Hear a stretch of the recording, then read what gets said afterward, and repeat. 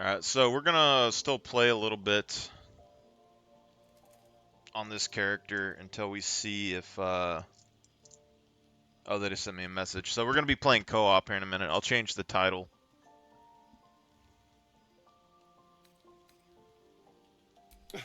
No one's getting killed, I swear. So, in the spirit of theoretical questions, if you had to take a bite from one of them, who would it be?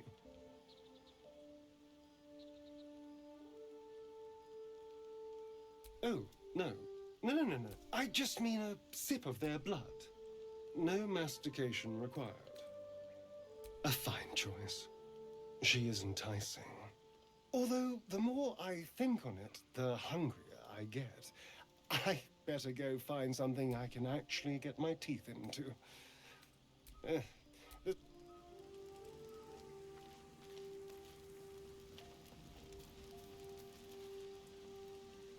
I don't know why my guy glows like that. Oh, because I'm bloodless.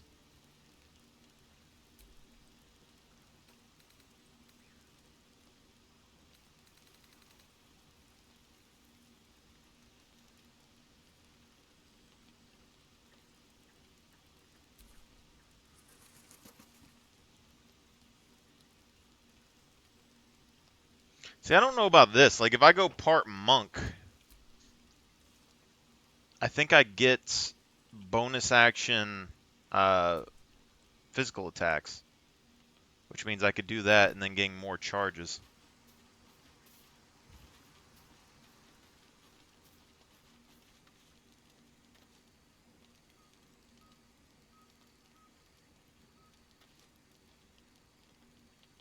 Or 1 second. Those might be old messages. I think they are old messages. Yeah, they were. Okay. That's alright.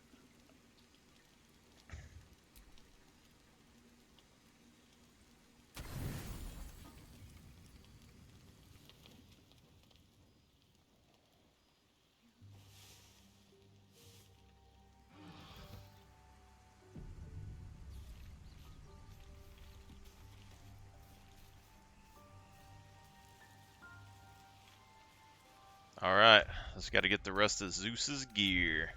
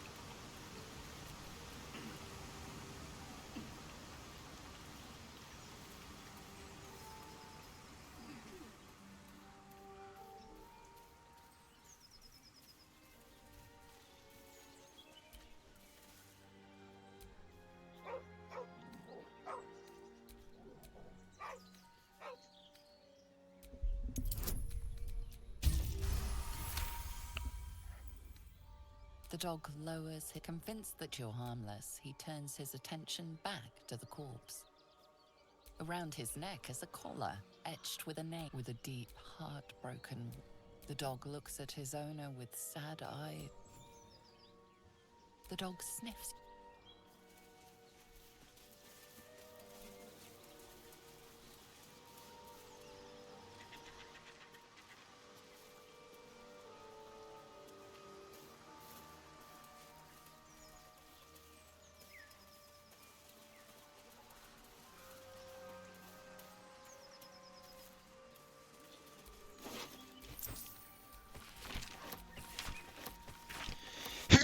Woo!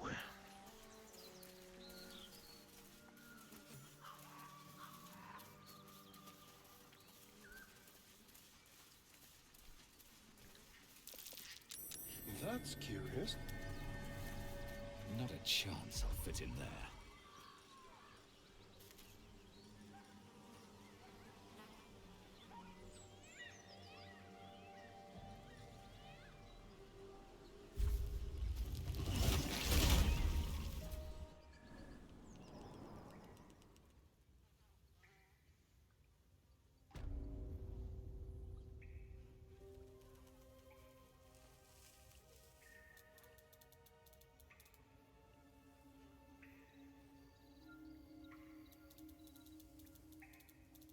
Forgot about this.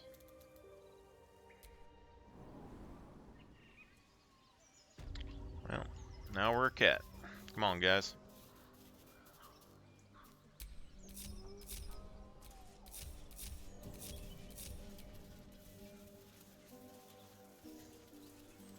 Just like the real world, everyone follows the cat.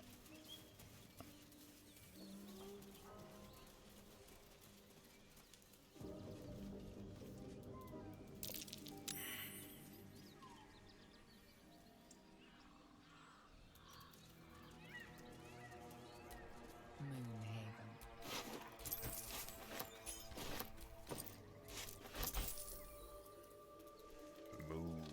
Moonhaven.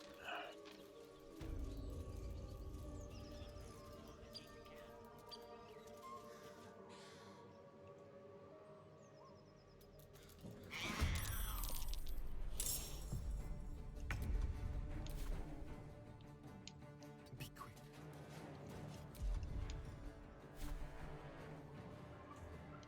Oh, they got a lot going on up there.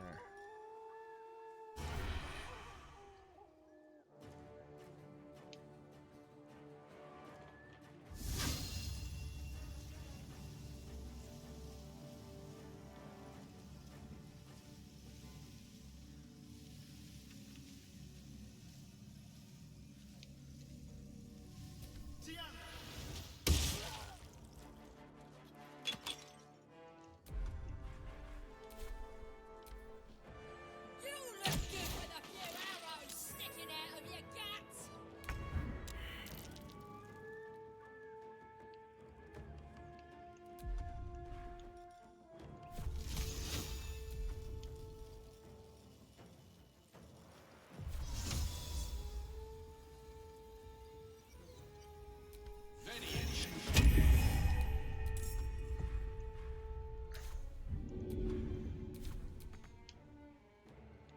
Of course.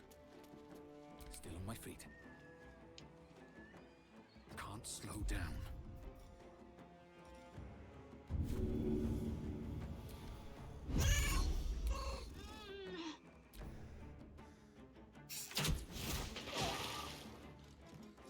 Damn.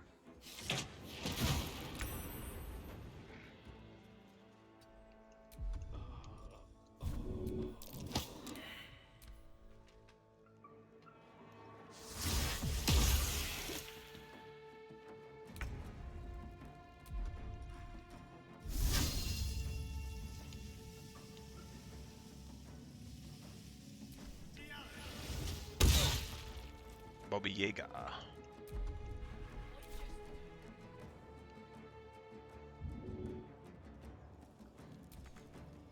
Over here.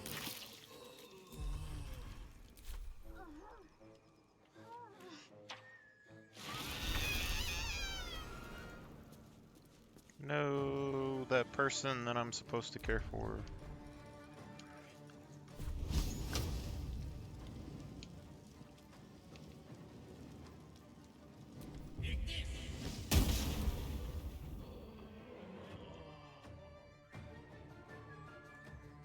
Oh yeah, I probably should have killed that guy.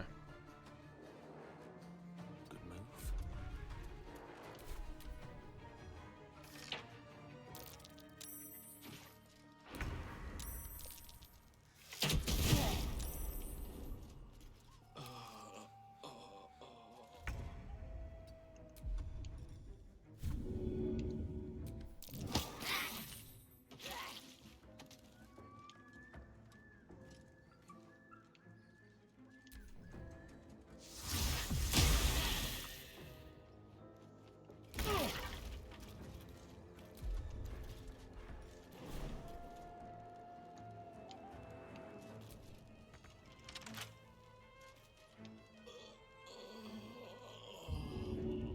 Get up. I can't take much more.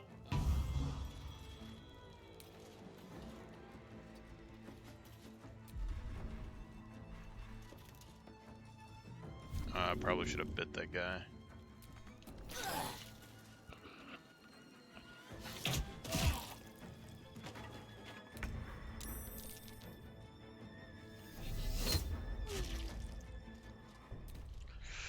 Gosh darn it!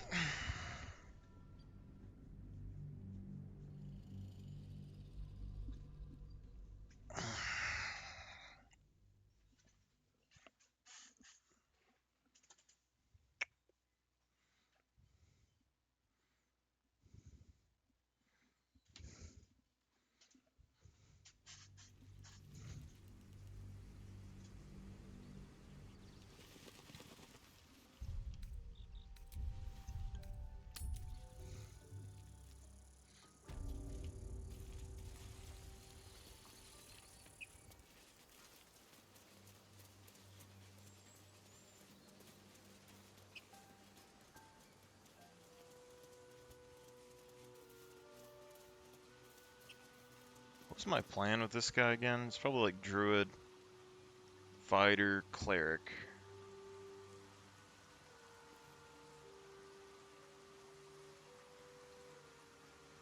Maybe I could go a couple into monk.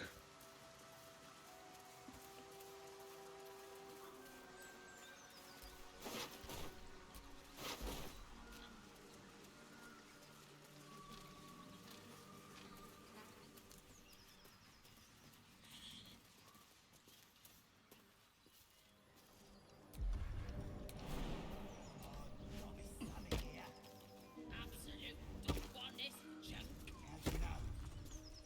I just do. And the others getting drunk off their choppers in camp. You sniffing where you ain't ought to... A strange symbol glows, marked on their flesh, and something within you stirs in response.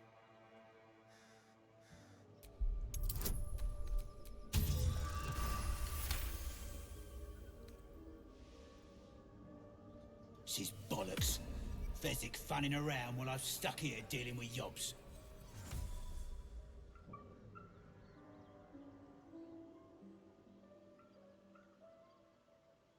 That a fact? He's at the windmill, mucking about. I wouldn't stray again if I were you. Oh, gotta be something here. Absolute don't want this junk. How'd you know? I just do. And the others getting drunk off their choppers in camp.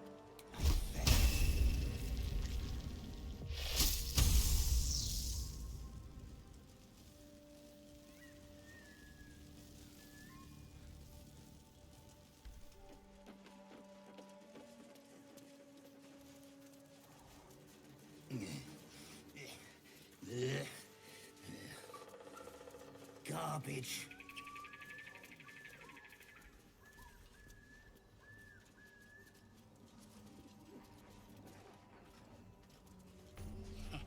Haven't seen that game in years.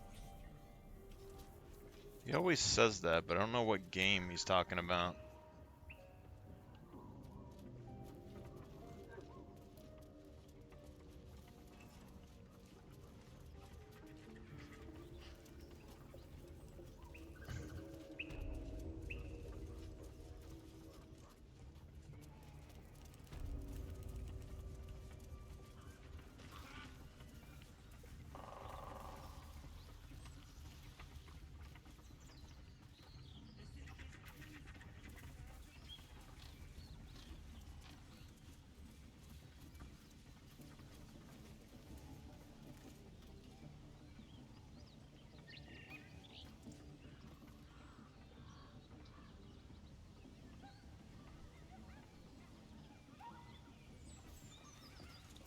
Interesting.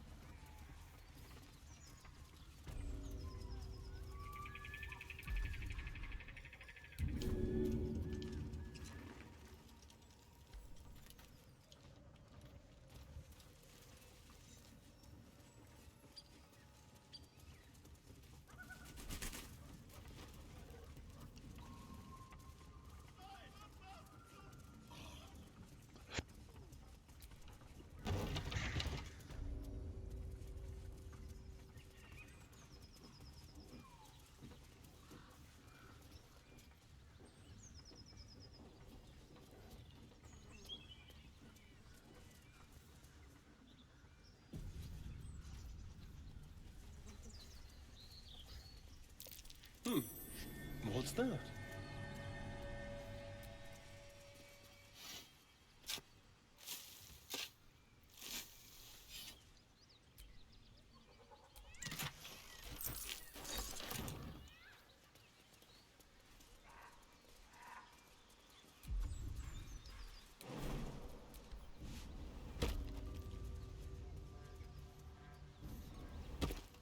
Dead people.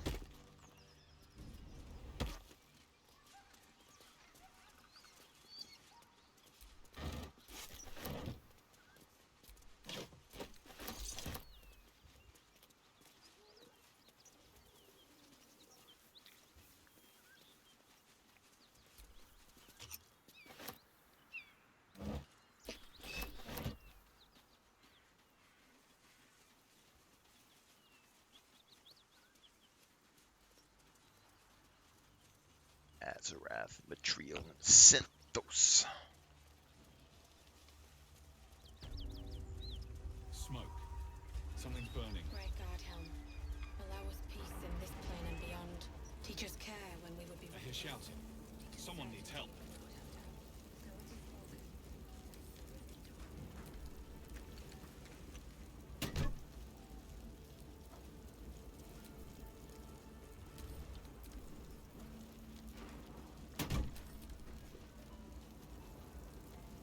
Grand Duke Raven Guard could be inside. Don't just stand there. Push!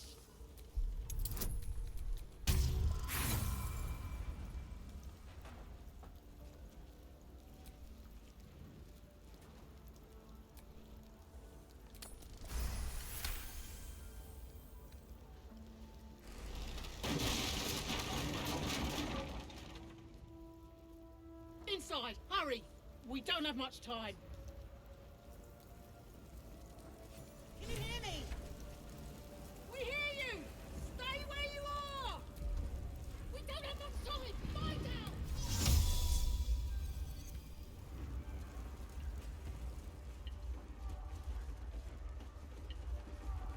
The heat coming off that door.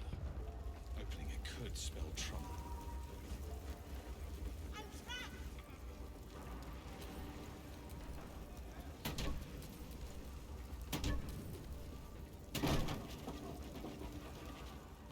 Come!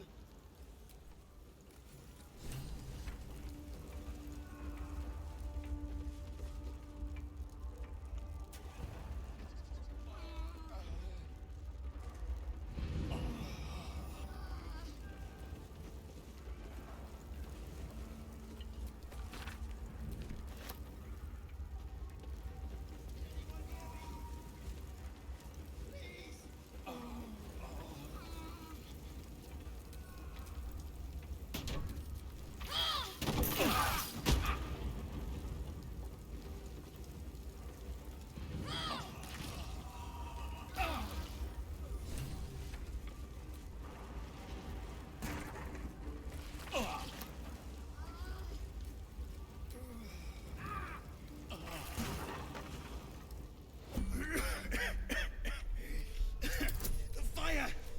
Hurry! Get this thing off me!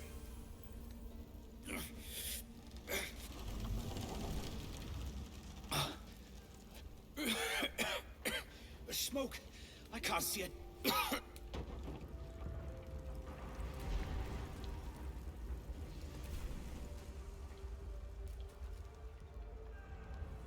It's literally a door right here. A long way to go still. Feel my mistress's wrath. Quite ready for you. Very well.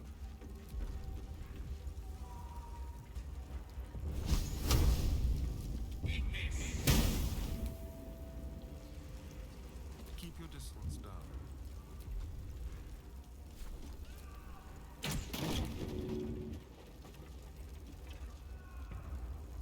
Tread carefully.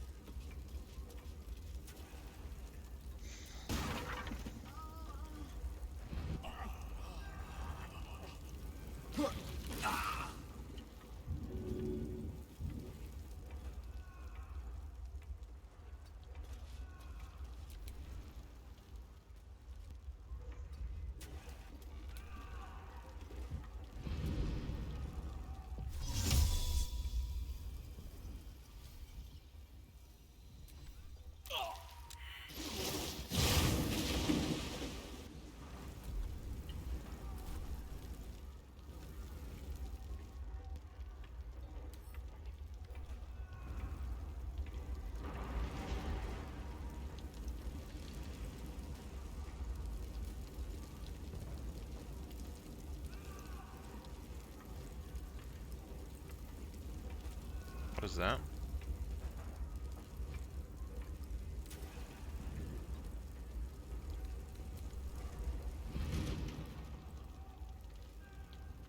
Should mind my step.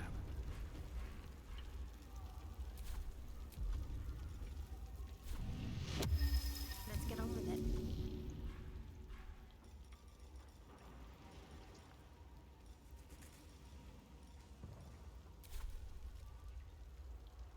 No time to waste. Which way to the nearest library?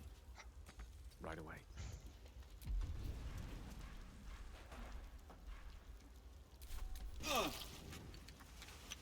You slaughtered everyone. Mary. Oh, Mary. No.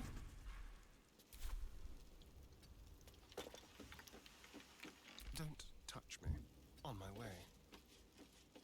At least things have stayed interesting.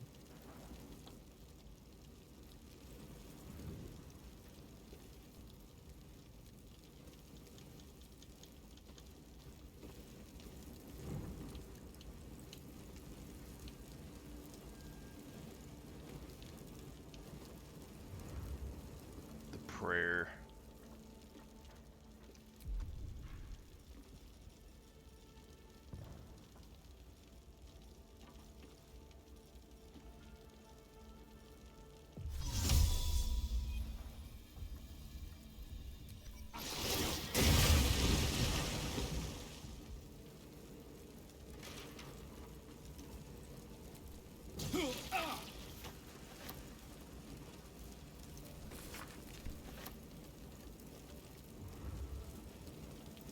Damn.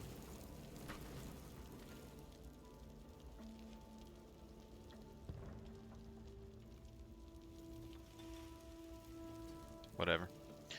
We lost the household prayer.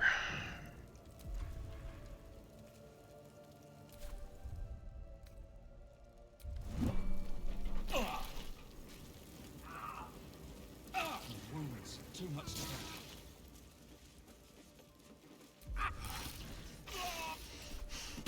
Death can't have me. Not yet. I'm ready. Whatever it takes.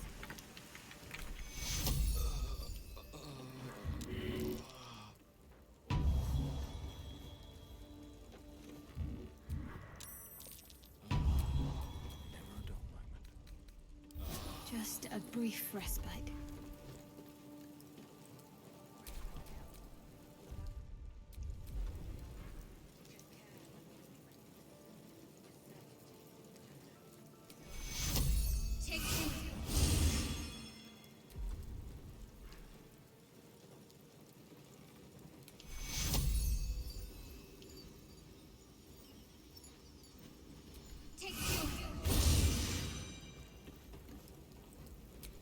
No one's stopped me yet. Mary, you should have stayed. She follows. Followed. Gone.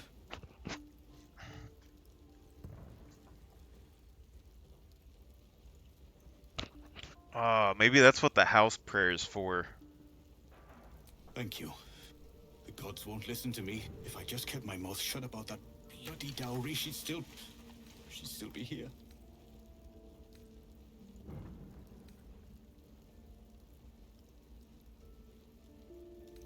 I'm sorry. Please. Tempers are rising. Not for communal use. Not for communal use. I would assume so.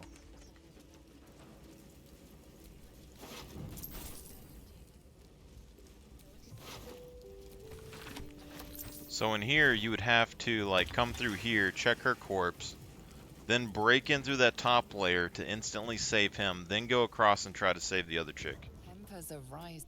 basically.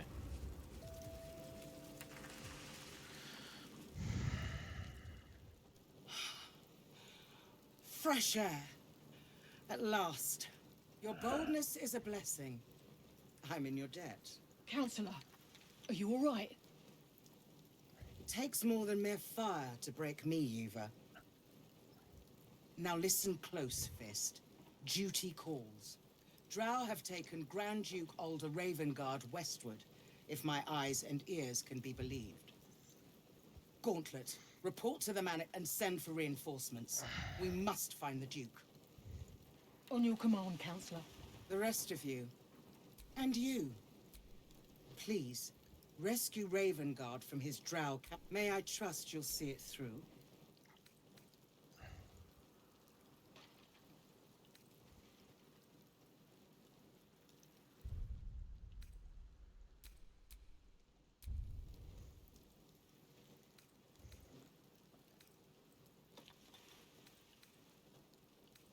It is not fealty I ask. Grand Duke Ravengard is the invisible force holder. Without him, the city faces collapse. In fact, I fear that may... Thank you. Go. I will seek reinforcement. Fist?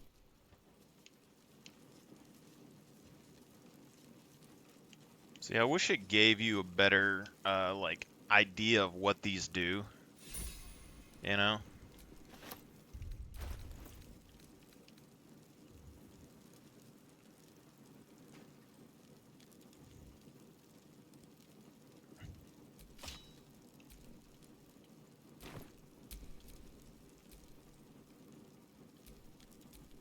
I wonder what the next move is.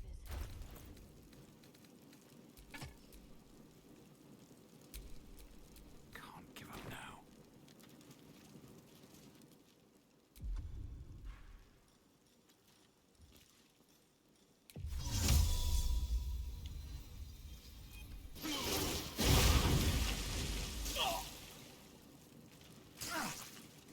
I don't know where the electricity's coming from.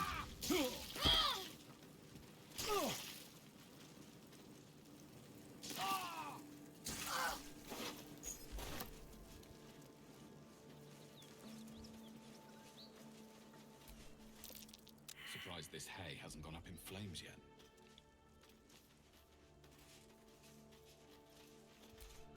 Surprised this hay hasn't gone up in flames yet.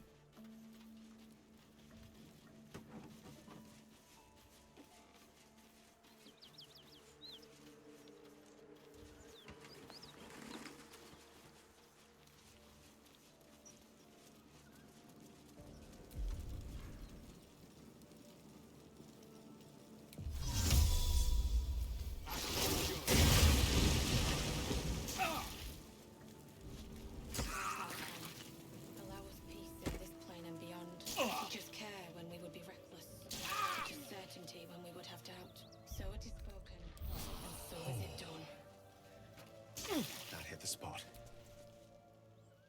He of the unsleeping eyes, grant me the might to carry this burden.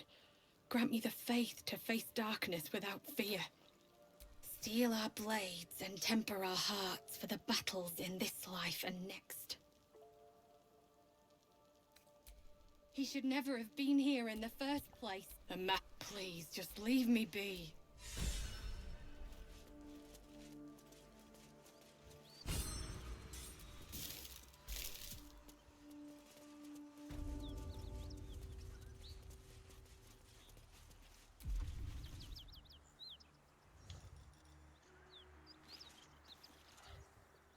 I wonder why the spear gets the rush attacks.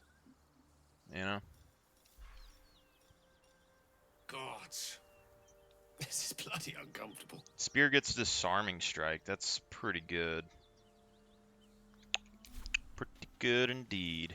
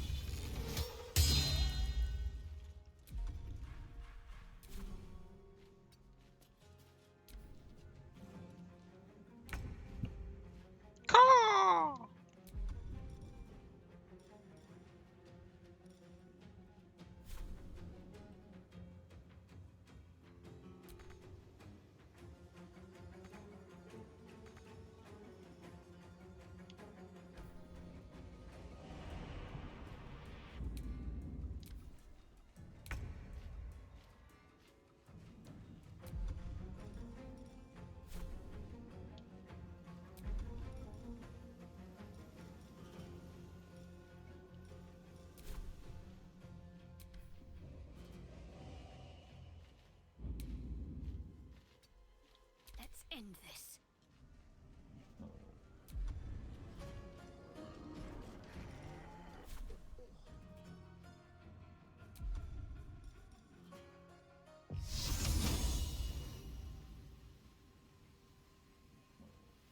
Time to deal some punishment.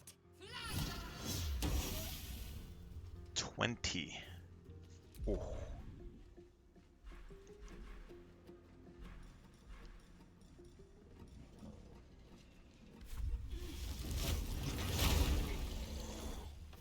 Where do I go from here?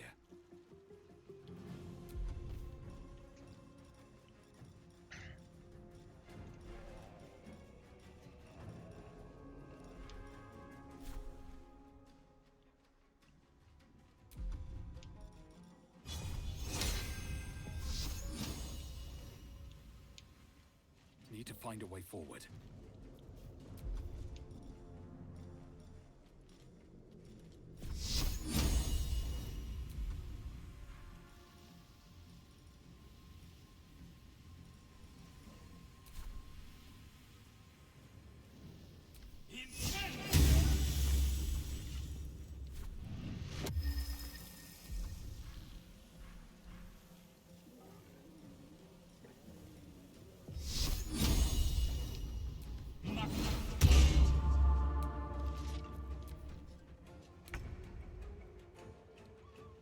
Swiftly now.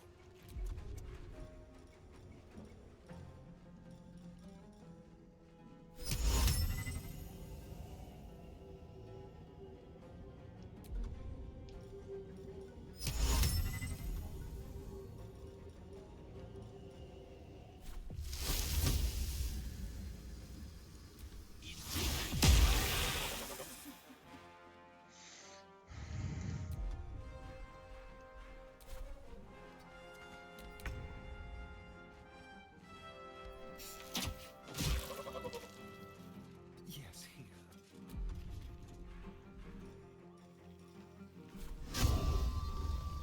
Is it right?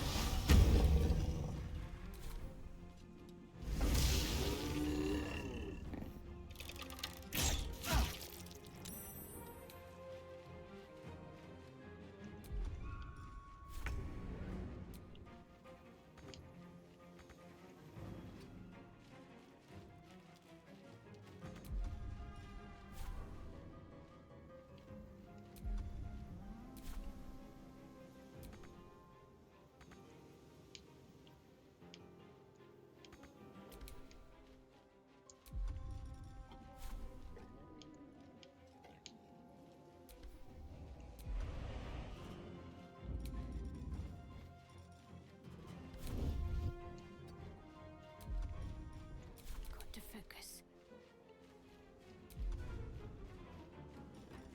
Moving.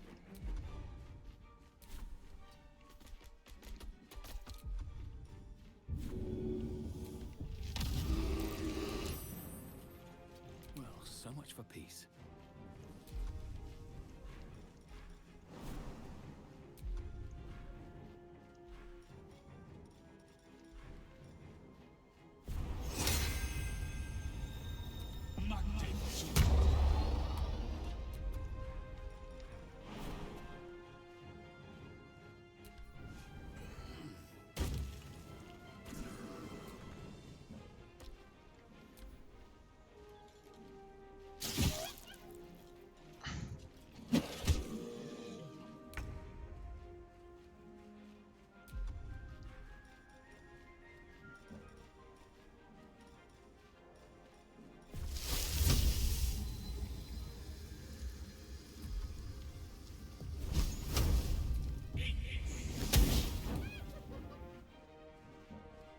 Perhaps not the best use of my time.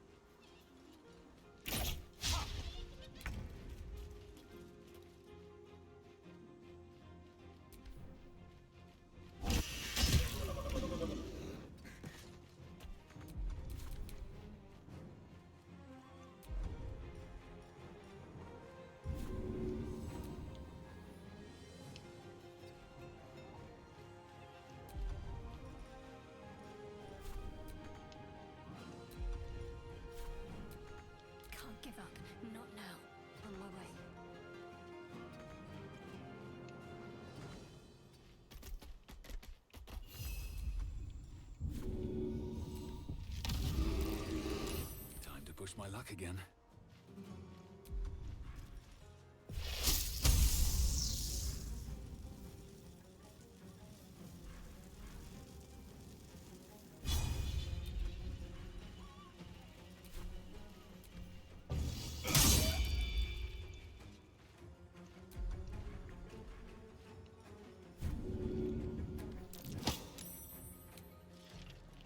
No gloom, all doom.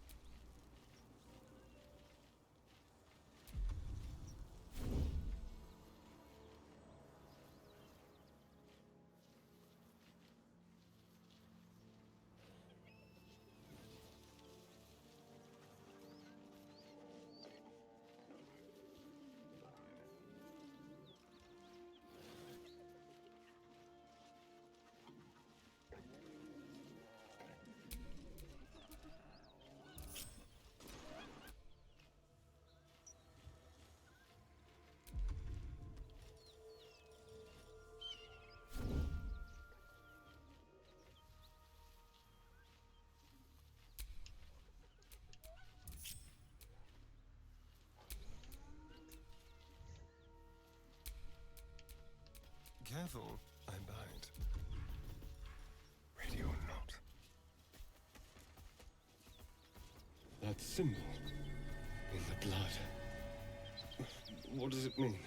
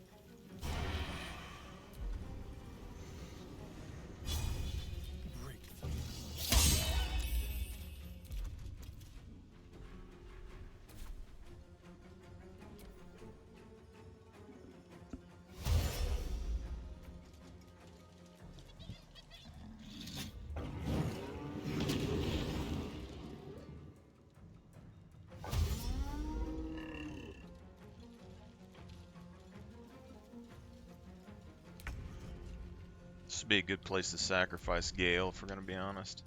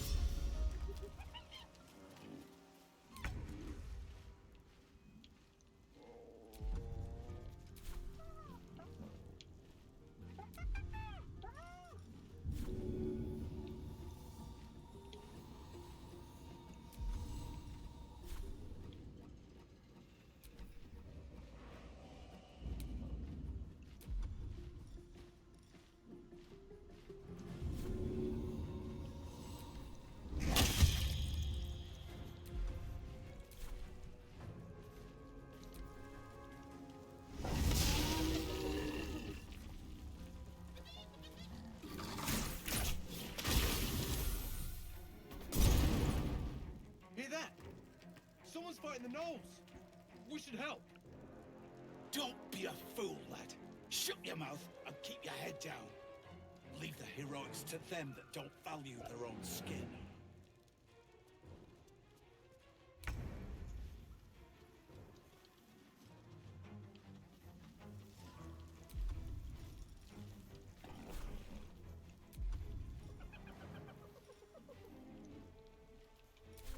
Let's get this over with.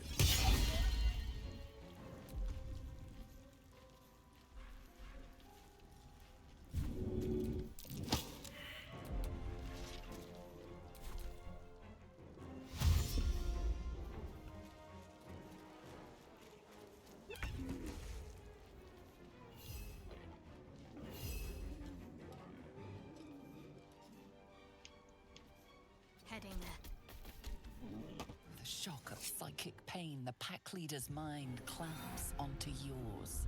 You see yourself through her eyes, a pulsing red cluster of organs.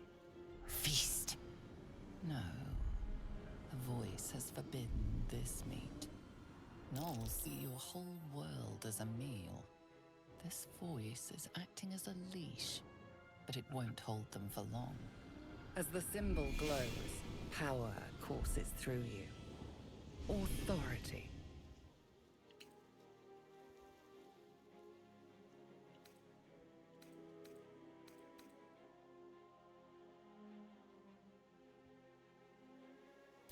A memory.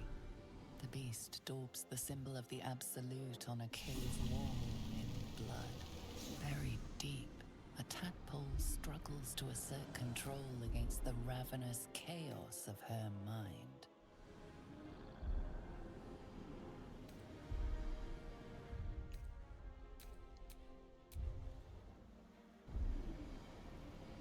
You see drow and goblins restraining, and then the voice, bringing order. Eating this meat was forbidden, but it would lead her to a feast. I wonder if this... I wonder if they also make this in a way to where if we go into the cave and release that demon, then we could take control of her and then force these gnolls to go and kill the demon for us. Seems reasonable.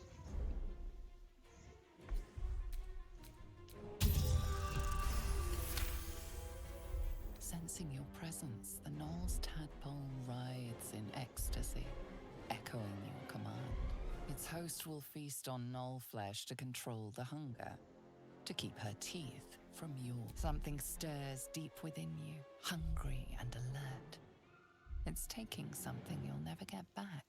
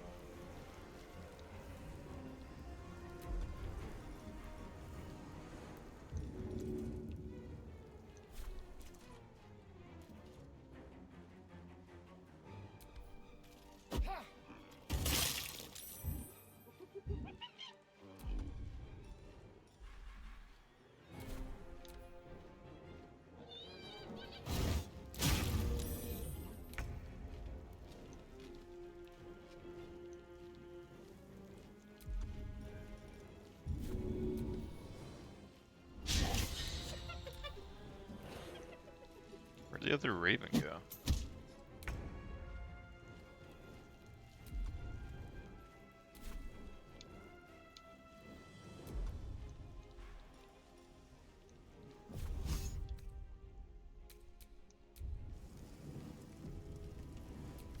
Checkmate.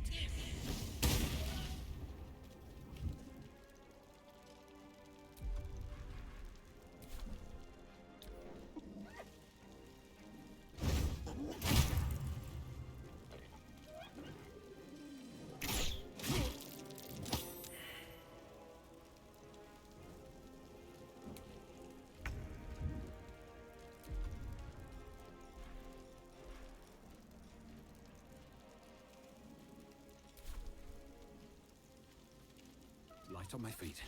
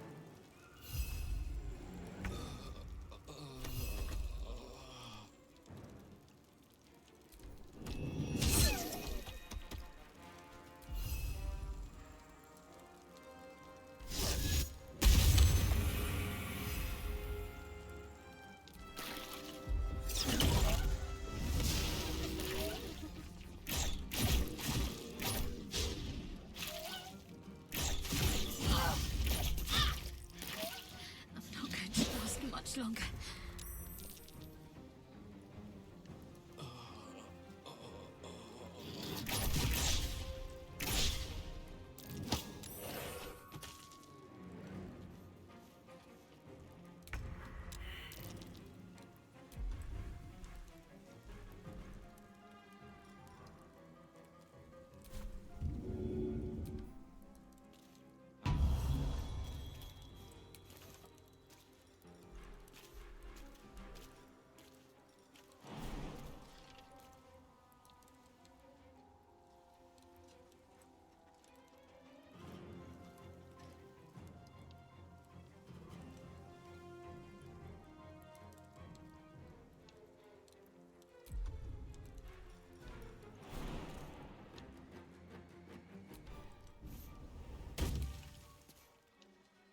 On my way.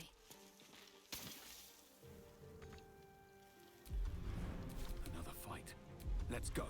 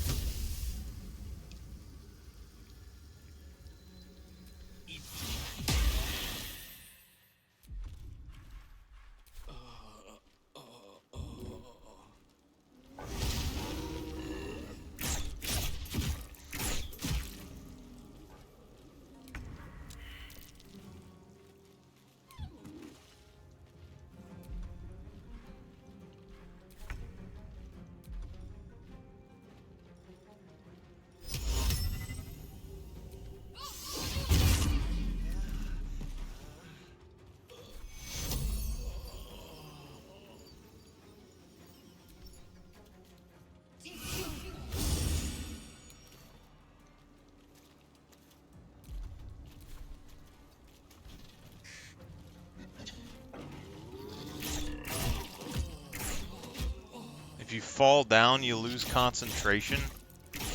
That's absurd.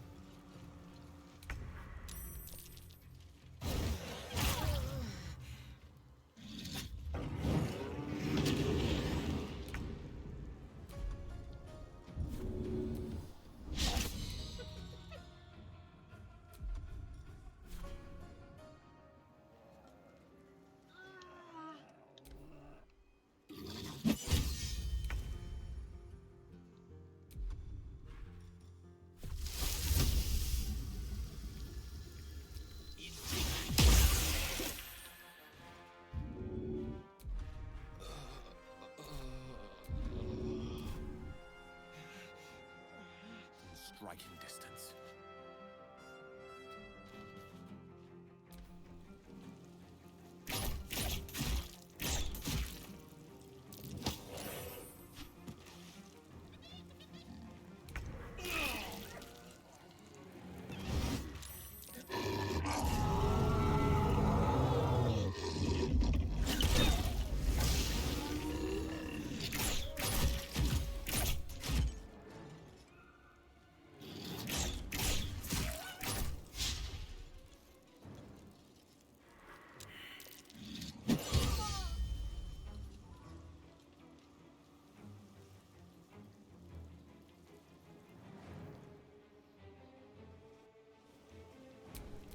The witching hour.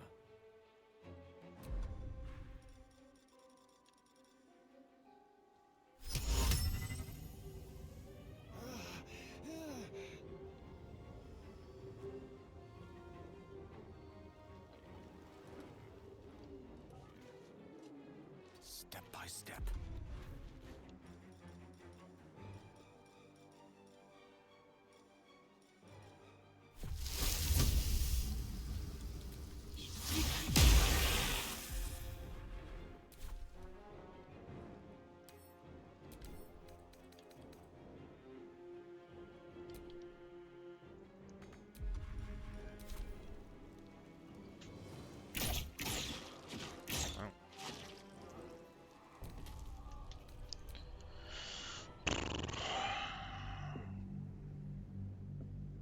Might just have to pull back.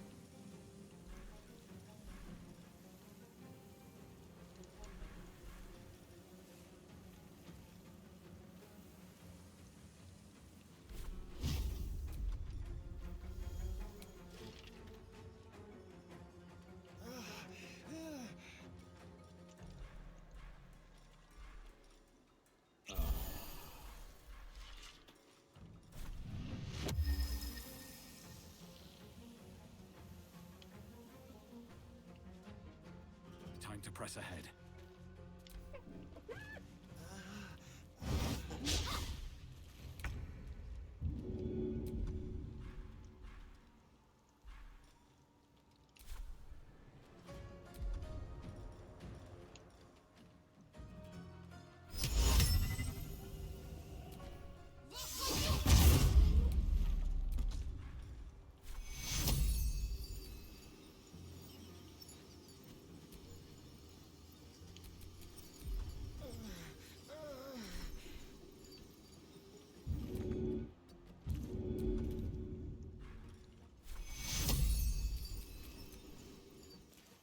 Moving.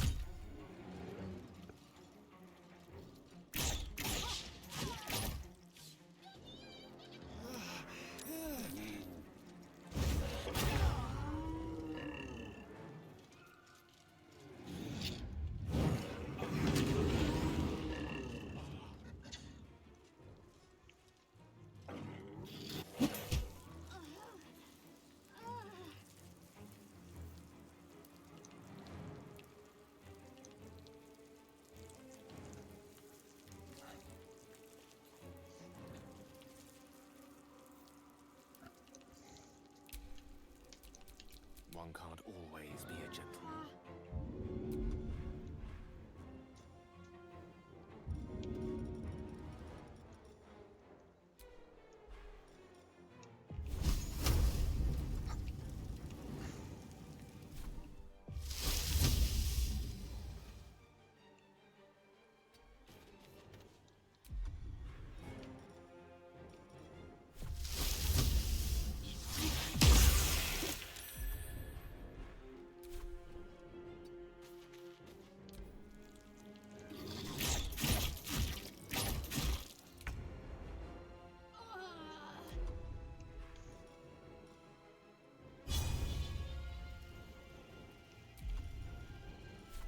Hope your soul is in good hands.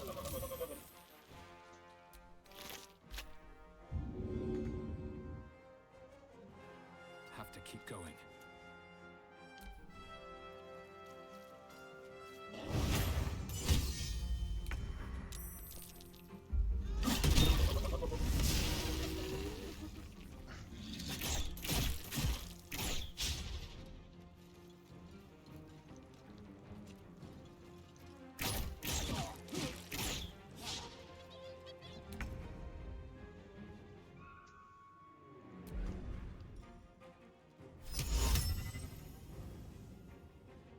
Forthwith.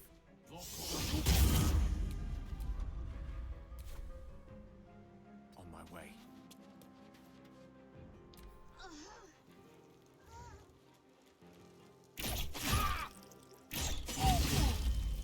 That's such BS. He shot through the cliff.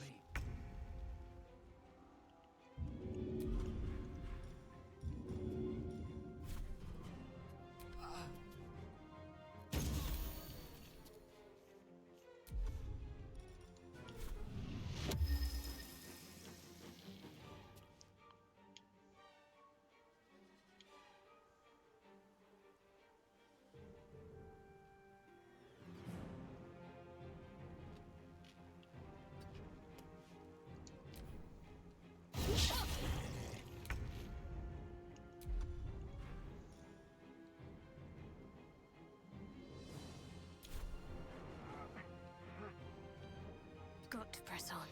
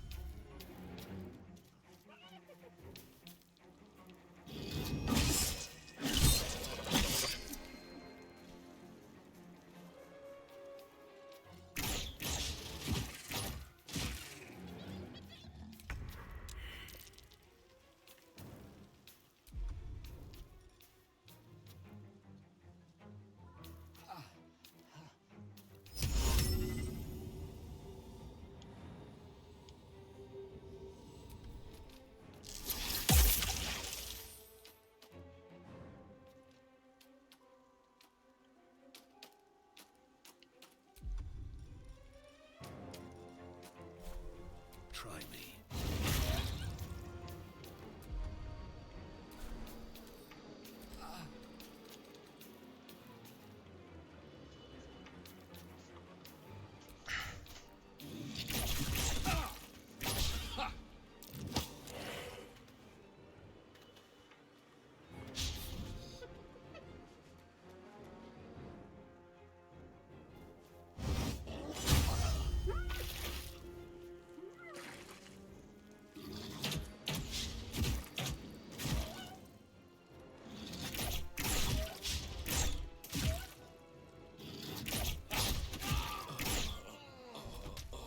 Dude. I knew we should have went in the back side of the cave. 100% should have went through the back side of the cave.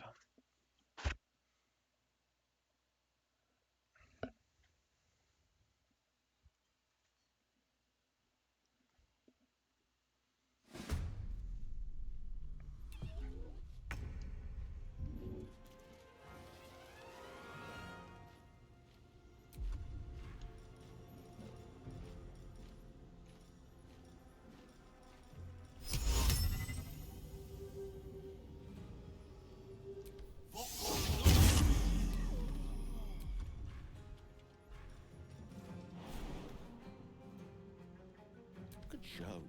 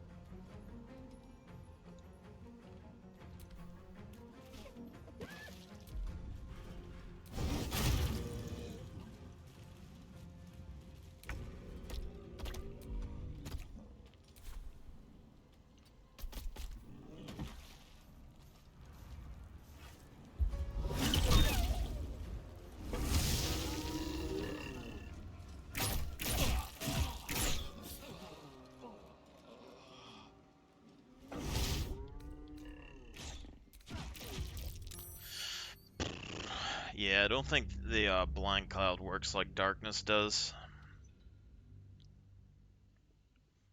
They're able to hit us just straight through it every time, so I don't think it blocks their vision at all.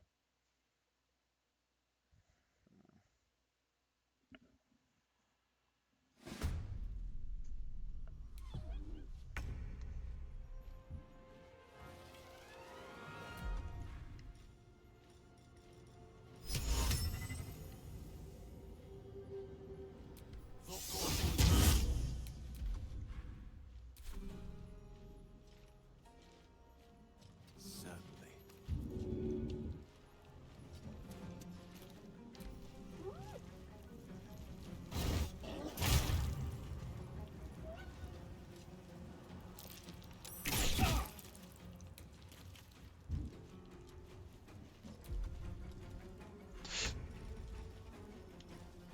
See, I don't know why I don't have any attack actions here.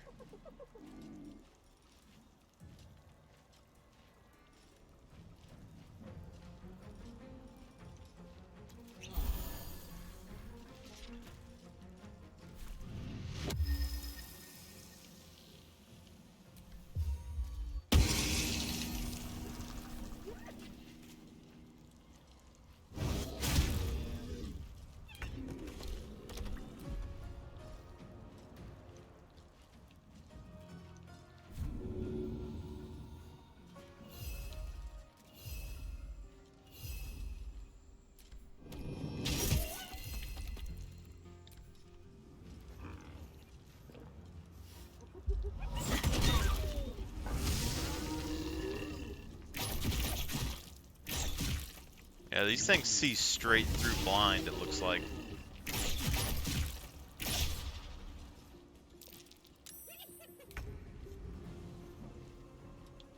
Well, we actually saved Asterion this time.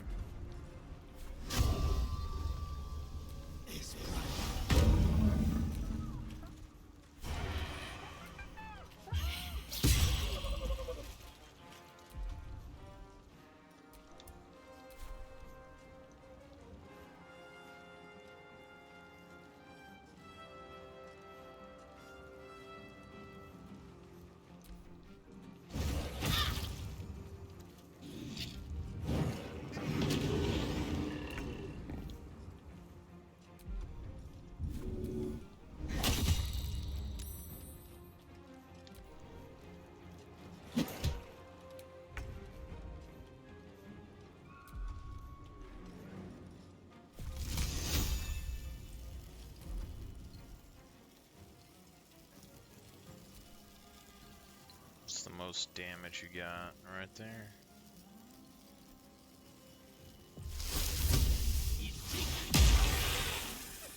Of course it misses. Why wouldn't it miss? With ease.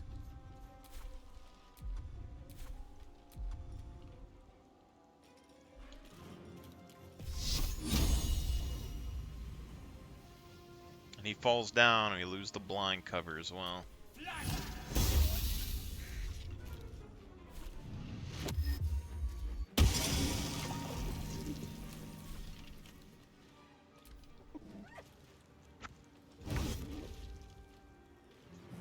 Grease overpowered.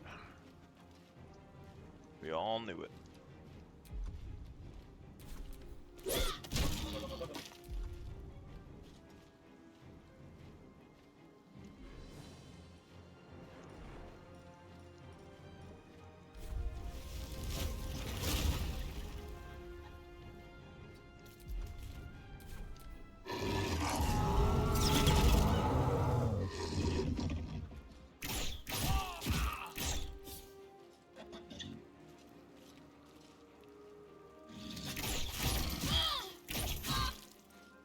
A little help, please.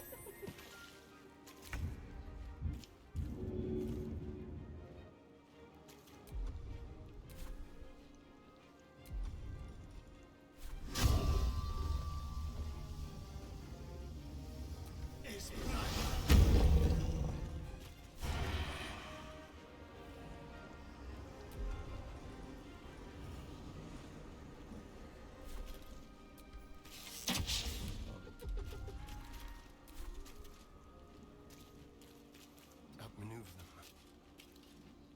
I forgot there's a hyena on the ground.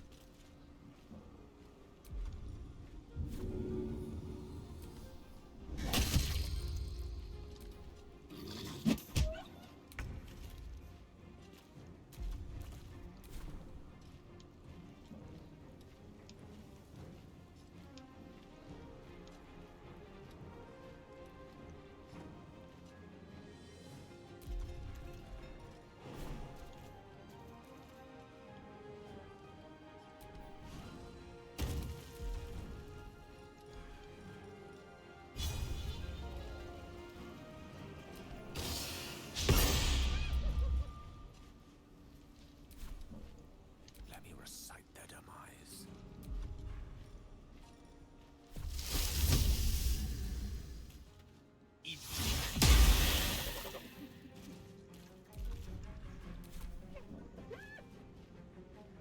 I don't know if it's temporary health or like actual health. That's the other thing.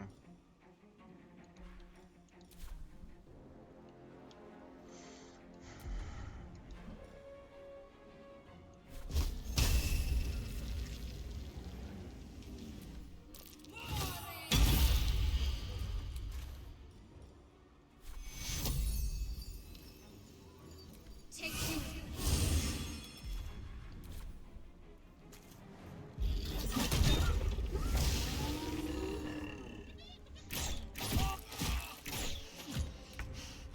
Death can't have me. Not yet.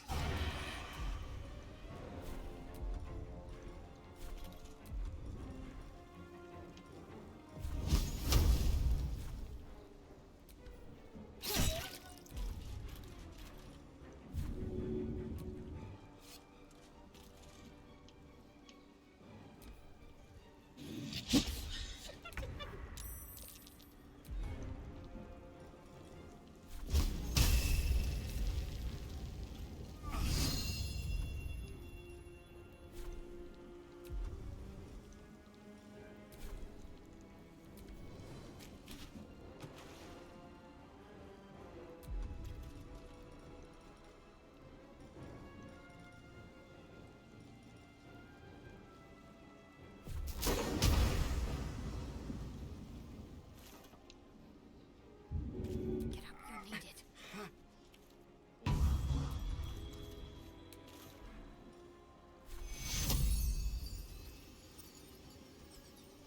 Oh, it gives Blade Water when they get picked up as well. That's interesting. Take you. I speak, they burn.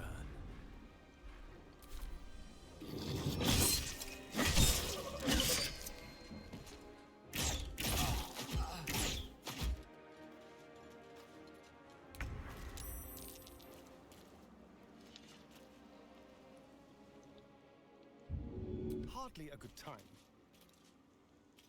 I don't fancy their chances. Well, so much for peace.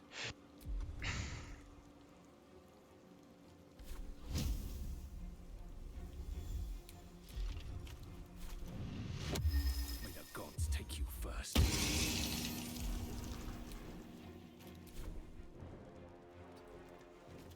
Need to act fast. Down with you.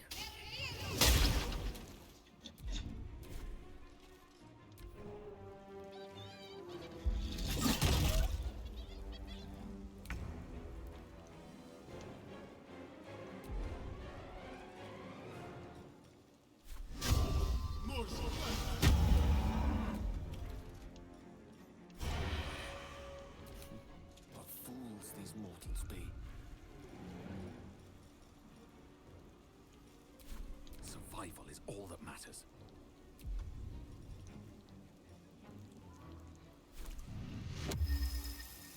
What do I have to lose?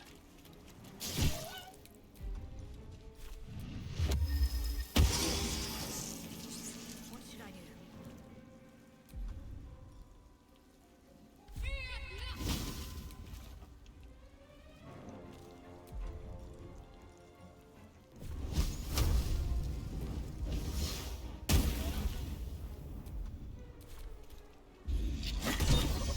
She is still ravenous, her mind a hungry pit.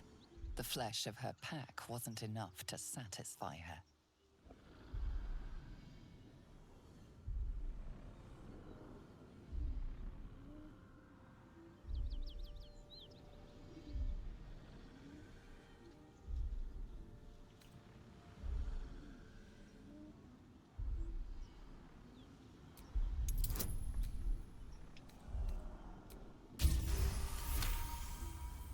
The meat here is forbidden.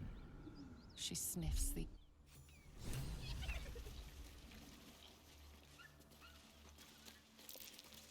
By the gods, you're a sweet sight. Are any of my crew still alive out there? This whole journey's been one grim sight after another. Gnolls, goblins, drow. Risen Road's more dangerous than ever. You're the first friendly face we've seen since Eltergard.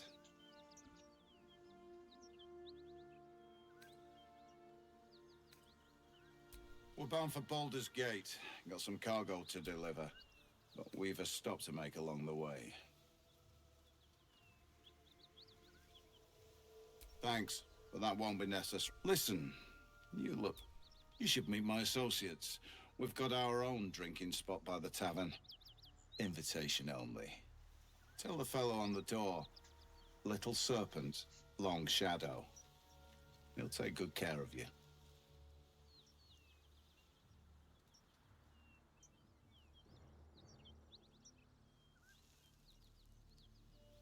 Damn it. Nowhere's safe anymore. Doesn't change the plan, though.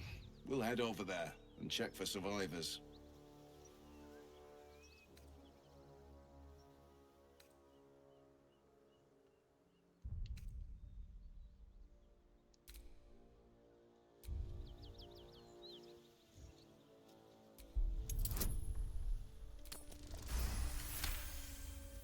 Shame we lost so many agents. But the chest is all that matters. Zaris would have our hides if we lost it.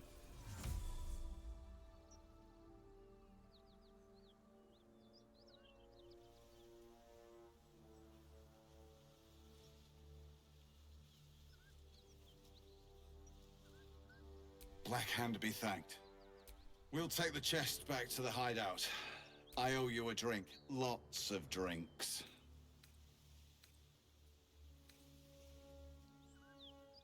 Since when does a mule know what it carries?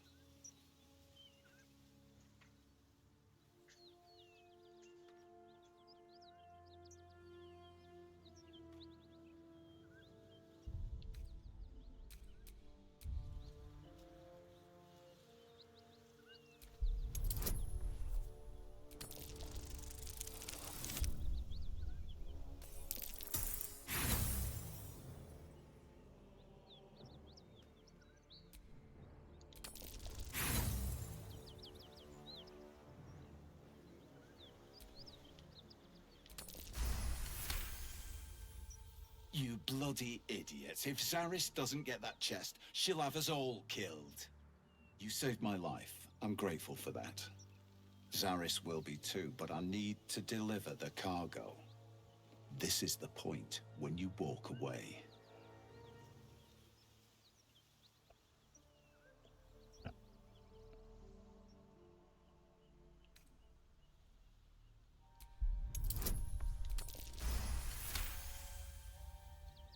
I like the way you think.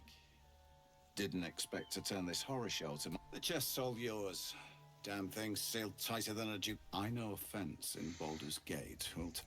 Don't try to cut me out of the deal, though. Crafty swine like you could make a name for yourself in the Zahenterim.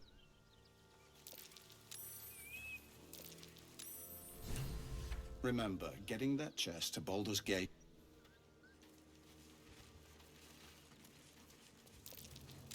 Something over there. I'll be glad when we're out of...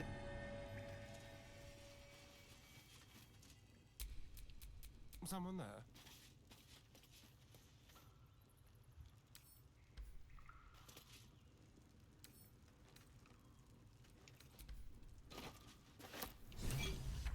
Your actions have consequences.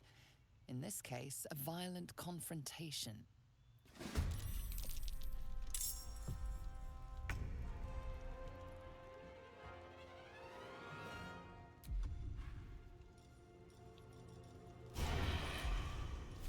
With pleasure.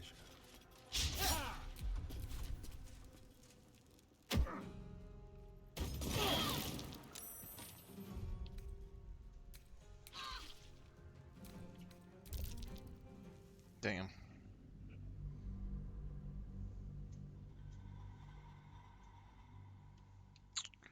Gosh darn it.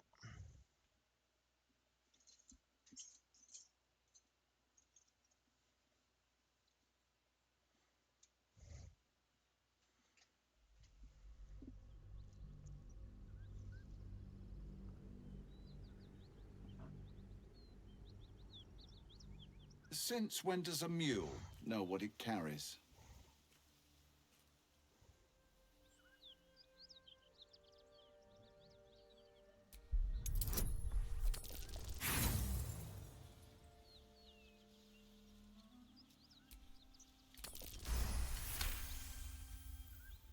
You saved my life. I'm grateful for that. Zaris will be too, but I need to deliver the cargo. This is the point when you walk away.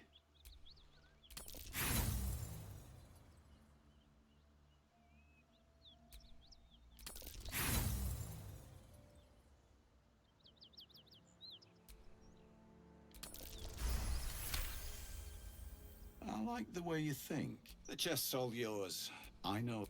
Don't. What would that be filled with? No harm in taking a peek, surely. Something over there.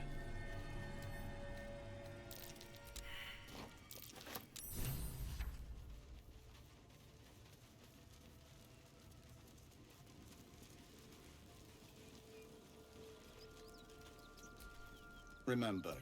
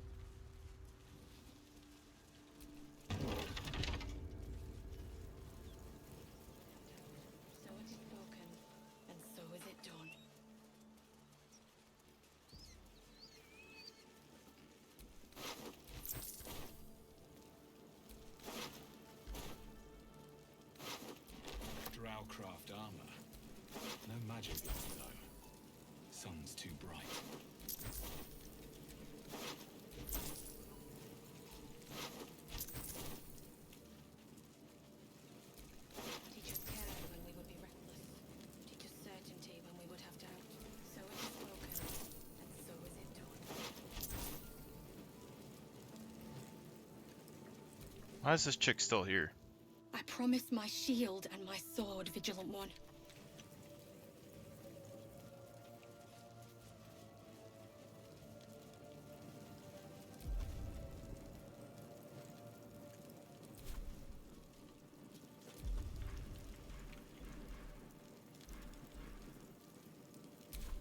Can't afford to stay idle.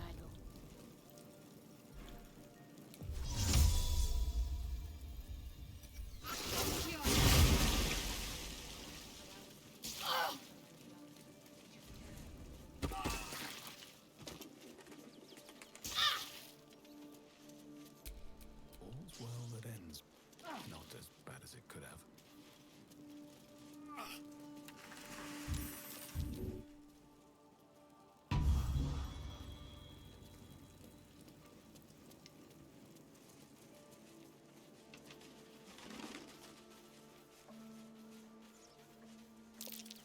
What was? Never mind.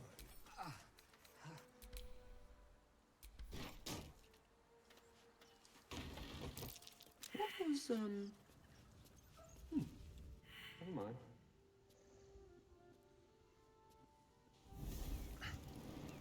A human man awaits you, a spell crackling at his fingertips.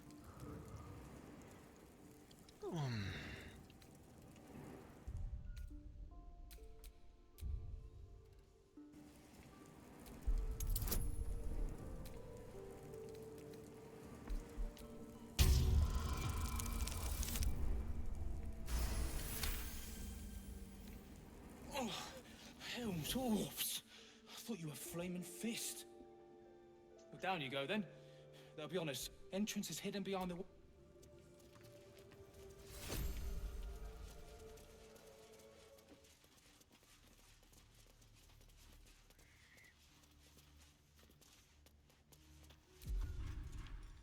Breathe quiet. Move with care.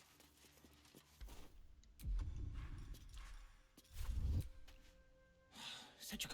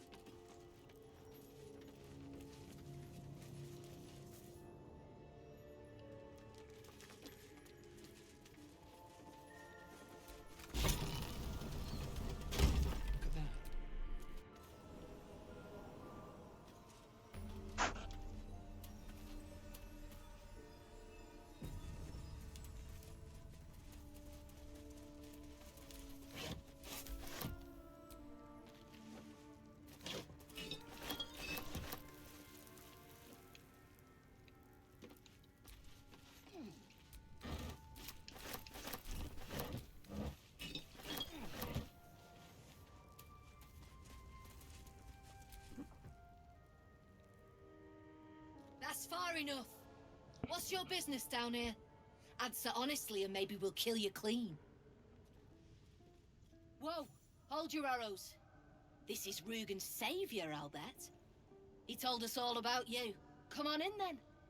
Any friend of Rugen's is a friend of the family.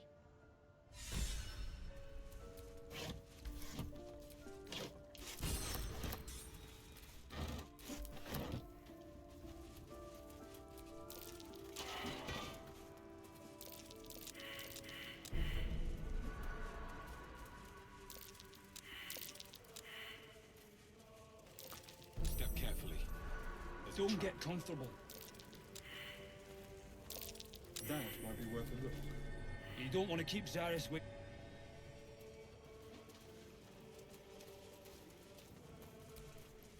Well, if you have the gold, my pet artist will make you a most heroical likeness. Tell him I sent you. There's no need for this. Free me now. You're the one who recruited me, Rugen. You're the one who taught me rule number 1. Remember? No. Ollie didn't remember either. Did you, Ollie? You're dead the moment you steal from the Zentarim. No matter who you are.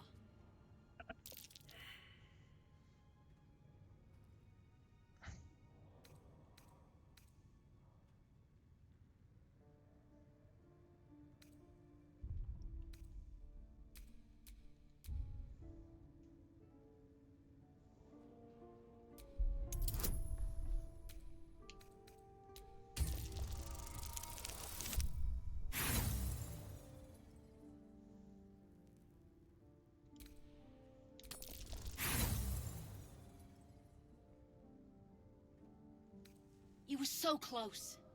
So close to walking out of this alive.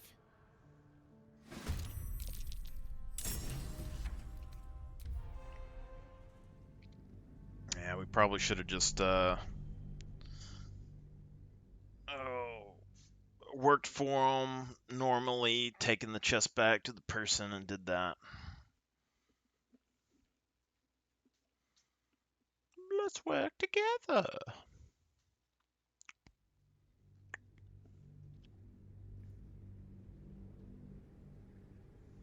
No matter who you are.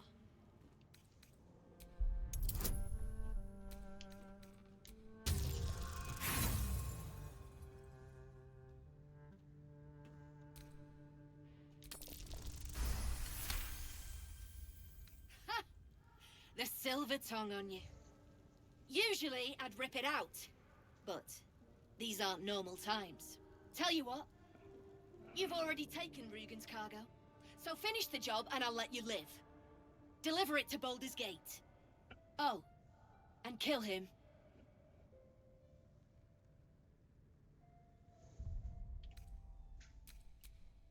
If we say no, she's gonna fight us. You were so close.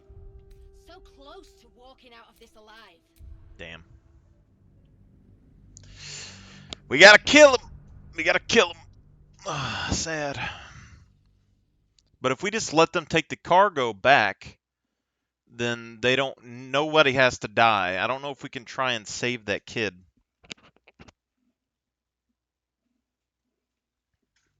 You know what I'm saying?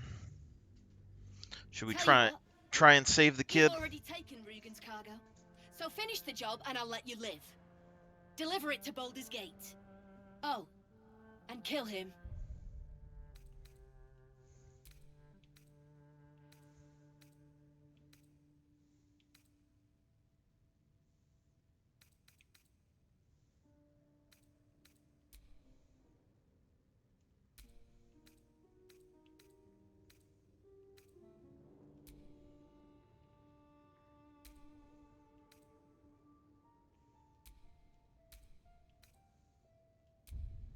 Let's see what we can do here.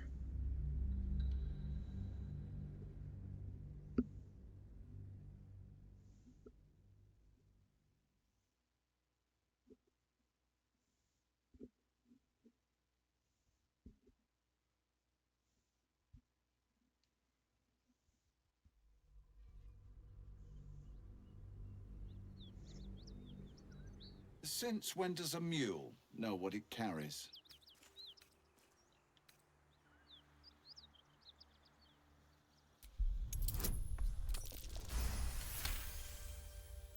Of course. I was just about to suggest the same thing.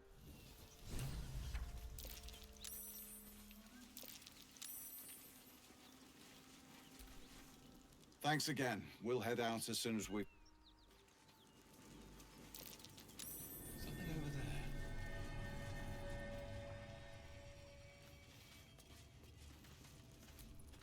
I'll be glad when we're out. Well, lad, it's our lucky day after all. I don't feel lucky. The rest of our crew's half digested, and you're still alive. That's lucky.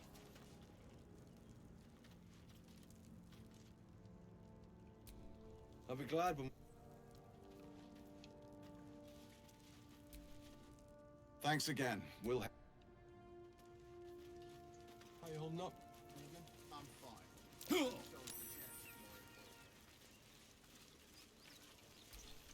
Spare me a moment. We've been traveling. rather personal. You see, I have this condition.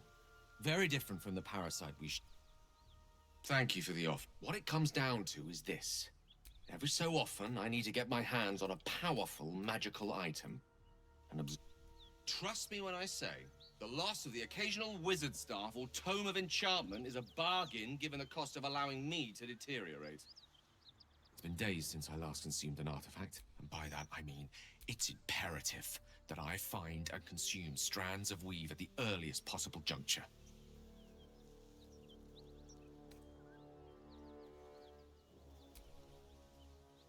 As luck would have it, you're already primed to give me exactly what I need.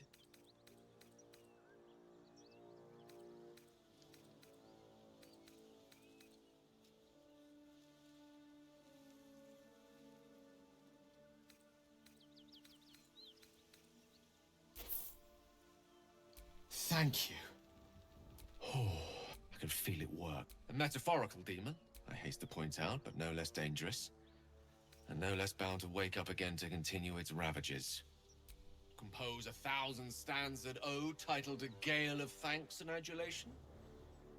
Sincerely, though, I understand I ask a lot. My lord?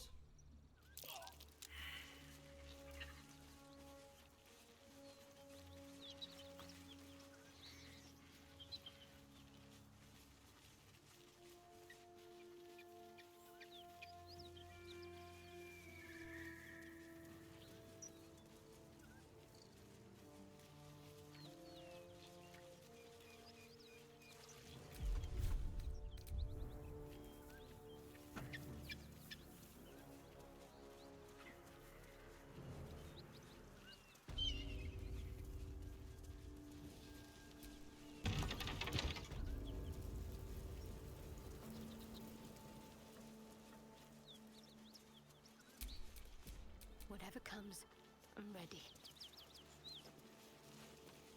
Great God, Helm. Allow us peace in this plane and beyond. Teach us care when we would be reckless. Teach us certainty when we would have doubt. So it is spoken, and so is Drowcraft it done. armor. No magic left though. Sun's too bright. The sun is too bright.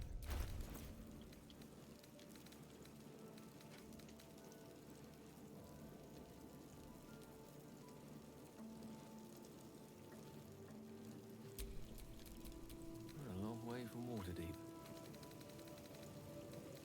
So it is spoken, and so is it done.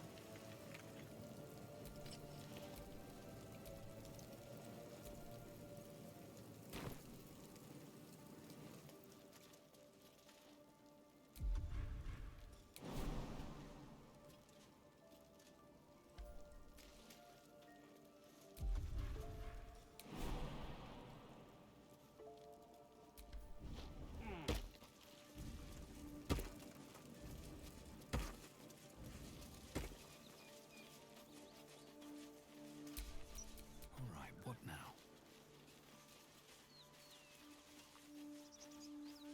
This is the spot Rugen marked. Doesn't look like much.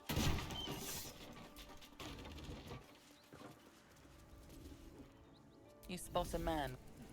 Bugger! Oh. Entrance is hidden beyond. Here's the key. Here's the key. Here's the key. Here's the key.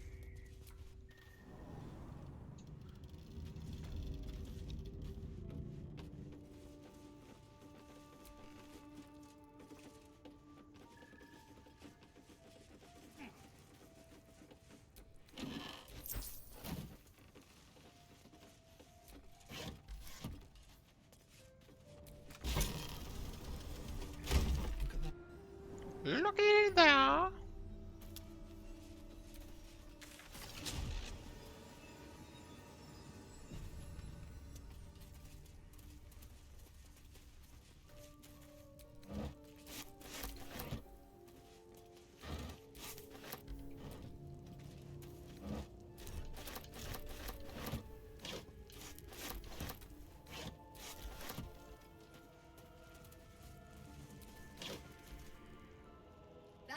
enough.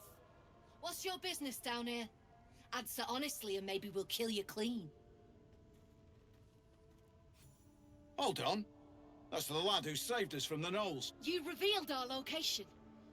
That tongue gets any looser, Rugen, I'll cut it out. Come down then. Seems you're a friend of the family.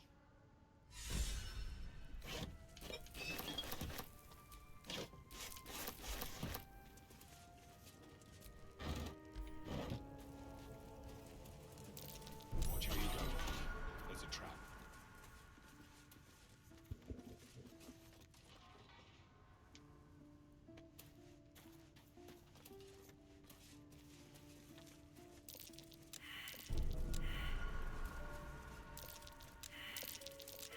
What's that smell?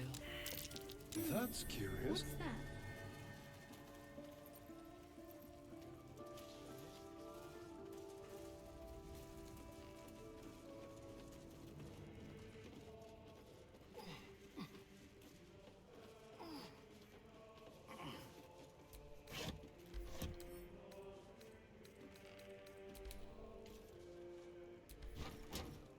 Not for communal use, it seems.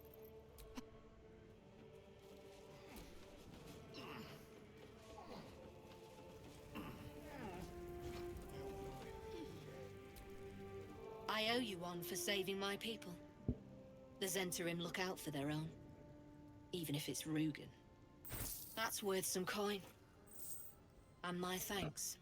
Our trader can show you some of our more exotic items now. But don't delay. This place is likely to be rubble soon. Someone kidnapped a duke. Right on. I don't plan on it being... What kind of drawing you want? Like, any kind of birds, or... Pretty ones. With collars and stuff. Bane for 2 turns.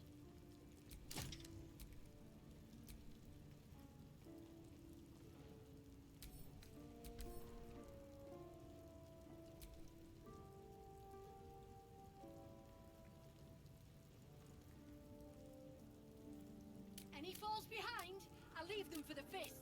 And in no state to tell tales.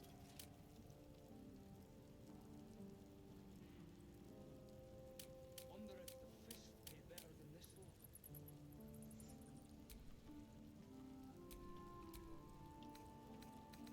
What's wrong with the alcohol? Besides the bleeding obvious, he misses the sun. Needs light to work, he says. We had a chat. Turns out he needs his eyes more.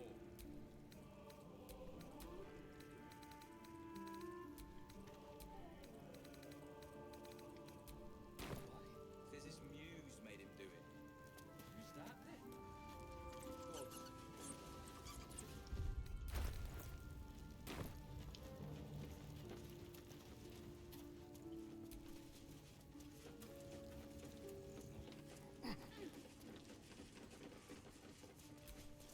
Well, if you have the gold, my pet artist will make you a most heroical likeness. Tell him I sent you.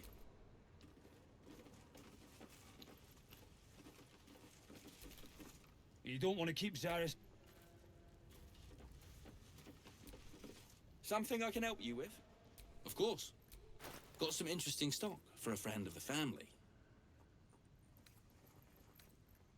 Ooh, we get Hill of Thorns. Advantage on sleight of hand checks. That's good.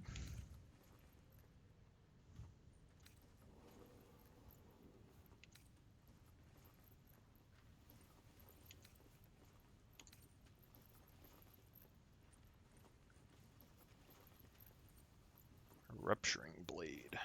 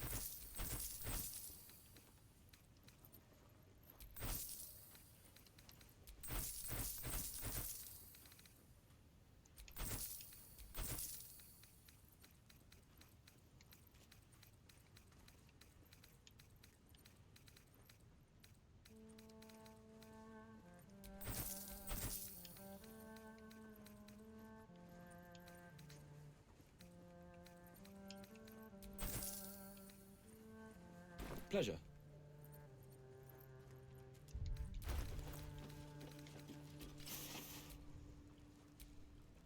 Here, make your fella draw me something.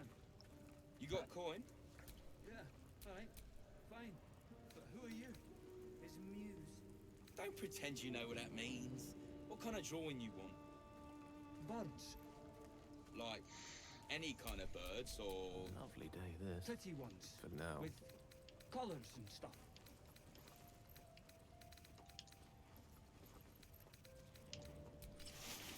Besides the bleeding obvious, he misses the sun. I've got a long Needs road light to ahead. work, he says. We had a chat. Turns out he needs his eyes more. You. That you need to buy me. Selling them! I am not some lower city coin lad offering you, and my patron will reward you for my rescue. Tenfold, whatever ransom you pay, I guarantee it. As far as you're concerned, she may as well be the coin maiden herself. But there will be time for questions. Have you spoken to Brem? He'll let me go free?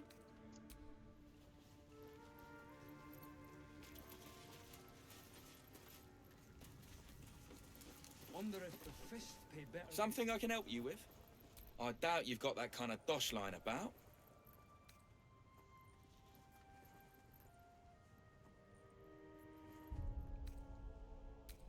Dosh.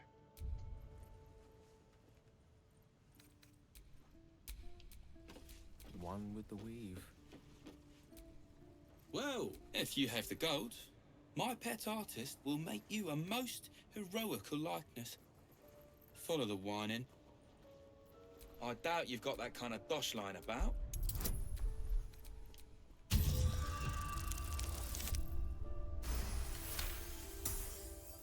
Alright, so maybe I was fishing. No fooling you. Something I can help you with? Then it's the same price I gave you before. Something I can help you with? Of course. Got some interesting stock for a friend of the family.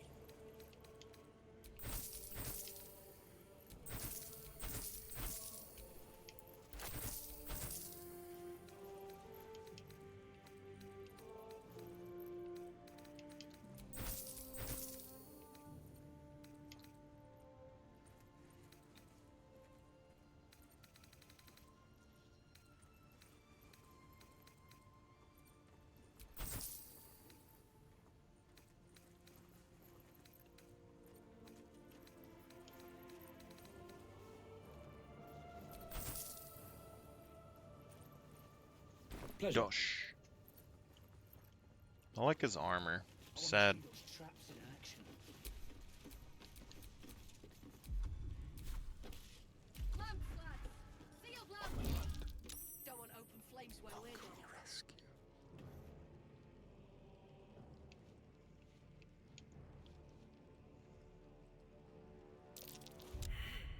Make your fella draw me something.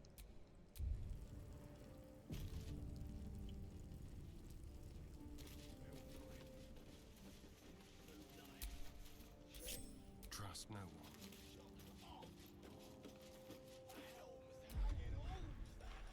On tippy toes, some mild larceny.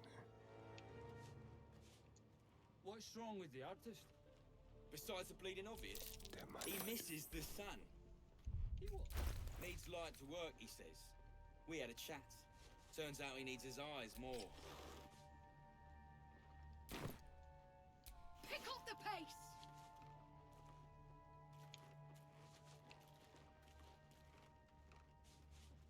Look, there's no need for this. Free me now, and I'll see that my patron rewards you.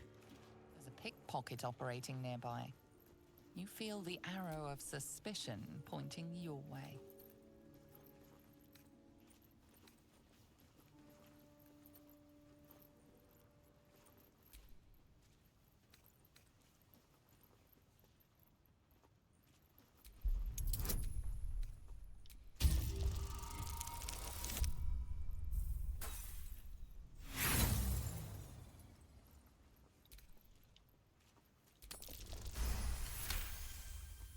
you've been given.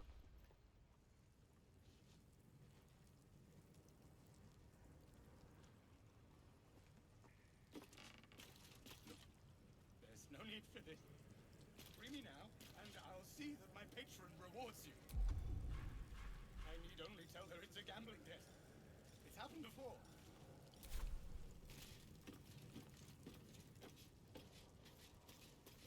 Did that artist really paint all those things?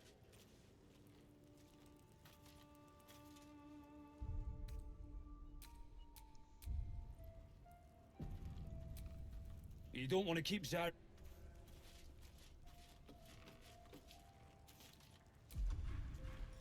Very, very quiet. Like a wraith. Look. Don't look now. What actions have drawn the ire of someone nearby? A fight is inevitable. Yeah, I wasn't sure if advantage would give us enough, I mean, advantage on sleight of hand checks should be better than just +1, you know?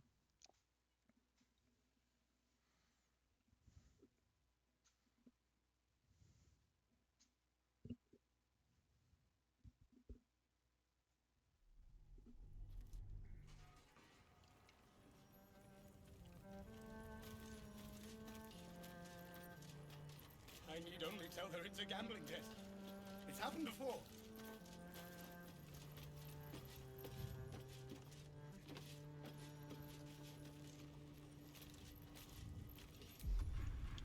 Just like old times. So.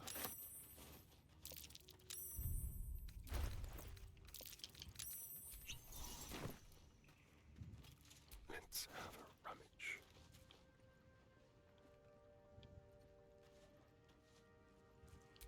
A little souvenir. A thief's been picking pockets near here. This would be a good moment to explain yourself. You quickly clear things up. There's a pickpocket operating nearby. You feel the arrow of suspicion pointing your way.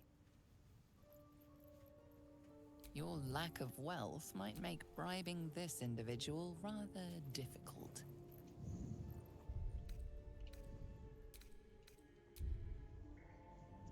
That's whatever. We can come back and try to get the gold later. For right now, I mean, we got the gloves.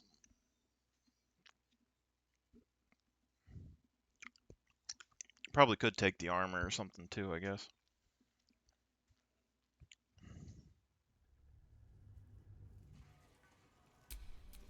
Let's get going. I need only tell her it's a gambling debt. It's happened before. Oh yeah, we were needing, okay, I remember what we were trying to do. That's proud. A quick visit. Not even a challenge. Are we unpacking? I thought we was packing. Well, if you have the gold, my pet artist will make you a Of course. Got some interesting stock for a friend of the family.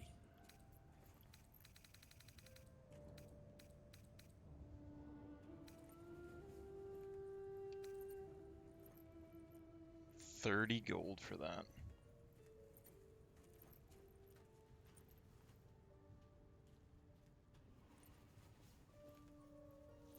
Pleasure. Oh, it's a glaive. Make your fella draw me something. Thief's been picking pockets near here. This would be a good moment to explain yourself.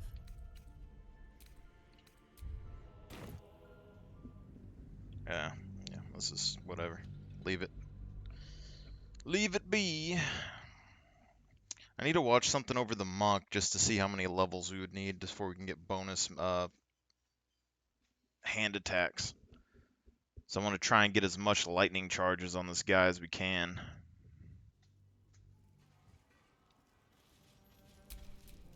Have a lot on my mind. Well, in it. I need only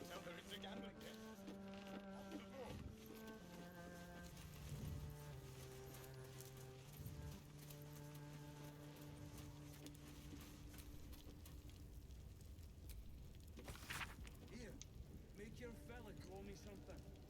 You got coin? Yeah, fine.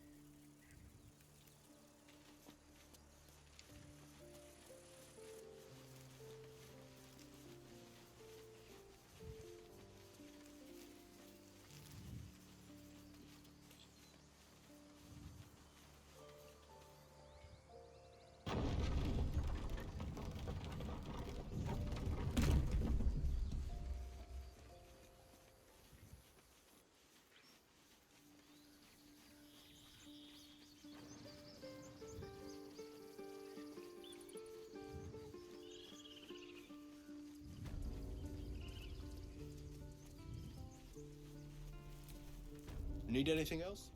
Always happy to help those who follow the first circle.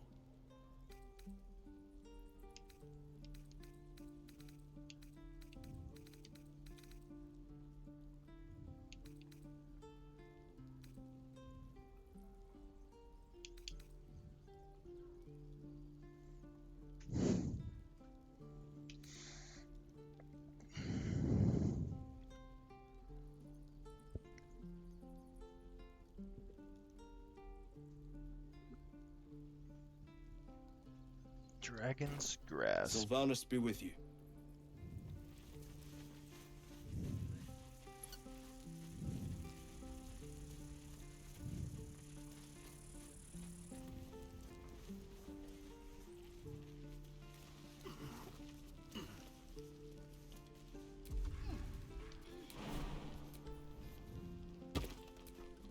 Used to well, I still think they'll kill us. But at least we can put up a fight.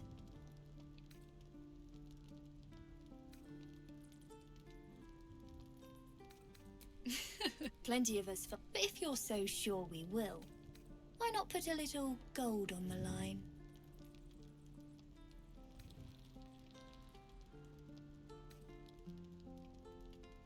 Excellent. Looking forward. So many ways to die.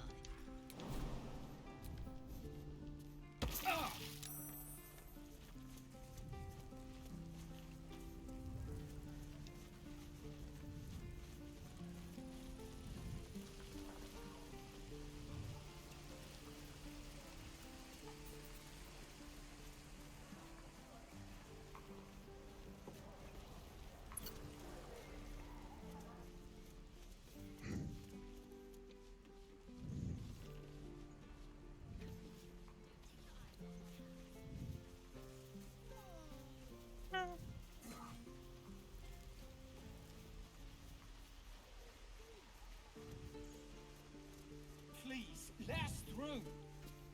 Let my daughter. She's a thief, help. Oh, let me through, Ragrasham, or I'll rip your damn throat out.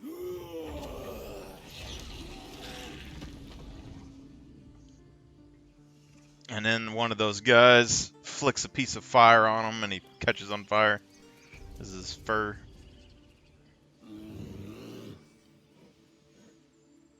Come, Magrin. Get back.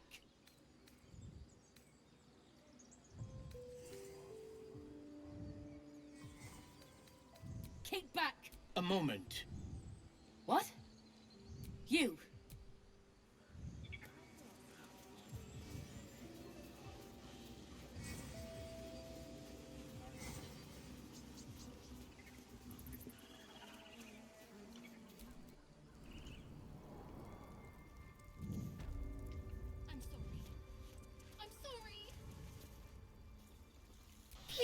This is mad. A what, Wrath?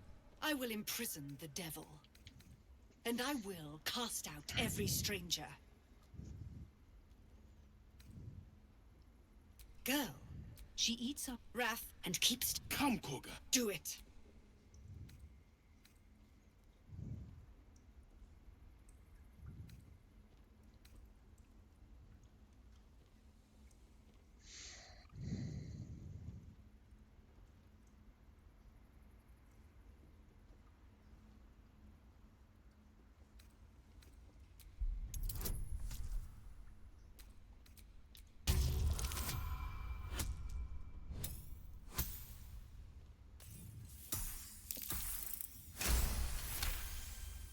I hear the it is as...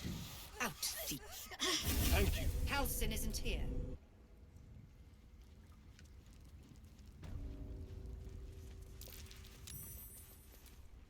The rat has hardly left Korga's side. A distant thought claws at your... What if it's neither pest nor familiar, but another druid in animal form?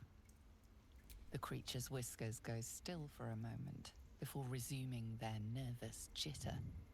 The rat is otherwise silent in the face of your accusation.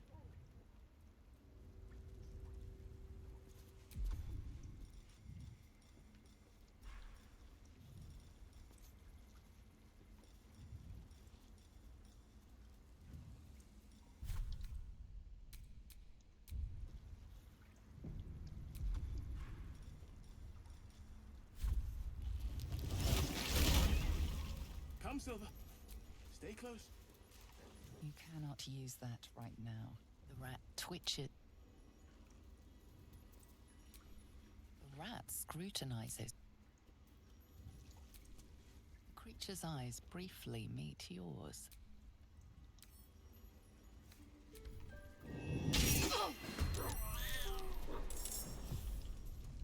The Outlander has betrayed us. I should have known. Druids! We cannot compromise any longer!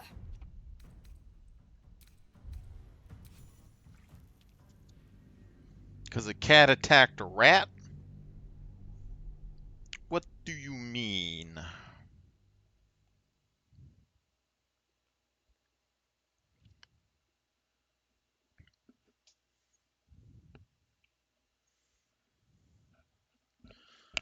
Why you gotta be so rude? Come, Silver. Stay close. Do you have a scroll of animals speaking? Wits and blades, always sharp. I applaud your taste.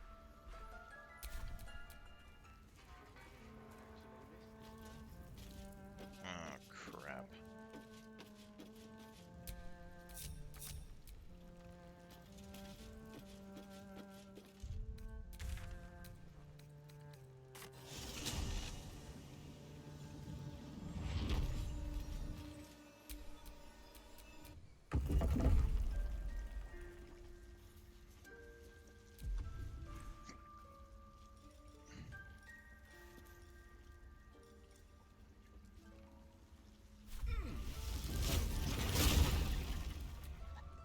Creature's eyes.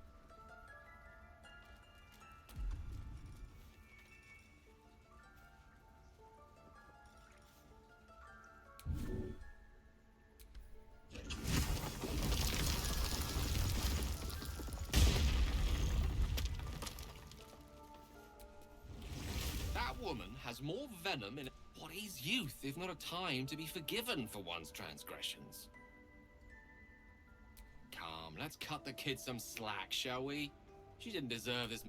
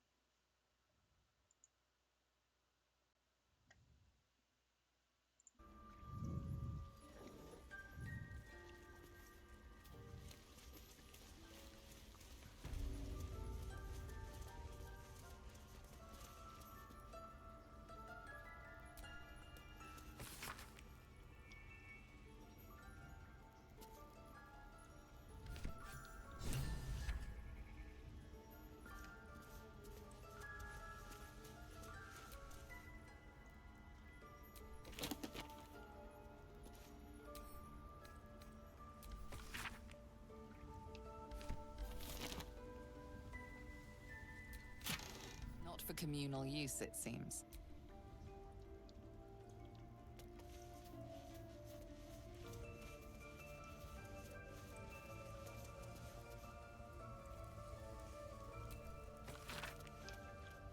Hello. Hello. That's being dumb. There we go. How you doing? Not too bad. Made a new character. Well, kind of remade a character, but other than that, I'm just working, all that good stuff. Need to build things, but I'm not. Trying out some new stuff for ice cream as well. Because basically I was telling my sister about it. She wanted me to do, freaking, what's it called? What's that, the nut that people use to make milk? Almond milk? Yeah, almond milk. She wanted me to try Uh-huh. almond milk. So, yeah. First time I bought almond milk, and it's a little weird. It's not bad if I like it with the sugar, but if it doesn't have the sugar, it tastes very weird. Yeah. But I still just like regular old milk for the most part. I think I do too, but the almond milk has like, It's better for you. I would say it's overall nutritionally better for you. I don't know about that or not, but I got the chocolate one, and like you can taste the nut, but like the chocolate is extra syrupy or something. I don't know. It's weird. Like there's like extra chocolate in it or something. Did you get the one like I find that different brands make it different ways. So I think it's like the oat milk brand does a really good job, I think, of making it not so syrupy. Mm. But I find that like what's the brand that normally that I used to Dance get upon the stars tonight. it up. Change? The silk one or No. the almond breeze, Damn it! they're good, but you can definitely taste the syrup in it more. No, at the hands of this I have to bloody say. song. Yeah, that one's silk.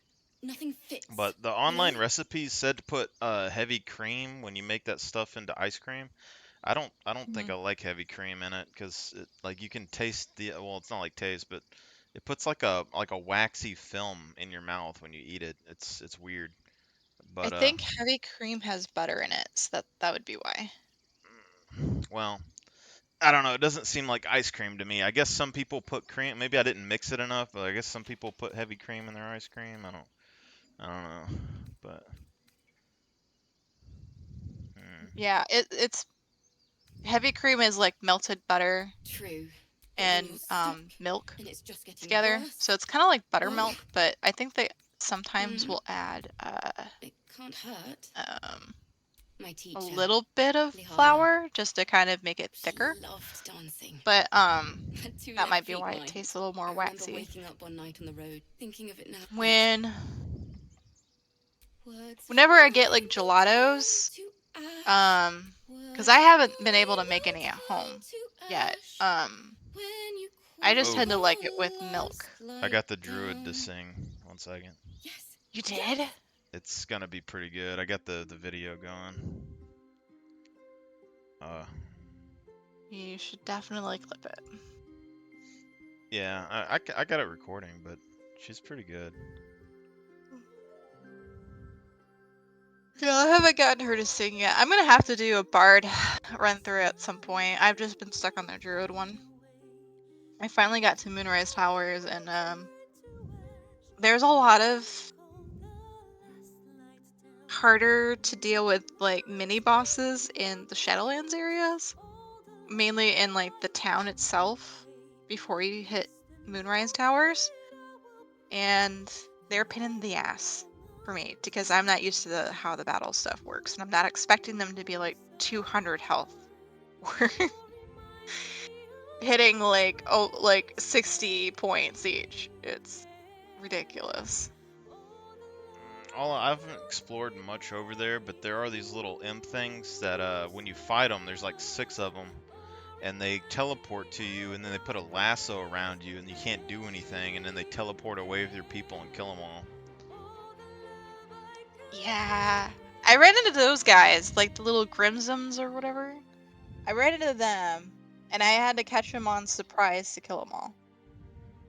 And they tried to steal my druid as a owlbear. That did not work, thankfully.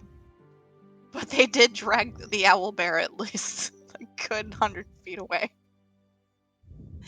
It was really funny. But yeah, those ones I didn't have so much of a problem with, but it's just like I don't want to give too many spoilers away, but like there's just a couple where there's like one in the distillery and you have to drink this horrible looking drink or you have to fight this dude. And I'm pretty sure if you drink this drink, you're gonna like become shadow cursed. So I'm like, no, I'm not gonna drink that. And he basically will just kill you with one hit and he belches on you. It's stupid. It's stupid. He's like 250 hit points and he does not take a whole lot of damage. He does take some damage, but it's not a whole lot. So I don't know if and he's like a level 7. And my people are level 7, so I'm thinking, oh, I could take this guy. Nope. Nope. Not quite the case. Unless I'm just doing something wrong. And your monk, what level do you have to be to get like bonus actions that are like melee attacks? I mean, as monk, you kind of get them on level 1. She was playing the lute. There was So you much can like blood. do most of the time Yes, actually it was like the you can weekend do dawn like a would like regular attack and then do that side kick. So you get 2 hits pretty much every turn if you plan it right. And then you can spend one of your monk points to do like one of those flaming fists or the water whip, and then you can still do like the second hit. So it's got a lot of movement and a lot of opportunities to attack. Now the thing that sucks is that you don't have any armor. You do get that amulet once you get to I think it's Grimforge? Gymforge? I don't know, the forge area. Before you take it down, you can go to the like I think like the north of it, and there's like a lava pit, and then you find like this amulet with a monk in it, and it's really good for monks to have. But it's like after you've dealt with Nier and a bunch of other things, so it's not like something you get right away. You definitely have to do some. Well, I Some got work these to it. gauntlets on right now that it basically says when I do the unarmed attack, I get lightning charges, and then if I have lightning charges, if I'm fighting someone with like metal armor or something, I get advantage. Not as good as the ones that I can get from like the castle or whatever, but I basically remade Zeus, and I got him like all the items that give him the lightning charges. But I figure, you know, if I could get like one level into monk or a couple levels into monk, I might be able to get some offhand like bonus action attacks and get extra charges. Not sure. There's a I'm not sure how initiative works, so I don't know how that mechanic works exactly. The only thing I know is that the more initiative you have, the more you are able to move first. I don't know if that allows you to have more opportunities to use your turn than others. I do know the bard, not the bard, the druid does get haste at some point. And if you pick a certain like climate, you can always have haste available. And I haven't used it yet to really see what it does. But I do know that probably might work together. Like if you have someone cast haste on you or Zeus on Zeus, maybe that might help too. Get more opportunities to attack in. Yeah. As far as I know with initiative though, it's like dexterity. Like the higher your dexterity is, the higher your initiative, and it's just who gets to attack first. Like you can get like sneak attacks and stuff off for assassins. Uh-huh. Oh, Can okay. I push him? Yeah, because stuff like initiative, momentum, stuff like that, I don't really quite fully understand. Like I have a basic understanding, but I don't know how like they interchange with each other. Very, very minimal understanding there on my end.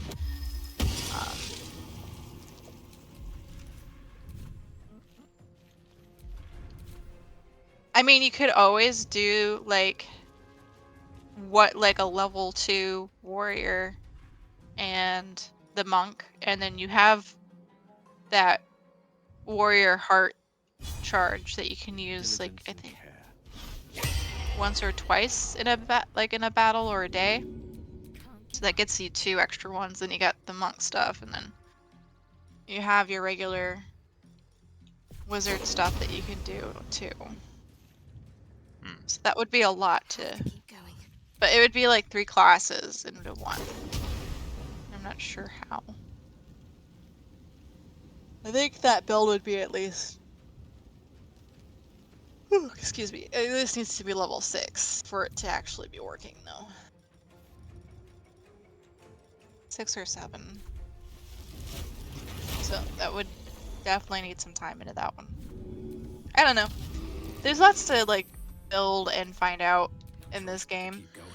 Yeah. You never run out of videos. Yeah, I could make a lot if I actually wanted to, but the thing's like every time I think about making videos, well, first I need to, you know, learn to edit and do all that, and that's gonna take time, and then when you look on YouTube, there's already like 1,000 people that already made a ton of videos. Like I hate remaking videos just to make a video. If there's already stuff out there, then just, I don't It's know. kind of like, what's the point if it's already there? Yeah, if they got good stuff, they got good stuff. Yeah. But I mean, if someone got a channel, like, because there's people that just follow one person, and then in that scenario, like, you would want to have stuff there for your people to see, but it's just, I don't know. I have a lot of mental dilemmas when it comes to business stuff. Makes sense. Your time is probably everyone's time's limited to some degree, so it's like a matter of what you really want to do with that time. And sometimes it's worth it, and sometimes it may not be. It just all depends on, I guess, what's a priority for you. But, like for me, I wouldn't really have a priority to make a bunch of different builds. I would probably do it on my own just for the fun of it. Yeah. I'm one of those people that I can watch a video of how to build something like 10 times and still get little to nothing out of it until I actually do it. I'm kind of dumb like that. As much as I wish I wasn't, I just kind of have to throw myself in it in order to really get it and make mistakes. Otherwise, I just don't seem to like grasp on to what I need to do. Yeah, well, it's like I see some videos for Baldur's Gate that's like, it'll be like best summoning build or whatever, but then, like I look at it and I'm just like, I don't know if it's the best, and then like they use it with 4 characters instead of just 1 character. So like their whole team is based around summons. So they have like 30 summons, but I mean, it's not what I would call like like the best summoner build. Like that's a summoner team or something. But like a solo build, I don't think it's gonna be. I don't know. It's not a solid one person thing. I like building solid like one person characters and putting them in a team. Having like a team ensemble to make one character feels a little awkward to me, but that's just me. Well, it's like MMOs. Like I play those for a lot, and usually my builds get a lot of hate on those games. Because I don't do meta stuff. Like I don't care about the highest DPS or anything. I always make builds that are like my process has always been I need to be able to take on at least 2 real players and not die and be able to kill anybody. And then like in combat, like during playing the game, it's like I want to make a build that's basically you can put in anybody's hands and they can complete the game and do stuff pretty easily, you know, Uh-huh. compared to like some of the other people's things. And I guess it isn't like I guess a lot of people just don't agree with that because it always gets a lot of hate. Like I destroyed one of my Reddit accounts, Karma, posting things like that when I went back to Guild Wars 2. Um, It's a bummer. well, yeah, like I don't know. The players that went to that game are like people that come from like World of Warcraft and stuff. So Guild Wars 2 isn't the way it used to be.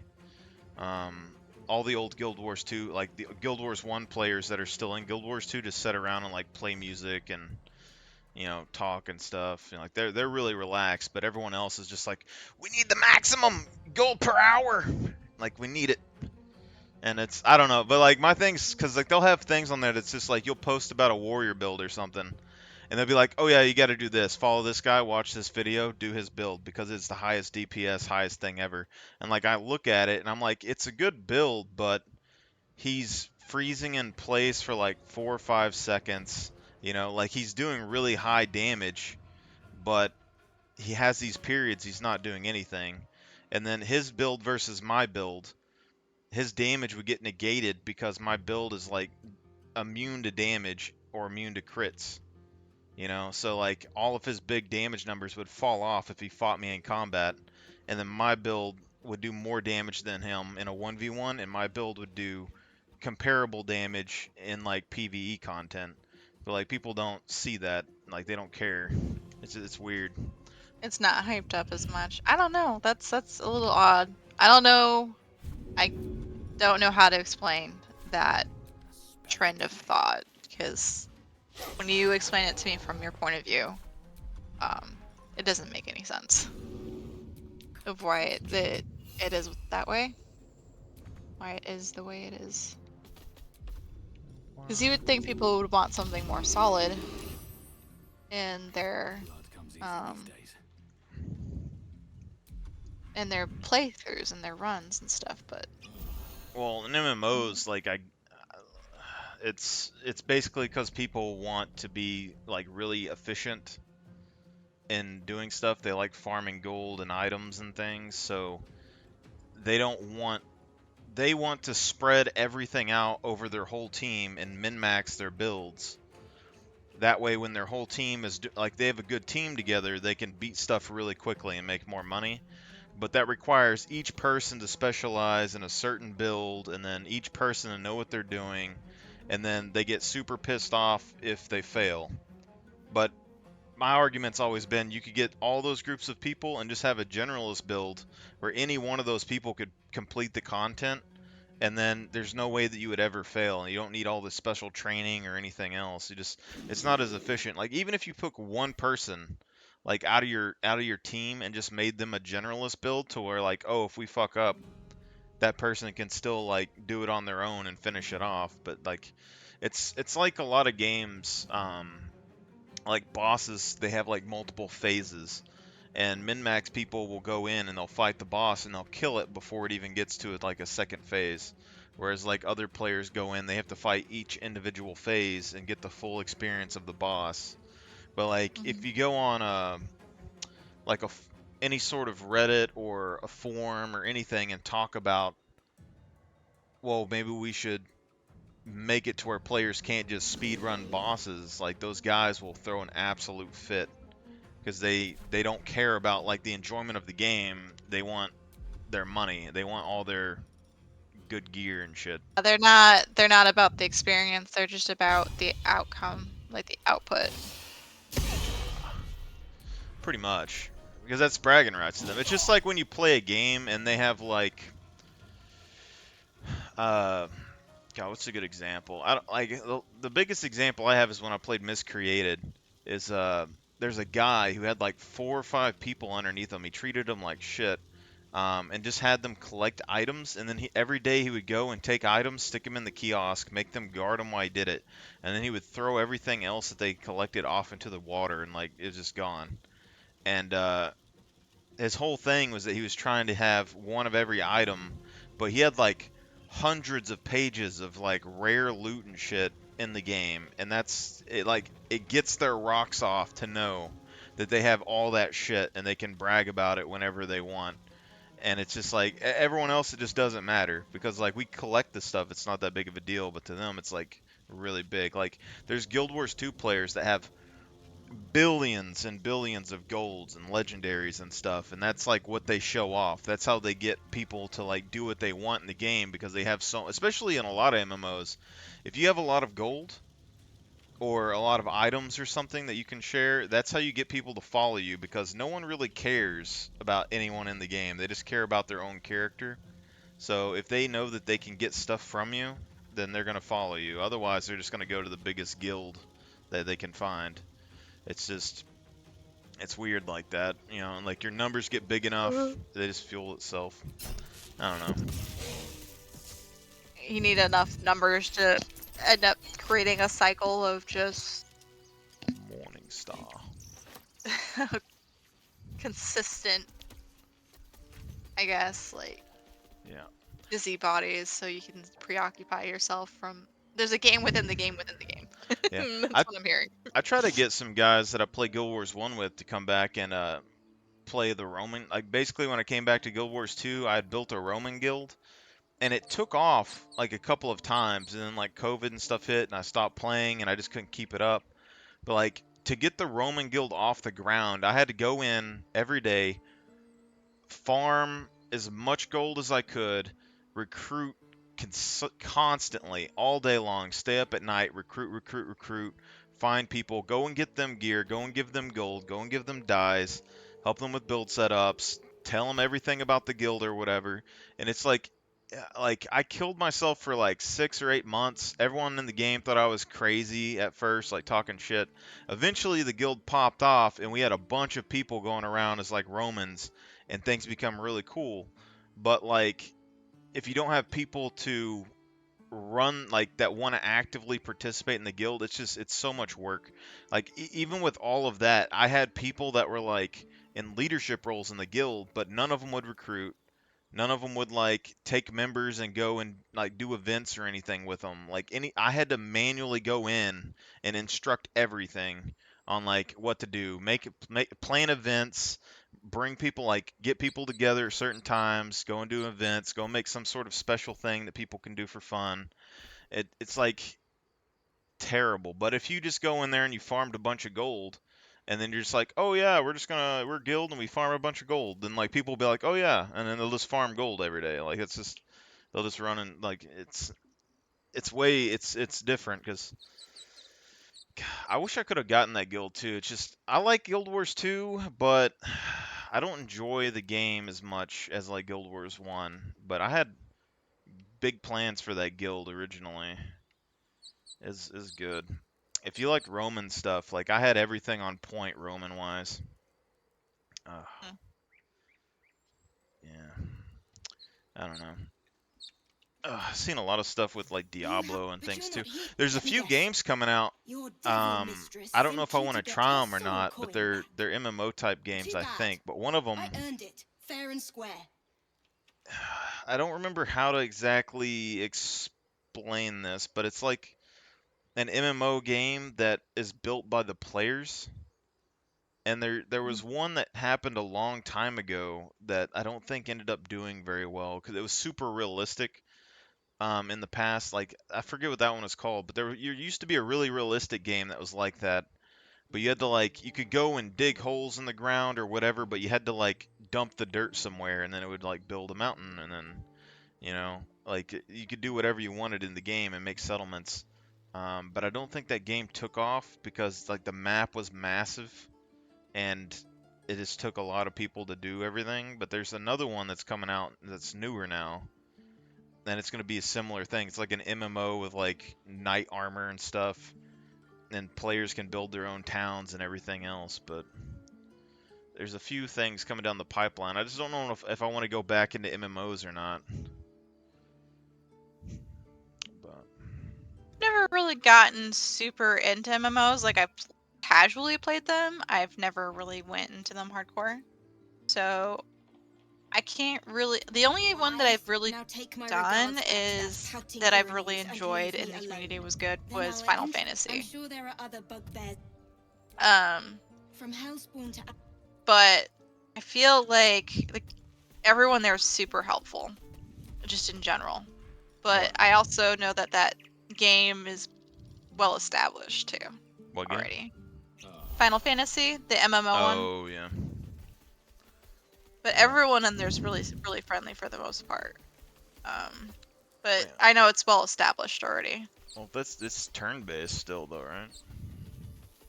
I think it's more action.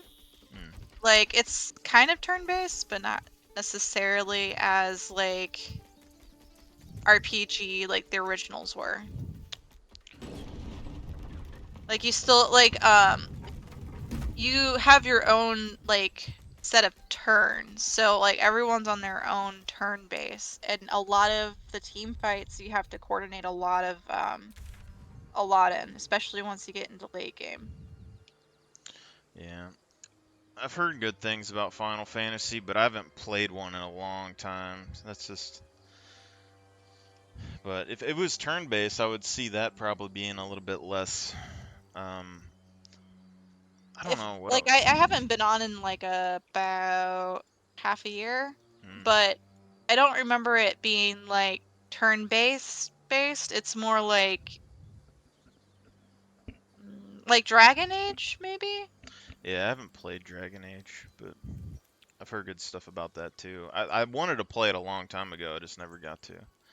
Um, So the second and the third one are shit story plot wise compared to the first one in my opinion, but they're still good plays. Like they're good games overall. They're very similar to Baldur's Gate cuz made by the same people, but just I think it's just a different plot line.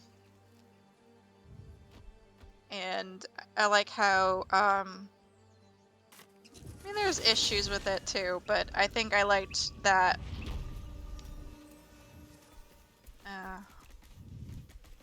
I guess like they kind of let you.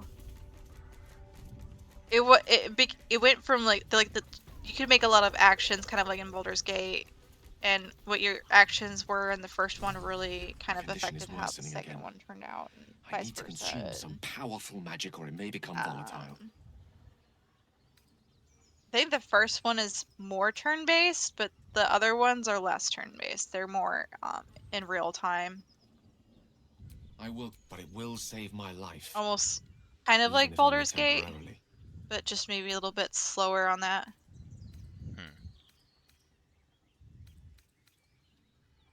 Perhaps I'm not conveying the urgency of the I situation. don't know how you live It's with Gale. incredibly, world-shatteringly important you give me a suitable artifact. What do you mean? Please. Cause you say like you never really have any problems with him, but he's begged for me for like 3 items so far. I don't even have anything for him. Really? Yeah. I always find items all the time. I just hold on to them and then I stash them on camp, and when I need them, I go back to camp, and then I have like 5 different ones to pick from. But I loot and touch everything. Like, I take forever running through anything because I'm like going through every box. Look it, Claw. It's so bad. Supper's here. I Unless get you've like got the another character reason to always be saying, you know, I'm just cursed to touch everything. Like every like 30 seconds I hear Let's it. try to be Because diplomatic, literally going through Goblins everything. don't come by the handfuls. But You by ever the play I the old? also Oh. go ahead. I was gonna say, you ever play the old Final Fantasies? I did try playing some of the older ones. There's like a million of them. Well, I guess there's probably Well, less. it starts from 1 Yeah. all the way up to where we're at now. I think we're on like 16 now, 17. Yeah. Oh, the MMO I thought was 14. Or is there a So newer they one? had one that was before the newer one that's out now.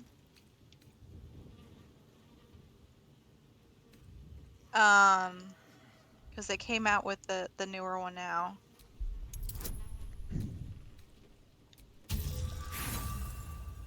Ooh, how do I Come crit? on, get out, get out, get out, get out, get out, get out. No! Yeah, I played those up to like the I think like 10 or 12, like the one where they had the female singers. Rest of her litters inside in the pens. Beautiful beasts. Sounds weird when I say that. I don't fully know the whole Final Fantasy storyline, but basically, like the chick from the original Final Fantasies, it was like she was getting reincarnated or something. I don't know. And they were like a group of singers. Um, and then you get to like play as them or something as the game. That was like the last one I played, but Uh-huh. they had like singing spells and shit and like little concerts and stuff they did. Huh. Well, the one that sounds like the closest is Final Be a shame Fantasy if you came all X2, this which is way 10, without celebrating but life, we are. You'll um, nice to have this across the mug. Or they we do it. don't really. I think that was back in like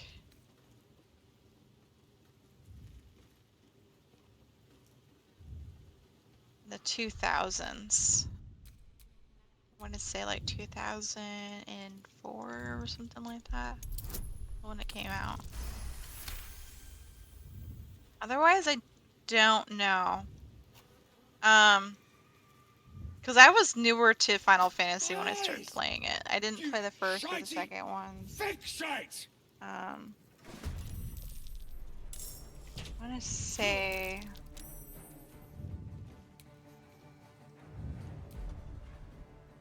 Ah, I forgot to take Gale's armor off. Fuck. Oh no, is he like stuck doing something over and over again now? He can't cast spells because I got some armor on him and I haven't taken it off yet. I just got into a big fight. No, I miss MMOs, but like, I don't know, even like the ones that aren't like super crazy are always funner, like when you have people to play with. And the older ones used to be, like the easiest to do that. Like, even like the old Diablos, like I played the first few Diablos, and I used to, like, that game was just repetitive every day, same thing, same, like, and, but the people I played with were like really good. But like, and then Guild Wars 2, like I'd probably play it if I had people to play. But then like these newer ones, but then as soon as you're done with like an MMO, it's like you lose all your stuff. Like you never get on there again, the game dies. So it's like weird balance. Yeah. There was a new one that Amazon came out with. I think it was it Ark or the?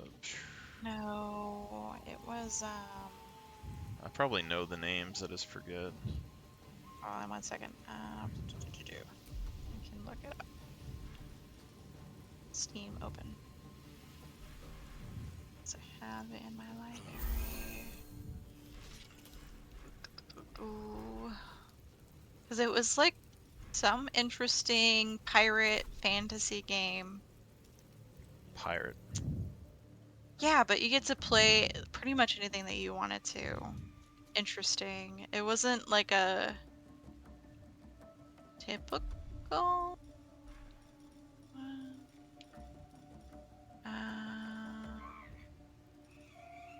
It's in my favorites.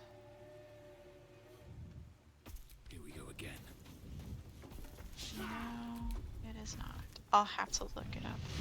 It was the one that Amazon came out with recently. I know they had New World or something, and then. That's what it is. New World. There you go. Thank you. Yeah, I didn't know it was a pirate game.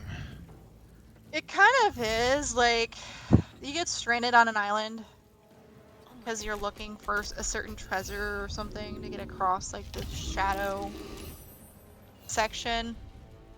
That no one can really pass through and come back alive, pretty much.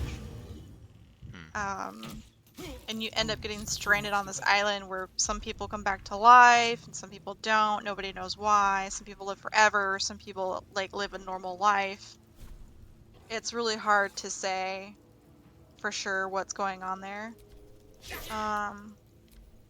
And I only did the beta, and I enjoyed it. You could farm a lot of stuff. They had guilds. I don't know what it ended up becoming. I think I didn't play it because Is that there the was one where some things graphics change based issue. on what you do in the game? Yeah. Yeah, I thought that was made by an independent guy. Like there's a rich dude that paid for it, I thought, but maybe not. I think it could have been made by one individual, and then my guess is that they probably sold it to Amazon Nice because day for Amazon this, kind of across used the it as their mud. platform Thought we'd do MMO it. to try to get into Go on. those kind of Don't things. skimp, neither.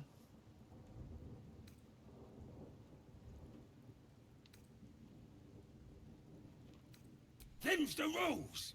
You follow them now, or you follow them dead. What'll it be? Sorry, this guy's trying to get me to rub work dung on my face. Uh,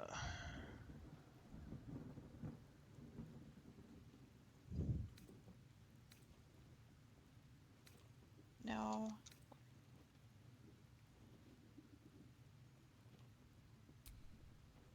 I can't believe you did it! You stupid idiot! Go on, mate. Enjoy the festivities. You earned it.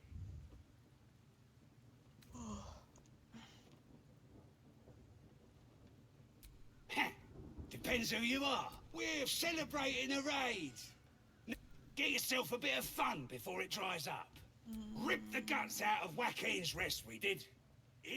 Lads even captured some Duke. Worth celebrating, that is. Lovely. Brings out the colour in your eyes. I wonder what the best way to gain experience in this game is, because it feels like if you explore and you do certain kinds of like talking, you get XP for it, and then you could kill them afterwards and get more XP. War paint.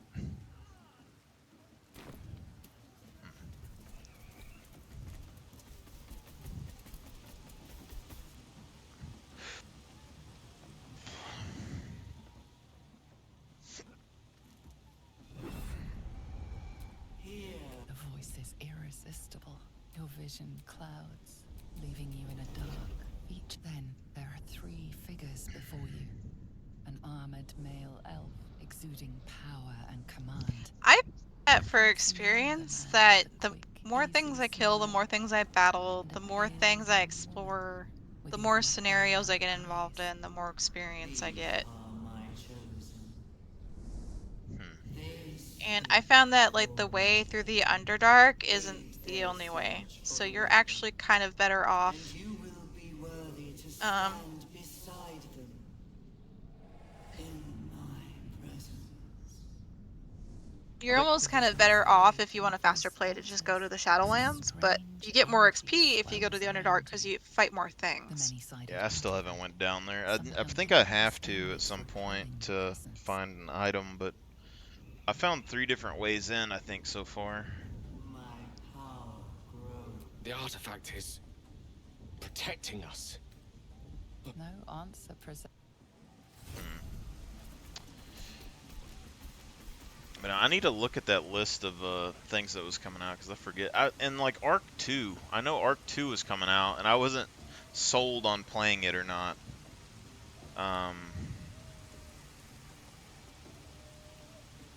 Oh, is it like they're coming out with an Arc 2?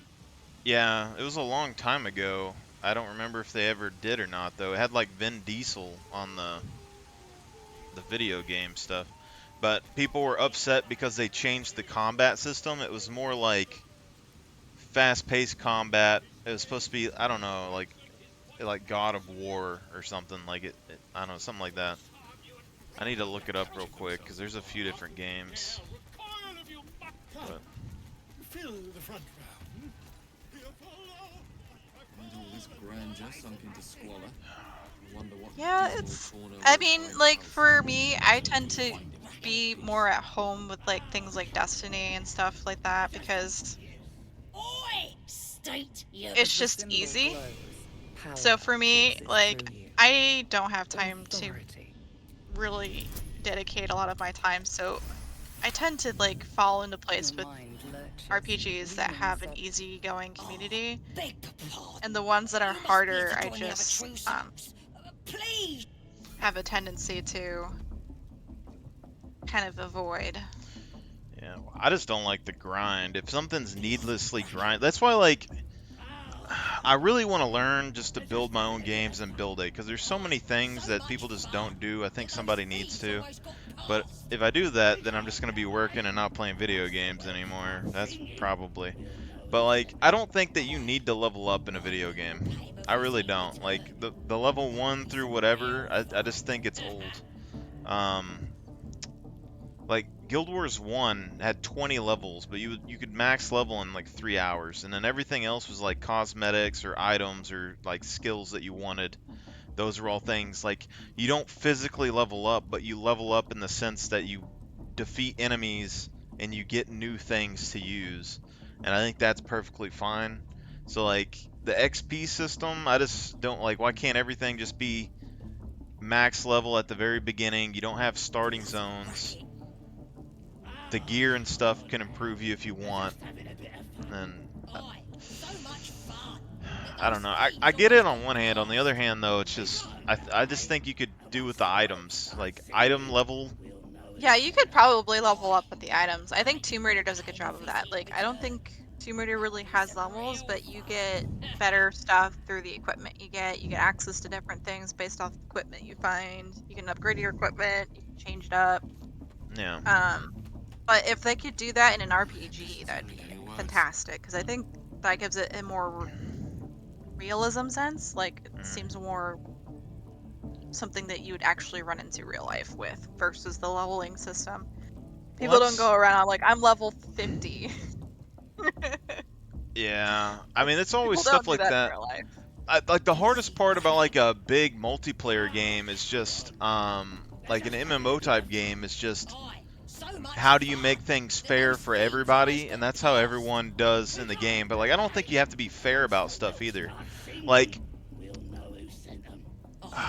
like like an RPG game, I think like if you took like Baldur's Gate and I was developing Baldur's Gate, I think expansions and stuff are good, but in a game like this also you could have just updates where you add in little things here and there, like a little like extra snippet of somebody's personal story, or you put an item under a rock that wasn't there before, and people would start finding that stuff and being like, "Oh, what is this?" And it just you could just keep adding on layers and layers and layers of stuff that would keep people busy for a long time without having to fully rebuild a game. Because like they could add like a new follower and have like a bunch of questions, and you'd play the whole game through again just to figure out what happens with the follower. But Prime like example, Skyrim and mods. yeah, well, Bethesda's been getting carried by modders for a long time. That's Very something long I time. want. That's why I think they could make games where players can get more involved in the process as well. Like if I built a game, I don't think that you have to be fair to every player. Like it doesn't need to be like, oh, if one person can get this item, everybody can get this item. Because like Sword Art Online was like everybody loved that anime, and the characters on there like they got their own unique skill. Like they would develop their own unique skills that no one else had, and it made each individual character special. And I think that's stuff that they could do in a game. Like that would change a game forever. All you'd have to do is just have updates and stuff where you keep adding more and more abilities and skills. Maybe you make it to where they can be transferred a little bit. Who knows? But like items and stuff that you find, it doesn't need to be like, oh, there's a 20% chance for this to drop. Like you could have an item just randomly in the world that spawns like in a rock, and people pull it out and it's like a legendary sword, and like one person has it, and that's the only person that gets it. But then put in like a system where like if they don't log in for like a certain period of time or something, that sword like disappears and then goes back out into the world for someone else to find. It'd be like weird stuff that you could put in the game like that would make people feel special and have something really powerful, and every character would be unique. Like I think there's It, ways that it you gives could do it. more reason for everyone to play every day because you don't know what you're gonna find. You don't know what you're gonna get. Yeah. And then if you want to keep it, you gotta log in by a certain amount of times. Like, And this is it why. kind of feeds itself that Yeah. way. Well, it's why like one of the MMOs I was looking at, I forget what it is now, but it actually is kind of going into one of these topics that I've had for a long time. MMO survival games. I've never seen as like a fantasy one or anything where like survival games you have food, water, you gotta heat and cold resistance and things.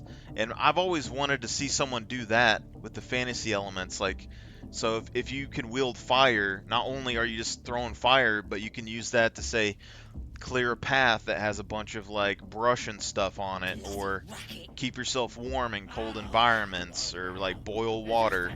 Like you'd have uses for it inside a survival game, and that's like the next level no one's tried yet. But there's a game that was coming out. I forget what the name is. It's supposed to be sort of like that, but I don't think it was fantasy. I don't remember. I think it's just like an MMO survival game. But I know uh, there was one that came out recently that was kind of Norse related, but it was like that. I don't know off the top of my head. I'd have to look. I think I have it on my wish list because I don't have it. Unless it was like Valen? Valhalla? Valhalla? Starts Like, with a V? oh yeah, I think I've heard of that. I don't remember what it is. That was a while back though, I think. It was a bit ago. Yeah. It's not like completely new. Yeah, Valheim? Well, yeah, Yeah. I've heard of it. But Um, there's that one, and then there was another one. But it's kind of like if you wanted to be like a wizard or a sorceress or whatever. Um, I don't think that Mhm. you need like an RPG sort of. These are like you unlock these magical abilities, and those are what you got, and you can cast so many spells or whatever a day or whatever. If you do a survival game, you can just make those items sort of like guns. Like you have durability and stuff. Sorcerers are able to harness powers that you can capture from like beasts or other monsters in the game or whatever, and put them in like magic crystals, and they use those to cast the spells. But then the durability breaks and then they lose it. It'd be like, so like their class would be all about like collecting and maintaining magical crystals. And then in the game, like as you're playing it, the durability slowly gets lower. You have to decide if you want to use it one more time and try to save your party and like risk losing it because it's going to break, or not use it and try to do something else. I think like that's a good, because even if you wanted to separate it into like attunements like fire, water, earth, or whatever, um, you just have to change that for each individual crystal, and then you could slot in like, even if you wanted to put firearms or something in like a game like that, all you'd have to do is have a separate class. It would basically be the same as a sorcerer, but Mhm. it would branch into like firearms, so they could use actual like guns and stuff better. But it would have the same positives and negatives for the most part of like durability and everything. And then like I think content that like fuels itself. Like if you develop the game in a way that people, they have like things like a sorcerer that's like really careful with how they manage their supplies probably wouldn't have to do it as much. But say like if you're a sorcerer and you're casting spells a whole lot, you break your spell, your jewels, and then you have to go collect more. Well, then you have to go back and kill those bosses and stuff to recapture their powers to use in like higher level content and stuff again. Like these things that would feed like interaction between new players and old players. So it's like you'd have like a, not that there would be levels, but like a level 80 sorceress like show up in a level 1 zone, and then like all these new players are like, "Oh, that's awesome." They're just like, "Yeah, I need some help killing this boss and like getting this beast tame from him or whatever, because mine died in like level 80. Like you just go and you do that, they get their beast tame again, and then then you make friends, Whereas like the newer MMOs, like they're all about like mounts. They get on a mount, and then all of a sudden, like the old players never talk to the new players. There's no interaction. Then they're just pushing for in-game content constantly. You know, I don't I know. think Sea of Thieves kind of does that, from what I understand, to some degree. But it's not like it doesn't have as many mechanics as you're talking about. And it's Um, you ready? Brace yourself. Hold still. As pain muddles your thoughts, your minds become entangled. Sea of Thieves, I didn't have a problem with that game in the past. She too carries a parasite. Dark, the vision dissolves away. You stand. Your mind's. Don't want to get you. I think Maybe it's I can help like I know my you, friends though. still Us two play it on souls occasion. gotta look out I for haven't one played it another. too much just because I um Souls are infected like haven't Why do they think they're talking to a god? I just haven't gotten on to learn really. I But mean, I liked it. It seems really close to. It's not the exact of what you're presenting, but I think that's the one that I know of that comes really close to what you're describing. it's kind of laid back. I don't even know if I would consider. I don't know what they've changed with Sea of Thieves because I haven't played it in a long time, but I would consider it more of like a social like hangout type place, Because like I don't like it wasn't like a hard game. It was like what you did in game made it like you made your own fun for the most part, but there was like random things that could happen. I remember like I'd have people on there that we would just play instruments and stuff and like sail around on a boat and just talk for a while. Like that was fine, but then probably the hardest part of the game that I've ever did is we did a crew. Like we had a bunch of people together, Mm-hmm. and we rotated people out on the crew of a ship for like 6 months, and we didn't sell anything. So the ship was just absolutely covered in like jewels and skulls and chests and everything, and we kept the ship afloat for like a few months, and it was just like battle scarred, had like all the repair holes and shit on it. And then when it finally went down, there was just like so much loot on it that it like crashed the server. But that was Fun. fun, like because but that's something that like nobody does in those games. Like they're just like, oh, we're like you go and you get the gold and you do the thing and you do the stuff, and like we were like, no, we're gonna be the badass pirate lords, and we're gonna use all the loot. Like we don't need money anymore. We just decorate our boat with the loot. Like you get all these flashy gems and you decorate your handrails and shit. Um, but like I don't know, like a lot of people would find that super boring and then they would hate the game for that. But I didn't have a problem with Sea of Thieves. It's a good game. I've heard nothing but good things. Like I said, the only thing that's really prevented me is like I just haven't taken the time to really sit down and learn it. I get like distracted by like new things quite easily, unfortunately. I don't know what they've added, but like there isn't a whole lot to learn from what I remember. Like the pirate lord thing, I guess that everyone was going for. Well, they had. Oh yeah, that's why I hopped on a while back and I left again because I missed a limited time thing where you could get like a ship skin or something, and I was kind of Mm-hmm. upset about it. But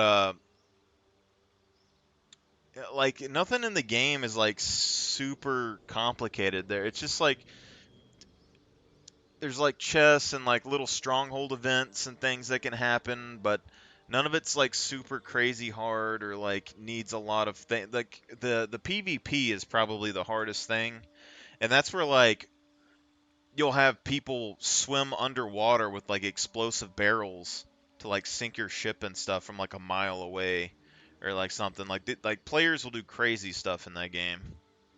But other Mm. than that, like it wasn't terrible. Like chasing people and stuff. Sometimes I remember there's a pirate lord. Uh, it's probably I don't remember. We were on a boat for a while, um, and there was a ship that had showed up, and we ended up getting to a fight with them.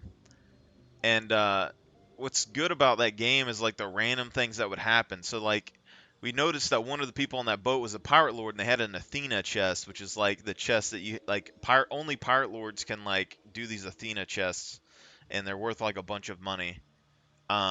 So if you find those and steal them or whatever, you can make a bunch of money or like progress yourself to becoming a pirate lord yourself or whatnot. Mhm. And that's probably the only like major learning hurdle in the past there was. But we like fought this boat for a while, and then the game randomly generated like two skeleton crews that popped up, two boats, and they barraged us on both sides with cannonballs and ended up like curse cannonballing us to where like our ship couldn't like move or anything. And so like we had to fight off those two ships while chasing down this pirate lord, and then we finally sink the pirate lord ship. We're looking around for the loot and whatnot, and then we're like, "Where's the Athena chest?" And then like we just look to our left, and you see this pirate lord guy just like looking at us on a dinghy boat, and he's just like rowing away like Mach 10 speed, and we're like, "Oh shit!" And we're like chasing this guy down on our big ship, but he's moving so quick somehow, and like he's a professional dinghy freaking boat rower. And like I jump off our boat onto a dock and try to like 360 scope his ass, and like I barely miss. And then we're going and we're chasing him some more. He's going around these fucking rocks and shit. His team, I think, is like starting to come back for him or something. They're going to try and meet up.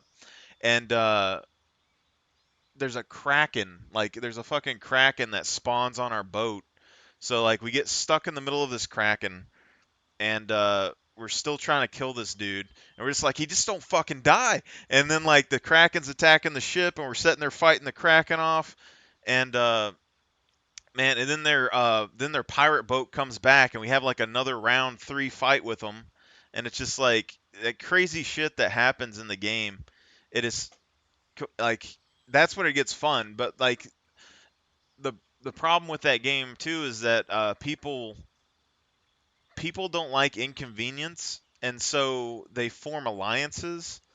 And so people on those maps were like going around finding players, joining up with them, and then they were uh, basically taking over a map with all peaceful players. And then nothing would happen, you know. So like eventually, like slowly, the ship fights would kind of like disappear. But if you got onto a map where like there's people actively fighting and stuff, like it was either super fun or like really like lame if your crew sucked, because like you just get destroyed. Um, but yeah, that was a good game. I like that. I'll have to try it at some point. Yeah. Just because it does seem fun. Um, You gotta have a good captain. Everyone wants to pilot the ship, but like half the people, well, I don't know now because there's always learning curves in games. But in the past, people didn't know how to pilot their ship. Like they fucking sucked. So, because uh, there's gusts of wind. There's like wind directions and things. And so like the really mhm. good captains know how to angle the sails and everything else, and but you have to like tell people how to angle the sails and stuff, because unless you manually go do it yourself, um, which is just like, I don't know. It's crazy. It's good, but it's crazy at the same time. Um, Martial arts.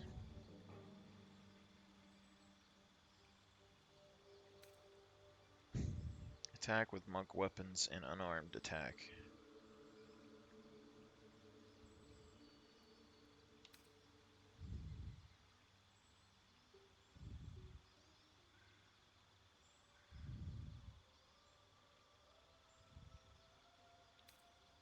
Simple short sword. I'm gonna do one level into monk. Oh yeah, but I think games just like they fail to how to say it? They fail to make gameplay that feeds itself.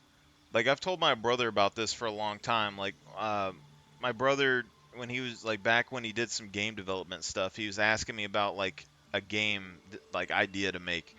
And I was telling them like, if you want to make something that lasts a long time, you need to make something simple that like the players themselves fuel the content.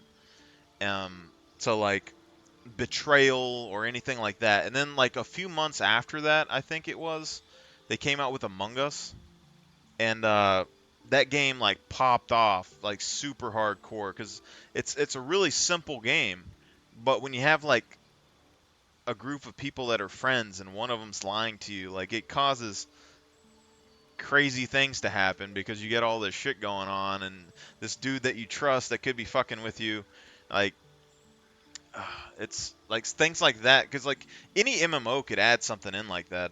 Like even an RPG like Baldur's Gate, you could have like you could take Baldur's Gate, take a mod. Like if I knew how to make mods, I would do this. But you get like your group of 4 people, and then you put a mod in where one of you are randomly like evil, and you're slowly working against the group, and they got to figure out who it is as you go through the game. That would be great. And then like even if they kill you off, just make it to where they got to fight you at the end again. Like you get to go and work behind the scenes. But uh, I don't know. I'm getting too excited with game ideas right now. Spiked growth and moonbeam.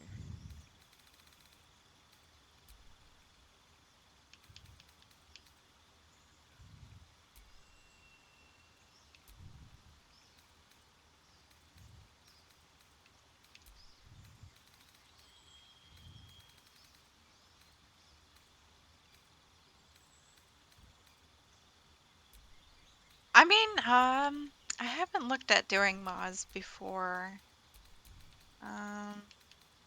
I don't know if they require a lot of coding or what kind of code they require um, to make. But I know that on Steam there's a lot of like um, kind of like starter programs for people who want to make one but don't know how to like start the initial engine. Hmm. So they have like free engines you can start messing with, but I've never really actually messed with it because I just don't have time. But if I did, I'd be into that. But I just don't have time. Yeah. I don't think, like, I don't know. I feel like I could make and design a game. Like, I think all the dialogue and stuff, like, even if I just use text, I could probably develop the dialogue and the interconnections between quest lines and all kinds of stuff like that.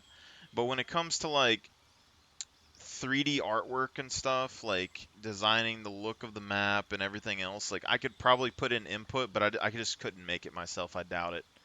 Like, You'd probably need like a team of some sort. yeah, because I, I'm sure I could make something. Like I could come up with general ideas, but it's the same thing with like Minecraft. I could make amazing buildings and structures in that game, but then like when you come to interior design, I was fucking lost on all the big projects. I couldn't do it. But like once I started scaling down the buildings to where they were like small structures that I could have individual purposes for each room, I could do that no big deal. But like I think that's kind of how games would be too. Like you do a big city, like all the clutter and random things you got to put on the street to make it like make certain stories play out. You got to put things certain places. Like there'd be little details that I probably would miss. I would think just trying to come up with stuff. But I could probably overlook it though and like give suggestions. But other than that, I was thinking of characters like the last few days, like actually just like random video game characters, and then I was like, maybe I might write a book about it in the future. So I kind of like jotted them down. But one was like, how there's always like fire, water, earth, and air or whatever, like magic in games and shit. Yeah. Um, why don't anyone ever do just like fire and water? I don't know. Maybe it's just hard to actually make happen. I don't know. Well, I don't know. This it's all off topic here, but basically, I had in my head the other day like a conflict between a fire and a water spirit, And basically, if you were a player going into there, uh, whichever spirit that you met up with, they would tell you how they were like the preserver of life and stuff on the planet, and that you needed to kill this other spirit because they hate each other, basically. And then, but like those would be the only two spirits in the game. And what would be going on is basically, if you did it, you would end up like killing a part of the cycle of life. But if you didn't, you would slowly learn that it actually is a balance, because water would say that fire burns life and consumes it, or whatever, right? And like water grows plants or whatever. Well, then fire would be like water can snuff out life, it can drown it. Um, and like fire can make land. Like if you have lava or whatever that shoots out, it's going to like make more land in the ocean or whatever. So like fire can be a source of land. Like you don't need an earth elemental to like make a land out of nowhere, because fire makes land. And you don't need an air elemental because air is a part of water. So together, like the water gets burned off, makes oxygen, and then fire cools off to make earth.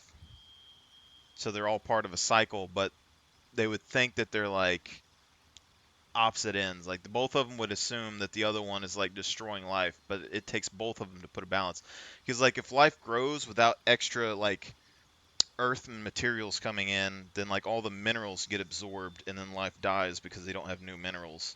But if they don't have water, they die, as well. But like I don't know. It's just like a weird thing to like slowly try to mix up something when people like, because you see earth, fire, like water and air like in every single game, but you only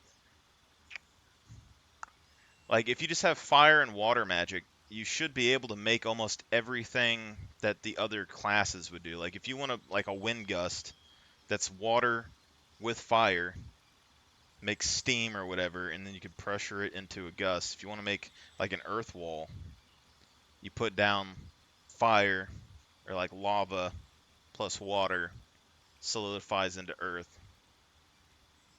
You know, I don't know. So, kind of like you're playing alchemy, but with real life stakes. I don't know if you've ever played like that Elements or Alchemy game, like on the app, where you like combine different things and you get There's an different things out of alchemy it. app. Yeah, you've never. Okay, so like you can. It's like a normal game, and you like can mix earth and water, and like you get the elements, and then you mix them up, and then you end up getting something out of them, and then you can build upon that. And you just keep going, and then until you discover like I think there's like over 1,000, maybe 9,000 different combinations you can do. Huh. Yeah, and it's just like a small app. It's not anything crazy. See, I've got. There's no need for this.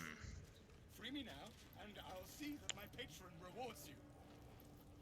I need only I don't have tell a her problem it's with again that. yet. Damn it. It's happened before. But it's just an app. Like there's no like crazy like I guess like there's just no external factor to that, but if you made that into like an RPG and you made like a person in charge of those elements, and then it's kind of like survival, but you only have those elements, and then you get certain things when you combine certain elements, Well, I'm gonna. then interesting. Um. Because that's Well. what it sounds like to me that you're explaining. Well, I mean, it came across because I had this game idea that would like combined a whole bunch of types of games into one game. Um. Did that artist really paint all But I those didn't things? have Yes, he like. did, yeah. So. Why? Says his muse Oh made him God, paint how them. to explain a whole Who's that, game then? idea? Like, it's. God's little brother. I don't know if I've told you anything about it before, but like I had this game idea that I wrote down, and I have a whole bunch of notes and stuff about it, but I don't have the ability to make it.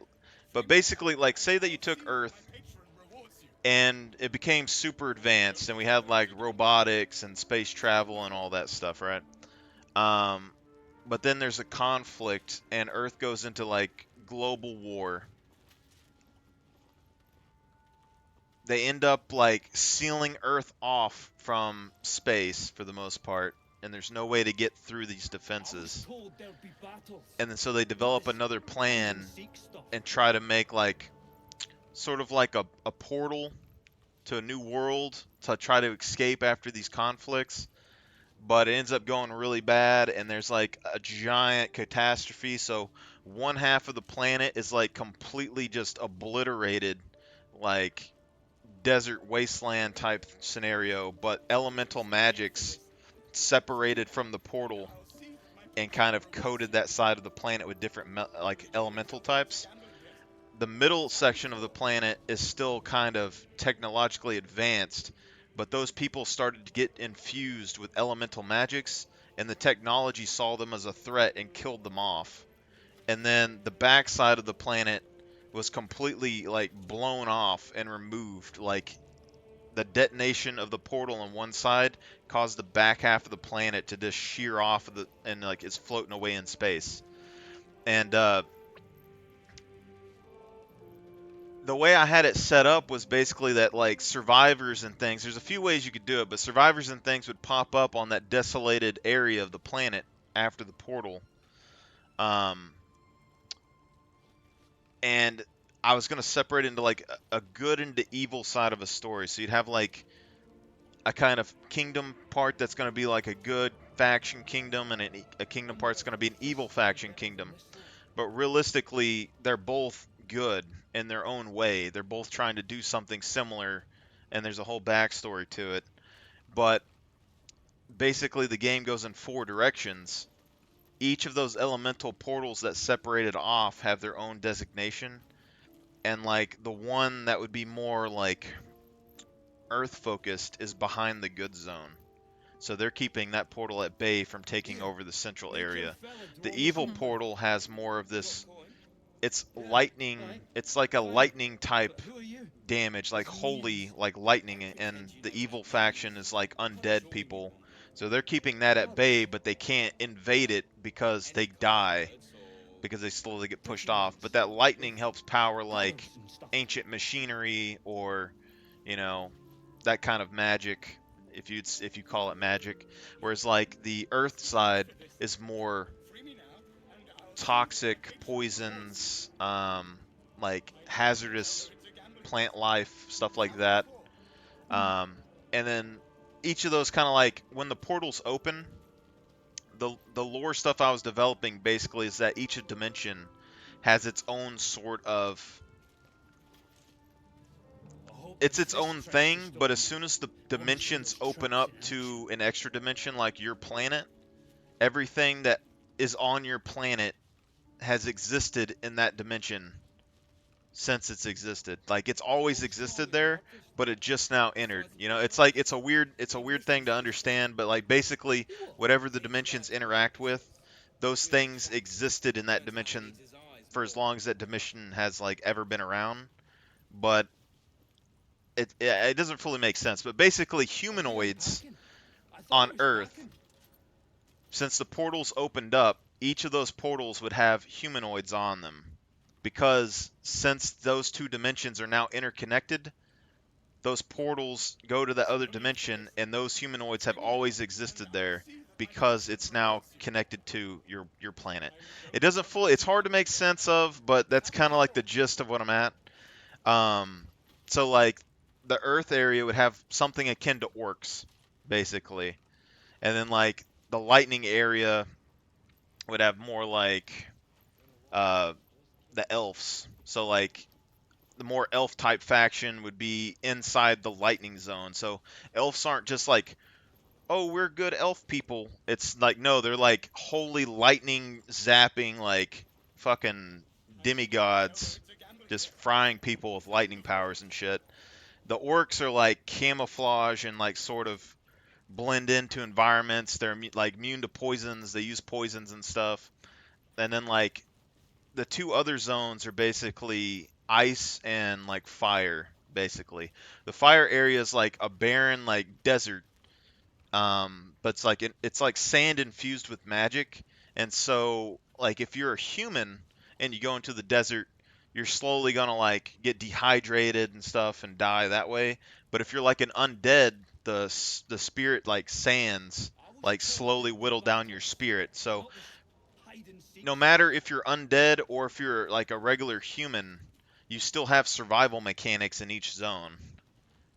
And then my whole thing here was like, what's keeping what's keeping the fire dimension and the ice dimension from taking over these areas, because I don't have anything there. But that's when I came up with those elementals to say that Earth had like Earth was just Earth, like just like it is now. There's like nothing crazy going on.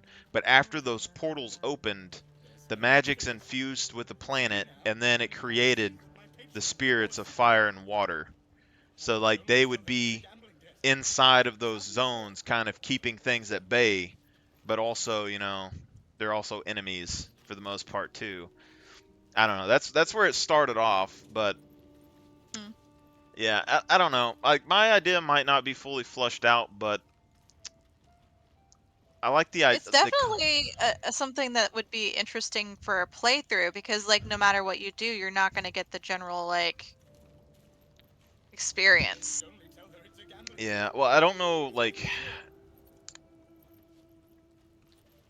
yeah, it's a bit too ambitious for someone that doesn't have like full game programmings. But I thought about making a book from it, and you know how like how games they'll have like multiple endings or they'll have options that you can do. Like I thought about writing 2 books or like 2 or 3 books basically explaining like the different endings of the game, and then when you stick the books together, you'll get the full title of like the book series.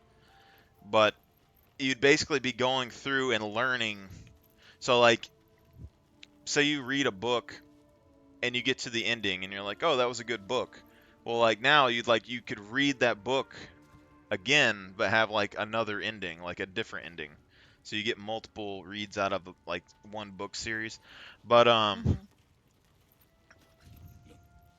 yeah, cuz it's I don't know how you would develop the game exactly. Like it'd probably be better just to do a co-op, but I also figured out that if you wanted to do an MMO, how you would separate it was the starting zone in the center would be kind of your barren area with like a bunch of survivors that the undead and like the humans kind of both interact in there, and it's not really any area. And say that's just a map. So you'd have one solid map that's fully explorable MMO area, and then in the 4 cardinal directions, you would have basically single player co-op storylines. So when you go into like the human kingdom, you could bring friends or whatever with you, and then you would progress through that kind of like if you did like a Mario like game, like it would just be like levels that you could progress going towards the portals. So each 4 zones would go towards those dimensional portals, and they would have missions in between. And then certain missions in those playthroughs would be like PvP zones. So your PvP would be tied into your storylines. Um, and then basically in between like north and south or whatever, you have like you know, northeast, southeast, all that good stuff. Um, those would be open world explorable zones as well, like a survival game. But basically you would segment your map off to where you'd have like probably a loading screen in between the maps, but you would have a big open world in total altogether.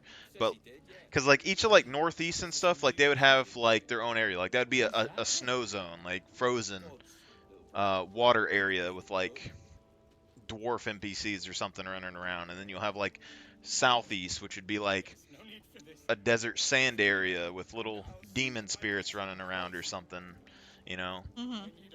And that would be places that you could just go and explore. But then if you wanted to go do a storyline, you just go into like the straight north zone or whatever. You go into the city, and then you just do the storyline, and then you just have all that put together. But anyway, I don't know. It seems interesting, and the whole idea of the story though is basically just to try and balance things out in a way to where you can have not just fantasy elements, but like high-tech elements as well. So the starting zone, for instance, like it would be barren for the most part when you first get there, and you have to basically build back up from like nothing to like medieval type stuff, and that's where like it'd be more fantasy, more magical, all of that stuff starting out. And then like guns or anything like that would be more rare. Like there'd be rare items that you could kind of find throughout, and capturing like magical powers and all of that stuff would go like as you're exploring the game. But once you get past all those dimensional portals, you still have that ring of like ancient technology from the old cities in the middle of the planet that you could get access to, and that would be like the in-game zone. So you go in there, you get in-game, and then on the back side of the planet where that side is like missing, that would be like the most difficult monsters and stuff that you could get.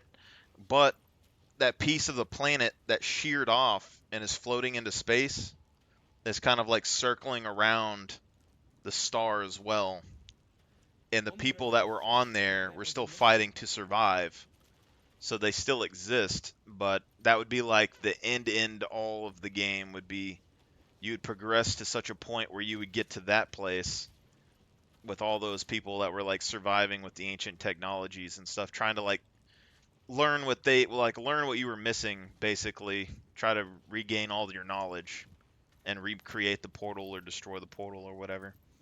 um, so it'd be like a mixture of fantasy and like modern stuff into one, basically. Like you could go and find a gun, and let's say the gun is like a laser gun. Well, if you have like lightning magic or whatever, maybe you use that to kind of power the gun. Or um, if you don't have any lightning magic, you use like special cartridges that you can buy that are infused with like lightning damage, and you can stick them in there. Like instead of having like armor piercing ammo, you'd have lightning ammo, like ice ammo, like things that have like elemental properties.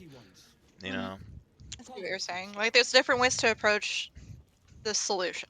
Like, so, like, you find something and you want to use it, you don't have to use it the same way that somebody else does. Yeah. But that makes it interesting. That means like you can do different builds, you can make different mechanics.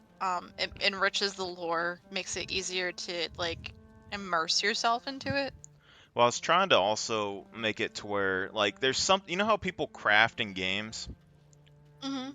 I hate crafting so much, but I respect the people that like to craft. But the one thing I haven't seen is why doesn't like crafters have their own class? Like why isn't that a thing? And I got to thinking about that too. Like if you had crafters as a playable class like in a game, what would Well, make that makes sense because like some people make their job just as crafters, like yeah. blacksmiths and stuff, Well, I got and to think they how do you, don't really. they Huh? don't what?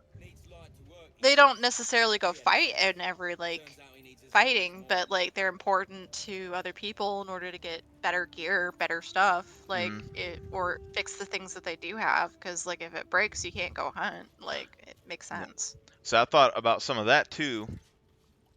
So here's kind of how this works out in my head. I don't have my notes pulled up right. It's on my laptop, but um, the basic concept is what would make it impactful to be a crafter? Like, is there something that would even interest me into wanting to putting up with crafting? And basically, what I came up with was why can't crafters have an impact on the game? And my thought on this was like, let's say there's like level 1, 2, 3, 4 in crafting. So like as you get better tools or whatever, you're able to make more powerful items.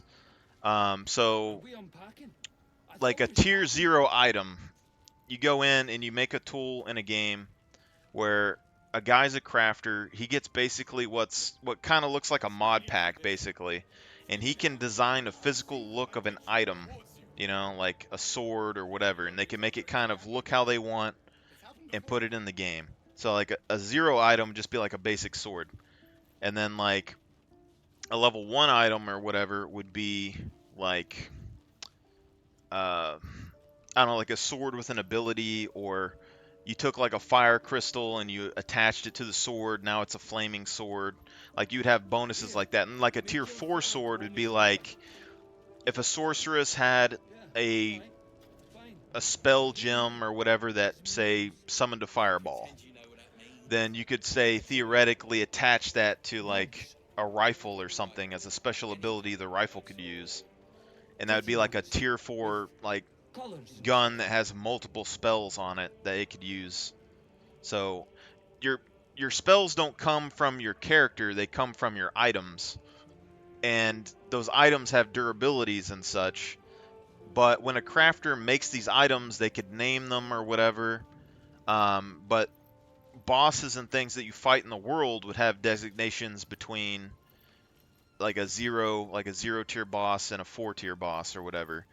And whenever those items get made, they go into a loot pool that can randomly drop on those bosses. So whatever item that you make, you can make as many of them as you want, and that's going to affect the overall possibility of them being dropped as loot from bosses in the game. So you wouldn't necessarily need to make a billion weapons for your game because the crafters would influence your item drops in the game, because whatever they're making, and since crafters tend to want to make the best things for their characters, those items are going to be the things that would have more statistical probability to drop on these bosses, and but it would be more random. Like, because like if someone makes like say you're a crafter and you make like a super special, like legendary, crazy overpowered like sword, then you have like a 1/10% of a chance or something that thing drops on like the biggest baddest boss there is.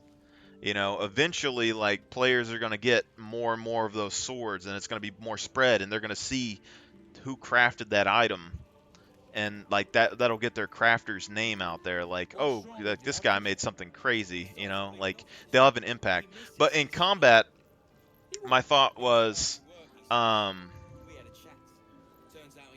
say that in combat you're a warrior and you have, I can get on the elemental side of this here in a minute, but basically let's just say that you have like an ice sword, like you have a sword that does damage ice, it's good versus flesh or whatever, and then you're fighting somebody that has like regenerating ice armor, and so you need like a flame blade.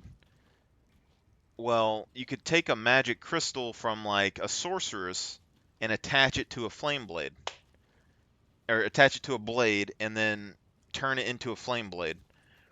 But I don't think a warrior necessarily, unless they have a sword specially made for it or something, would just be able to do that. So in combat, your armor smiths and like stuff like that would basically be like support type classes.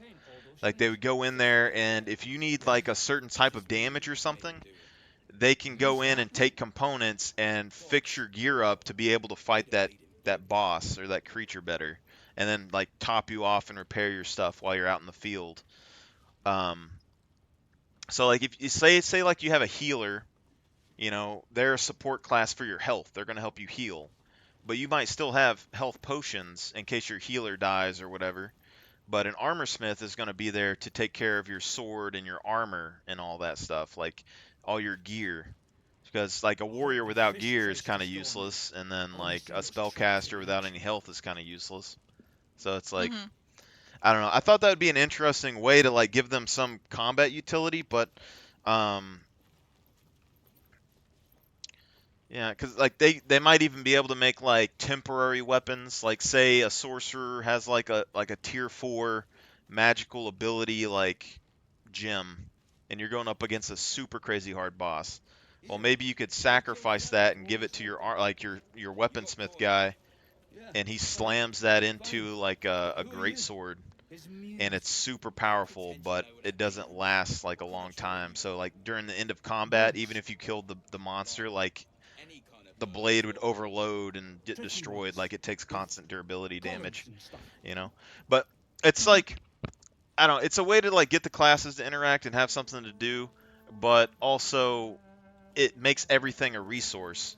Because say those gems, for instance, you use those to capture magical powers. You use those to, craft and upgrade armors and improve things. Well, if you also make them part of your currency, then your gold that you earn in game is also a utility thing. So even if you're farming a ton of gold, which are these gems, they have an actual physical use in the game. So like if you play long enough, you're gonna burn through your gold, and you have to get more. So it's like it's this weird thing that you could make a loop like that where people need to earn things. Like if you're burning, like if you're a massive gold farmer and you go and you earn 100,000 gold, and that's fine, but then you go up against like a super crazy hard boss. But now you're like, oh, I want to farm that boss for gold. Well, like that might not be how the system works. Like that boss might be good for like a really powerful item or something, but it might not necessarily be gold efficient to go fight them. Like you're gonna burn through a lot of gems and magical powers killing that boss, and now you're gonna have to recoup your losses before you go and do that again. So it might help with like the meta grind a little bit, but I don't know. Just like weird things that I never see in games. Like it might totally flop. Like don't get me wrong, people might absolutely hate it, but I think it would just make the game a little bit more uh, like interactive. The more thought put into it. Maybe you wouldn't care about having like a new player join your party if they have like a bunch of like soul gems, you know? Because that's stuff that you could use and not have to burn your own resources or something necessarily. Like I don't know. I just think like making characters super wealthy can just eventually there's no point to play the game. But if your character's like super badass, like if I don't play the game for like 20 years and I come back on and my character's still a badass because he has this like crazy gear, like I might need to find some like new spells or something, upgrade my spells, but I'm still gonna need like either a lot of game knowledge to know what kind of equipment I need for certain areas, or I need a team to do something. I'll burn through my money. I need to start like earning money again. But nah, it's I don't know. I just write down weird ideas sometimes, but I figure that's probably all right. There's nothing wrong with that. I think they're creative, and I think that they're a lot of work. So I think the only reason why most games don't like put them into play is because they're just so much work to actually make happen. Yeah. Because that requires a lot of mechanics, a lot of writing, a lot of coding. But I think if you had a good team, you can make it happen. Yeah. Well, I think some stuff too is like I don't think you necessarily have to do a bunch of crazy stuff right out the gate. Like when you code these things, like you don't need like crazy animations of dudes like flinging swords around or whatever. Like, um, I don't know. I think there's probably ways that you could balance this out a little bit more. Like basically like magical powers, because like in most games, like they're connected to your character, and then you have to balance your character. Like you have to sit there and like balance characters out for PvP or whatever. If it's like just an active thing that people can find in the world, then you don't need like it's gonna be in a soul gem, so you don't need like some fancy spell icon, um, or anything like that. Like it's really gonna be the gem and the spell. That gem would probably interact basically like a gun. So like a machine gun, like say you have like a firebolt type of ability, and it's like a low level kind of thing, and you have that in a gym, and you're using it as a sorceress. It might be more like a machine gun, like you're sitting there just rapid firing firebolts out of it, and you see the durability slowly go down. Like you wouldn't need any animations really, like of a gem reloading or something. Like it would just be a gem in your hand, some effect around your character, and then like shooting that ability. Like you need the effect of the ability, but like um But if you do like a bigger spell, like a tier 4 spell or something, it'd be more maybe like a grenade launcher or like a bazooka, like something that's maybe a little bit slower to shoot, does a lot more damage, but like it'd still basically be a gun.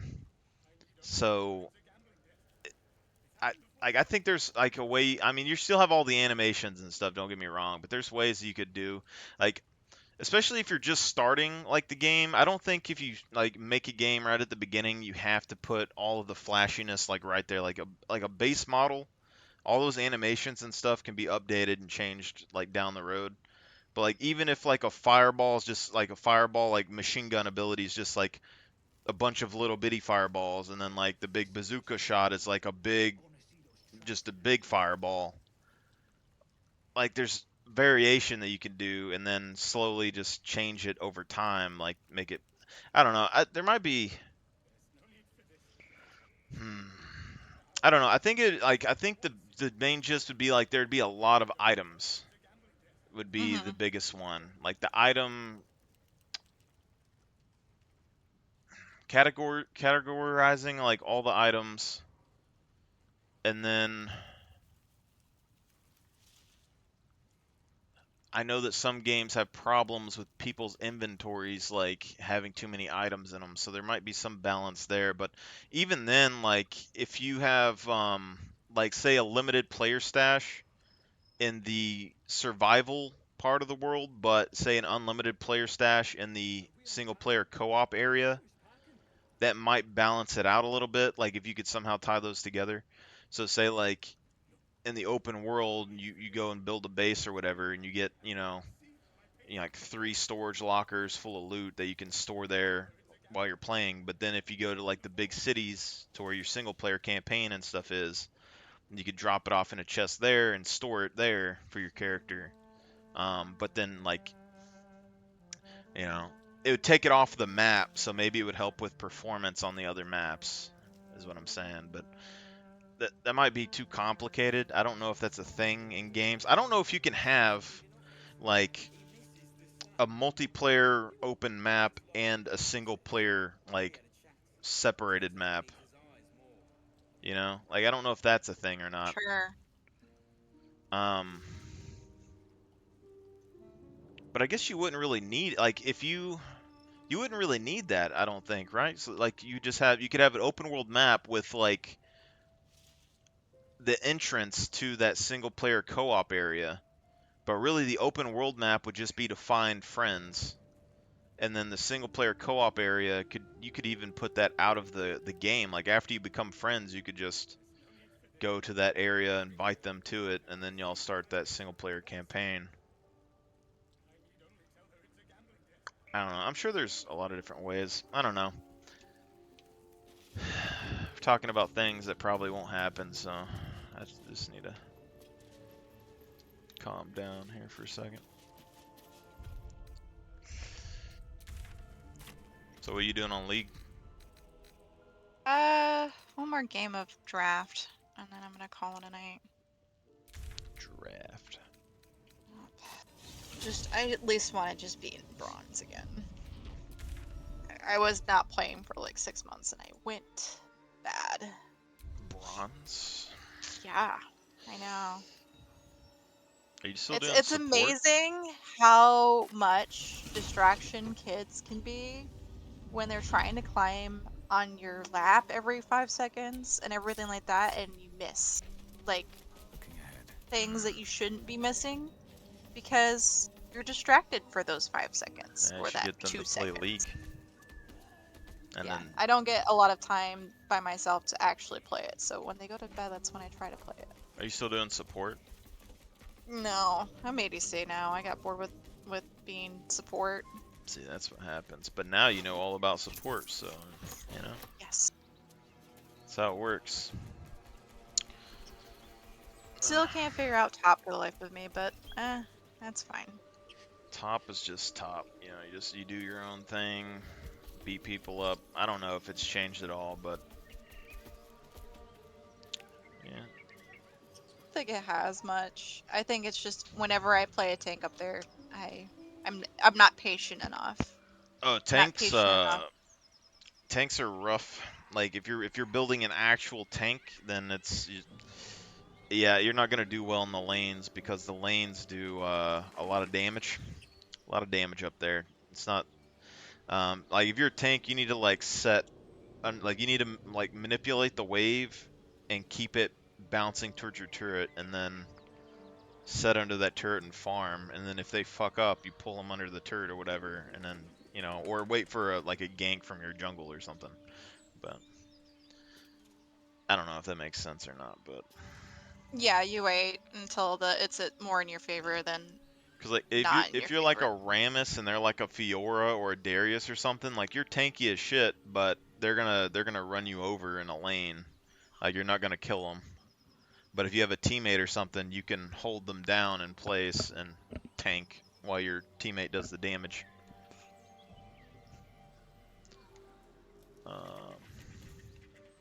I don't know. I probably need to get back on League at some point. I want to see what champions they've added.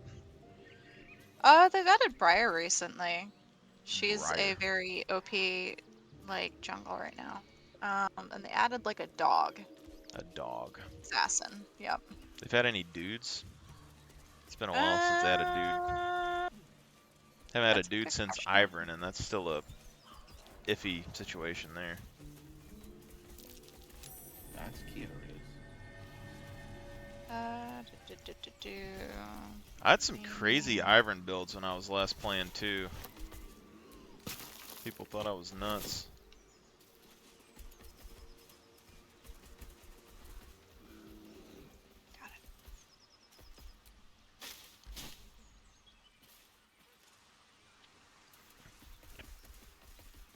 My thing is they kept adding more and more like super fast anime type characters, like I don't know, like Akali and Irelia. They like had champions like them, just flipping around.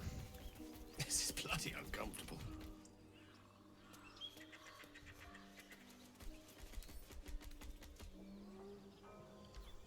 Oh yeah, I remember what I was doing. There we go. I'm trying to think. They added Akshan, who is like he's an ADC, but he can revive people, which is pretty dope. Tastes like chicken. Sounds broken. It can be. It used to be until they teamed it. They nerfed it a bit. Everything they make is broken when it comes out. Pretty much, with the exception of a couple things. Trying to think. That's what bugs me with people that like try to climb in there, like they'll abuse like people that climb really high in that game. They abuse champions that have like really powerful like builds or like things that have really high win rates. Like you just go look at what has the highest win rate. They'll just play those 4 top champions or something. They stay very meta, yeah. Yeah. Like, I refuse to play new champions when they first come out, unless people think they're shit. Other than that, like, I let them get nerfed to the ground, and then as soon as people are like, oh, that champion's shit, then I play it, and I start showing them how to kick ass with it. That's like, that's how it works. Show him your brand. I see it. How regrettable that you're food for not food, friend.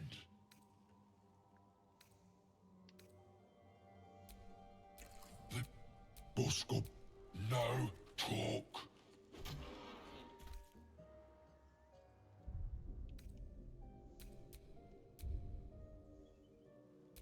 I am. Make me an offer. Tempt me.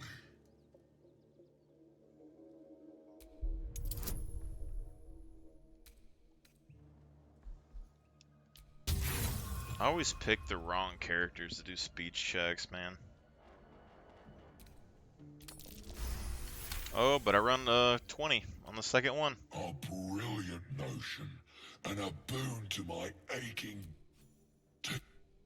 You, Ogre Kid. Well spoken, indeed. Am I, and you, a delicacy? We.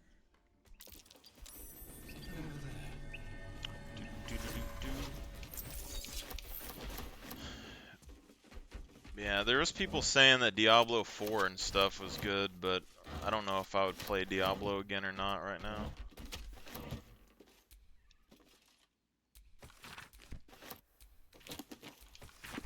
Someone's diary.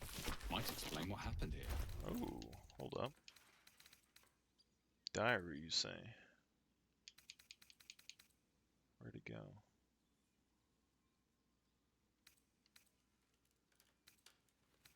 Case file.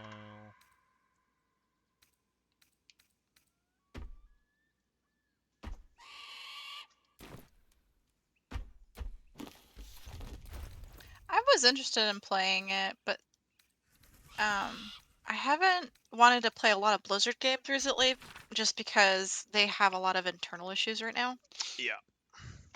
That's the only reason why I haven't really like I love StarCraft games. Absolutely love them. Favorite games, especially just the campaigns. Like I wish I could keep up with like the competitive version of StarCraft. I can't. But I mean multiplayer. I at least love playing the campaigns, and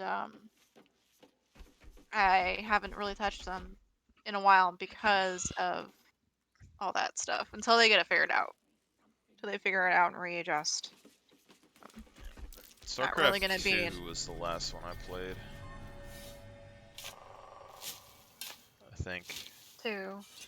They have like 3 expansion, no 2 expansions, and it was really good. The plotline came out really good, but they had the plotline probably developed 10 years before they actually released it. I was gonna release a video. I probably wouldn't get any views or anything, but talking about streamers. Because basically they complain about these games, but then they buy the game to review it, to say how much they complain about it, and then they bring like a few million of their followers in, and they buy the game, and it gives life to these games that should die. I don't know. Yeah. But like, a lot of them complained about Diablo, and they said like ever since Diablo 3 it's been ass, and then some of them are saying like, no, maybe it'll get better. And like I understand that if it's like your main game that you've played for a long time, you give them like 2 or 3 games, you know, give them like a leash where they can kind of fix some shit.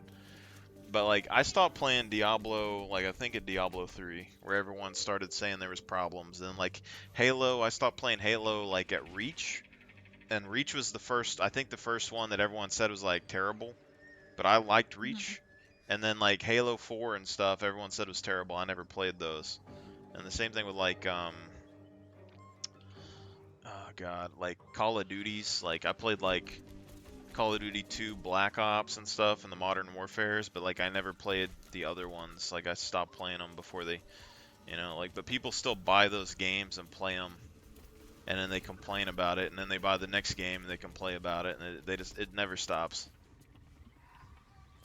Yeah, there doesn't seem to be a whole lot of satisfaction. And then I think I was watching like Asmongold reactions. I don't follow him, but I think initially when he started becoming more popular, like, and some more Blizzard games were coming out, I was kind of like getting his reaction to things.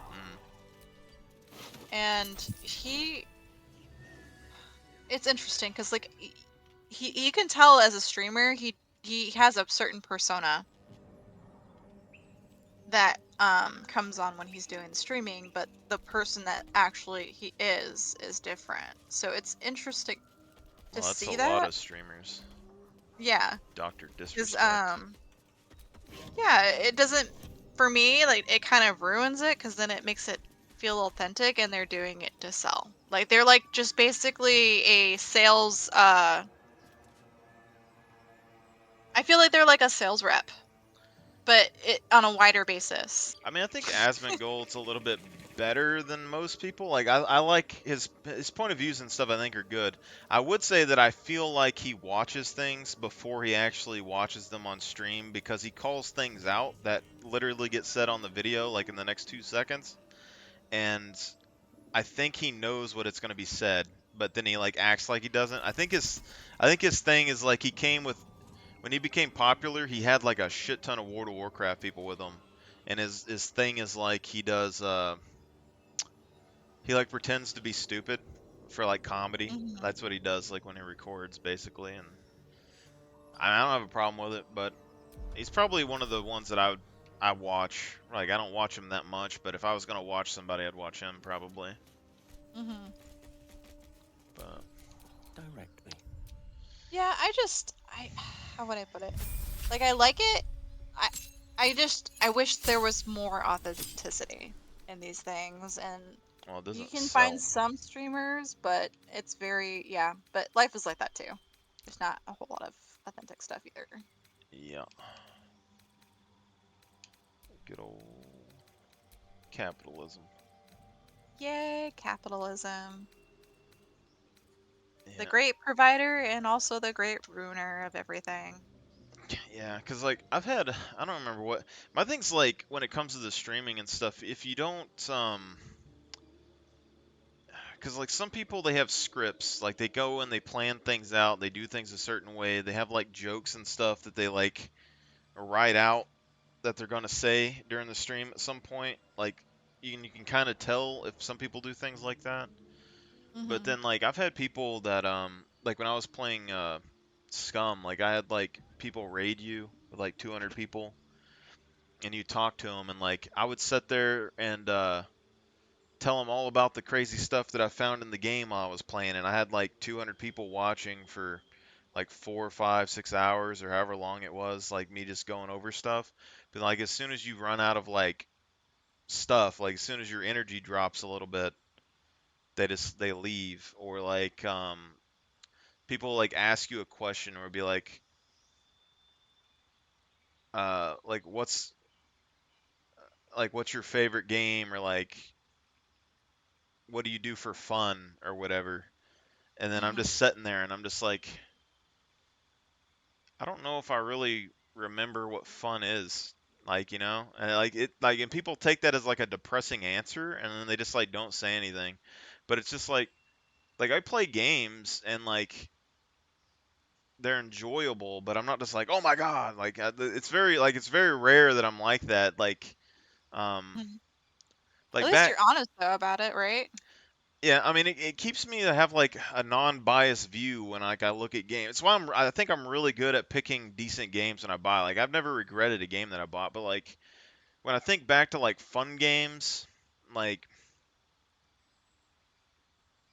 it would have to be like the really old ones, like when you play with people that you knew, like Age of Empires and StarCraft in the old days. They were fun, but it was more so that there was people It that was I knew that local. played them, and like y'all would hang out and y'all could talk, or like Diddy Kong Racing or like Mario Kart, all that stuff on the 64.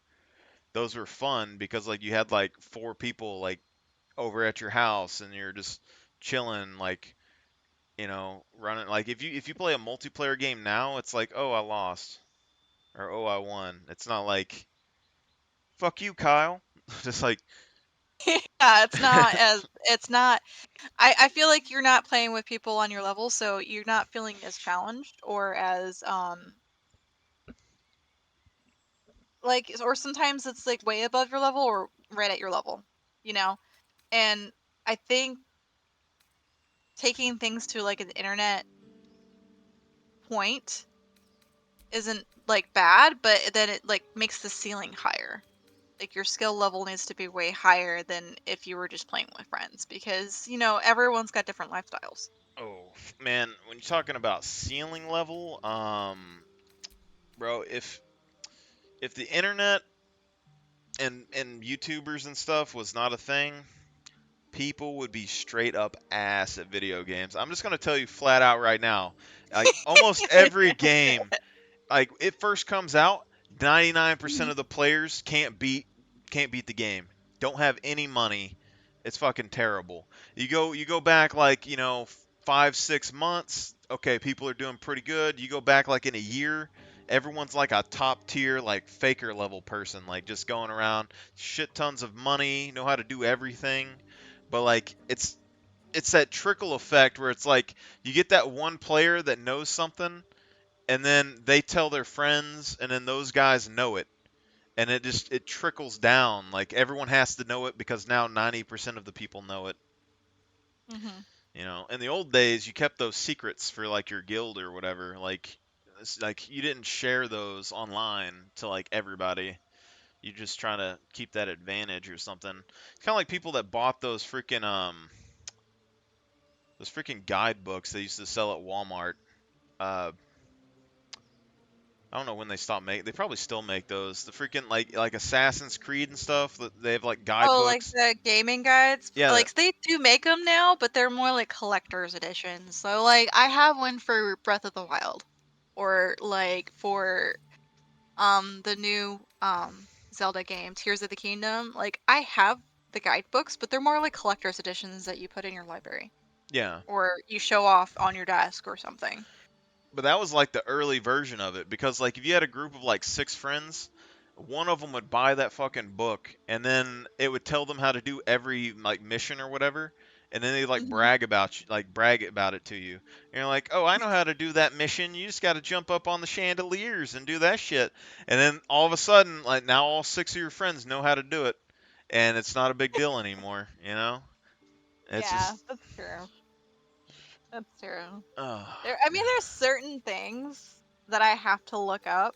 It doesn't happen often when I'm doing playthroughs, but there are like certain sections, but it's usually like the most ambiguous side quest ever. Like the side quest of the side quest. Like in Final Fantasy X and X2, I played it to death as like just like growing up because it was just repetitive and easy. And then I found out there was like a side quest that you could do a bunch of like levels over and over and over again till like level 100 past that. is that not the And singing one? it might be the singing one where like X2 Yuna is sings. 12, I think, right?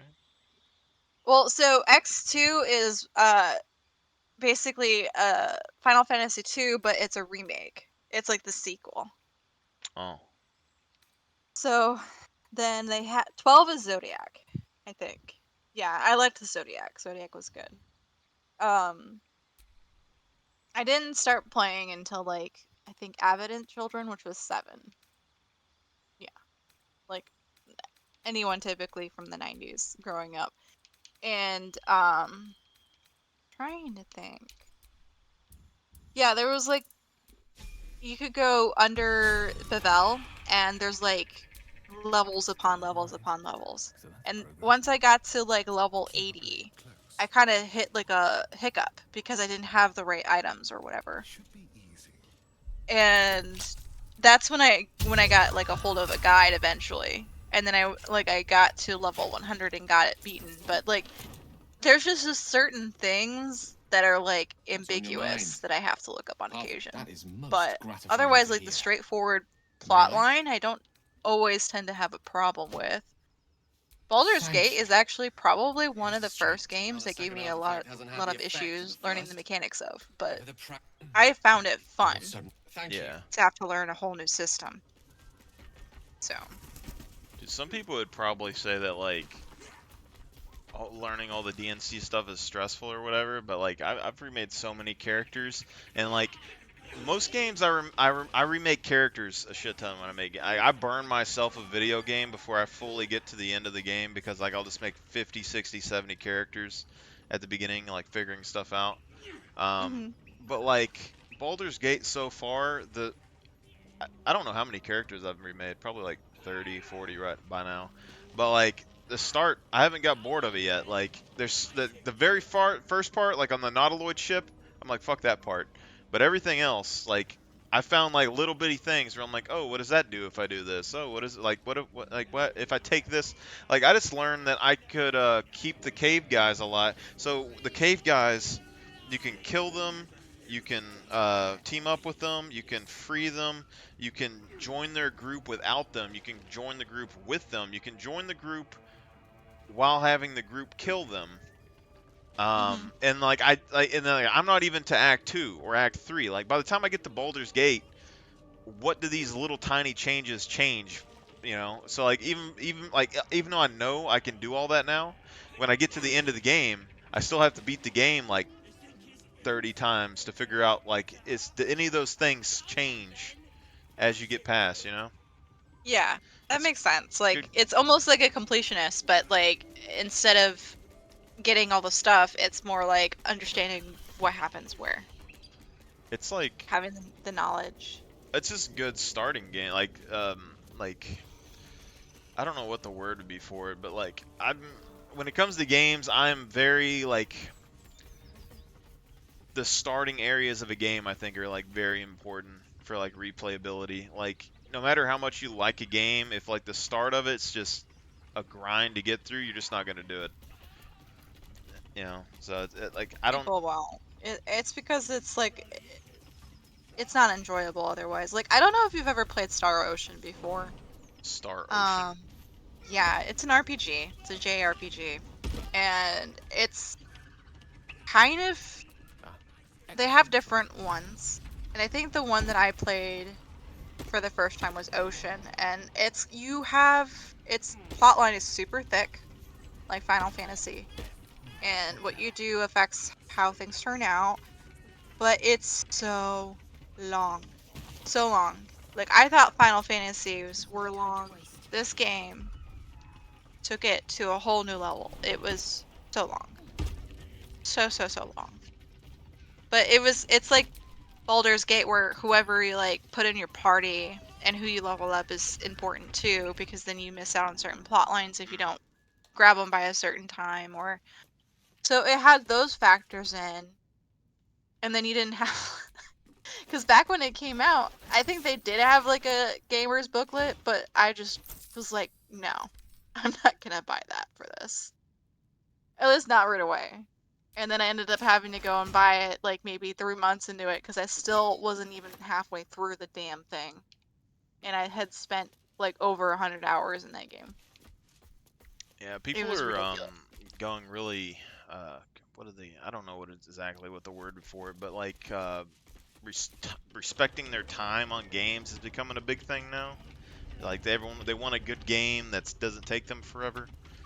You know, I kind of get that because people like multiple games, but also Gerard's like attention is fixed on a damaged old I think statue. you know it isn't necessarily bad to have a game that you can play forever because you can always like as long as it's not a grind fest to play the game and it's enjoyable the whole way through. Like I can set a game down and then go play We another should keep game and come moving. back to that game.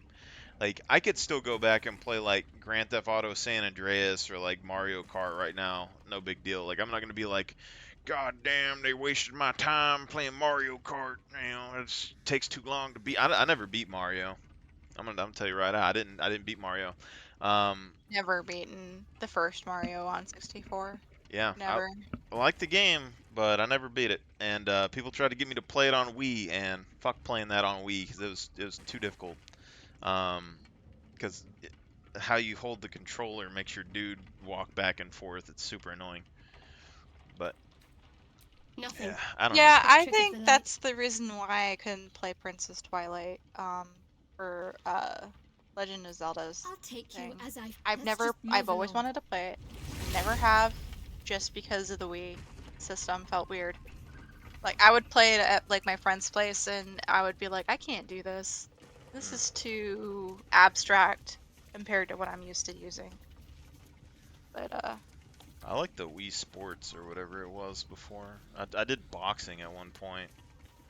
see, but that makes sense for that game, but it doesn't make sense for when you're playing like an RPG necessarily to me, but that might be because I'm old school. Each That might be time because I've anew. just been used to the Somehow the controller second for so long. artifact hasn't had the effect Or of the the keyboard. first. Somewhat relieved the discomfort. Because I have a Switch, but I and fear my like hunger has whenever I quite. play any of the Zelda titles, I have to turn off the what do you call it? The orientation, the gyros on the controllers because it just warps everything for me. Yeah. Like it causes me to do stuff that I'm not intending to do. That Breath of the Wild looked like a good game. I loved it. Yeah. You can play that game so many times over and over again, have it completely different playthrough. You could just skip right to the end, not even get the Master Sword and fight the boss. Like, there's just so many different ways you can do with that game. I love it. I love it so much. I haven't gone through the complete Tears of the Kingdom yet, but I also have a thing where Um, I tend to like play a game, and then when I get close to getting to the end, I'm like, I don't want it to be the end, and then I just stop playing it. Damn. I'm one of those people, and I hate it about myself, but that's what I do. I mean, it's kind of a good thing too sometimes, because there's a lot of times in games where like I'll beat it or like I'll do something and I can't make I don't know what I'm thinking about. There's something that I do, but it's like I'll do something and then I can't make myself go back and do those things anymore. I think it's like side quests or something. Like I'll go to a game and like I'll like level up, but then like I'll never go back to the other zones because I'm like fuck that. I'm level 20, not level 5, you know. Mhm. And then I just never go back and do any of it. But Yeah, no, I'm like I follow the side quests. I kind of like take my own venture kind of person. Um, the so but once I sense that I'm getting close to the end, like I know I've completed almost everything, I kind of just like drop it like it's hot. I'm like, oh no, it's coming to an end. I don't want to have the ending because then I don't want to. I'm afraid of not wanting to play it again, or it just kind of like it's like a book. It's like a really good book. You read it and you get close to the end, and then once you're done with the book, it's not nearly as exciting as the first time you read it. So yeah. I'm like trying to hold on to that sense, but it's irrational. Same It thing is happens with like irrational. movies and stuff too. It's like I haven't read a book in a long time, but like all the books that used to be like my favorite books, I've read one time. Like I never reread them because like you know what's happening when you read through it the second time. Same thing like movies. Hmm. Like sometimes I'm sitting there and I'm bored. I'm like, what movie do I want to watch? And I'm like, well, you know, Troy's all right movie or something. But like you watch it and it's like I already know the whole movie in my head. Like there's nothing that I'm gonna see that I haven't already seen. Like I don't even have to look at it. Just like listen to it. Yeah, It's like, no, I'm the same way. Like, I the only thing that I can rewatch is Studio Ghibli movies, but that's because they're Studio Ghibli movies. last But if one, I've seen something, like I already know the plot line, I know what's gonna happen. I've seen it. It's already like I have like a video memory somehow, where I could just replay it in my head and like know exactly everything, and it's boring to me. yeah. It's just boring, and S- I don't find the same excitement usually. some movies, I don't know why. I think it's like I almost feel like it's movies that are like educational or something. I don't know. But like the last movie that I could watch like a lot was The Martian. I've watched I it like that movie. like 50 times, probably more than that. Like every day when I came home and I was like, what should I watch? And I was like, I'll just watch The Martian. And I never had any problem with it. And like when I was a kid, it was like Deep Blue Sea and Dog Soldiers was like two of those movies that like I could watch for some reason, and it didn't make any sense. But I mean, I know everyone has like those stories that they can watch over and over and over again. And I have those as well, but it's just like for the most part, if it's not something I'm like in love with, I have a hard time going back and doing it. Or if I have like a save file that has everything on it and I only have three slots that I can make, it's like I only have 3 times to play the game because I don't want to erase everything after I'm done. mm, So I get kind of like what's the I get I get very picky about what I do and when I do it and how I do it, and it doesn't it's not rational. It's just more of I don't know. It it's just a weird way of approaching the situation, I guess. But you know, a side topic. You didn't tell me that Gale gets constipation. Okay, because he's you didn't having ask you didn't ask about the constipation. magical constipation right now, just making me waste shit. You're like, oh no, Gale's completely easy, super easy to have as a companion. Like no, I've fed him items and now he's like fucking with me. I don't. But you You know know that what's great? You know what? what's great? Huh? He eventually becomes a bomb for you. I mean, he's already a bomb. I mean, he becomes even more of a bomb. he can blow up the absolute bomb. The bomba. The bomb to bomb. Just gonna leave them at the camp until I need them. You take them in and you throw them at people. He's quite depressing, honestly, to have around. Depressing? Yeah, he just like when eventually there's some news that comes by from a friend of his that you meet eventually, and it's just everyone in the camp is depressed. Everybody, depressed and angry. Just everyone. I'm not gonna tell you why. I mean, it's gonna fit but in with me. I got an idea. It's like my life. But but like it's good though. Like it enriches his character. Um I like how this game has made a lot of foils to each other. Like so Gale and Asteria are like foils to each other. They're like two halves of the coin. Karlach and Will, pretty good one. I think Shadowheart and who's the other one? What is she the foil to? what, Mindara or whatever? Probably Or the the druid, yeah. druid? Well, the Yeah. druid's the dude that. Wait, is Mindara a druid? I don't know. Yeah. She's She evil. I didn't is. know. Like she literally came to my camp on my evil playthrough, and they like Oh, banged, sorry. and then my dude killed her, and I didn't learn anything from her. I don't know. Yeah, no, I killed her. I didn't even know you could recruit her, so I killed her. No, the other druid, the one that you meet later on. I don't know if you know about her yet, but Oh, her. Hanslin, Oh yeah, bear guy. Hanslin, he's just kind of like he's just an interesting bear dude. He's just kind of there. I mean, at first he was pretty cool, and then as I got to know him, he was pretty weird. I'm just like, okay. Yeah, that would be me in You're real not a life. bad guy to have around here, but like, Yeah. That's me in it's real a little, life right it's a, there. it's a little too hippie for me. No matter what I do, like I walk around and people just won't leave me alone. They're just like, I want to know more about you. And then like you're like, well, you can, but I'm super strange and you're not gonna like me after like a month. And then they're like, oh, that totally won't happen. And it's just like, watch what happens. Yes. I warned you, fair out. Don't tell me I'm crazy now. It's like, no. I'm Oh, you literally. you had a heads up warning about this, my friend.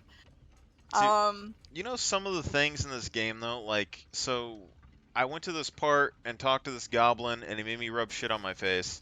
And so now I got my face covered in shit and it's not going away and it oh doesn't make no. sense cuz like I should be able to wash it or something, Yeah. you know? Oh no. I just don't like these are the decisions in the game that just go with you. Like if this was like a MMO game, like everybody would know what you did.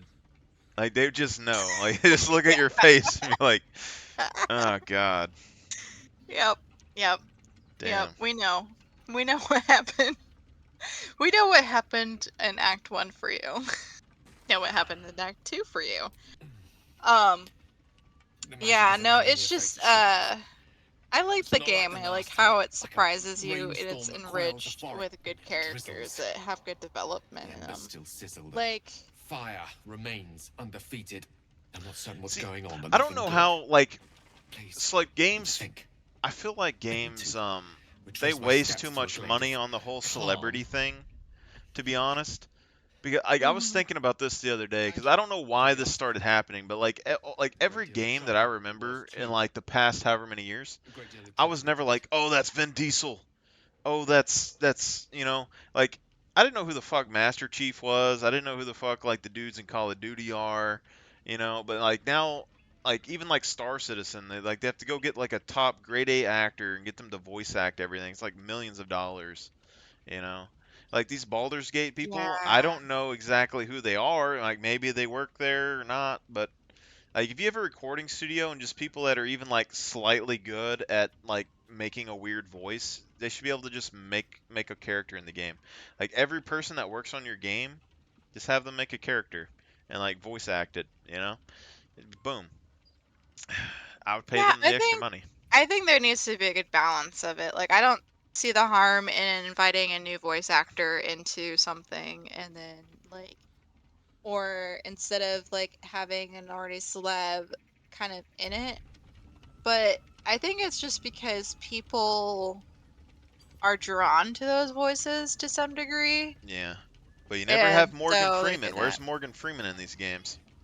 I know, That's right? what And I he would do. probably costs too much. He probably costs too much, honestly. Oh Um, God, just have him as like I don't know if that I'd want him man. as a narrator. I'd just have him as a companion. That should be a mod. Morgan Freeman companion, that That would should be be a the mod in shit. every game. I don't know why that doesn't exist. It should. Like, he should just have like a voice pack for modders to use for Man. like companions. And oh my gosh, that I would feel either I would feel super judged You or seen I would feel super like you seen that Call weirded of out that Duty? my dad was next to me. You seen that Call of Duty clip where that dude's in the hallway and he's like, and that guy's pretending to be Morgan Freeman, and he's like, "Hey, can you be Morgan Freeman pretending to hunt me?" And then the dude's like outside the window, he's like, "I can smell you," and he like goes by the window, and it's just like, what the fuck? Oh shit, I God. mean, it would make some fun. It would either make like a really good serious run for like a play, or it'd make some comedy gold. It's gonna be either one, but nothing in God. between. Seriously though, but like I could make like I don't know about make a game, but I could find people like even in my hometown, I'm sure that can do voices and shit, and like do like I I mean, can make a yeah. few voices. I'm not like a professional, but like I can get a couple voices out of me. But like, Yeah, I think a lot of people can, and I love seeing that. Even in Critical Role, like they're fantastic. What's going Um, on? they're great voice actors, and I think it's just a matter of giving other people a shot. But I guess when you're like talking to CEOs who don't know who so and so is, they think it's not good enough for their game because they're not paying enough or whatever. I don't the elitist kind of viewpoint, but mhm. that other thing that's wrong with this world, You were elitism. warned to stay away. Now you'll have It to is what it face the is. consequences. oh, But but you get people's like comedy that they do. Like there's people that are just naturally funny and stuff too. yes, Yeah. yeah, I just wish that there was more shots given to people because I think there would be a lot more material out there that is quality material. Bear companion, go. Well, I'm gonna head up for the night, just because I have to wake up at like 5:40 in the morning. My son Alright. doesn't take too much time to get ready, but it's just more of getting me up and moving in time for him because I'm not a morning person. Not a morning person in the slightest, and I hate having to wake up so early. Damn. And I usually hit the snooze button like 3 times. This is why girls are addicted to caffeine. That's all I know. I am addicted to caffeine, but Oh my god, it's almost like you're a girl. it's almost like I'm a girl. Yeah. It's almost like I might be a woman. I don't know. Who knows what a woman is? I don't know. But it's not I love caffeine, but it doesn't give me as much energy as it used to. It could just be the fact that I'm getting old and I'm getting in my 30s I mean, that's called and addiction. I only have 2 cups a day. I only have 2. I limit myself because if I drink more than 2, I stay up all night. So I kind of just limit it. Maybe 3 cups at the most. This number keeps But increasing. no, I can't increase it. No, because if I do, then I'm be just just saying, as like, bad as this my story. husband. Well, okay, so my husband has ADHD. And so when he drinks coffee, it calms him down. It doesn't give him energy. It just calms his mind down. And so in the mornings he has it and he asks for not a double, not a quadruple, but 6 shots of espresso. Yeah. Okay. He gets stared at by a lot of baristas. So that's like, I want to say like over 1,000 milligrams of caffeine in one shot, one go. I want to say. That's military I guy for you. Yeah. He doesn't get coffee like that all the time. At home, he at most has a quadruple. But when he goes out and he's on deployment, he'll get like a 6-shot espresso and people think he's gonna just die. And I'm like, at least it's better than Red Bull. So, Is it better not than by Red Bull? much. Yes, Yeah. but not by much. But not by much. Yeah, it is a little bit better than Red Bull because at least it doesn't have the sugar in it. Like he doesn't put sugar, he drinks it black. But it's not by much. That poor man. But he doesn't get it all the time. It's like maybe once a month that he does it. But he does it for shits and giggles, I'm pretty sure now. He does it to see people think that he's just gonna die in front of them or have a heart attack. But he never does. He never does. Yep. And it's just because it calms him down. It doesn't like the caffeine works differently with his neurobiology. So yeah. It's so because his mind's everywhere until he drinks that stuff, and then he's able to actually focus. So it's weird to see that, because he'll be a mile a minute until he drinks the coffee, and then he's like calm as a bear. So Calm as a bear. calm as a bear. Bears are normally calm until you steal their food. Then they're not. They're not great after that. Oh my god! I just killed. What did you do? Gale has armor on and I can't cast spells, so I was gonna revive my other guy, and then Gale smacked him with a stick and killed him. So, fucking. Good job, Gale. I mean, you could always put him back in the camp for a while. You can put him on the shelf for a bit. I don't know. I don't have an issue with him as much. I think it's because I made him learn Misty Step. Just make him go all the way to his side or something when he gets annoying. He's alright. He's just. I don't know. I thought maybe making him a necromancer would help. Like, if I could use him killing people with necro spells to regen his health.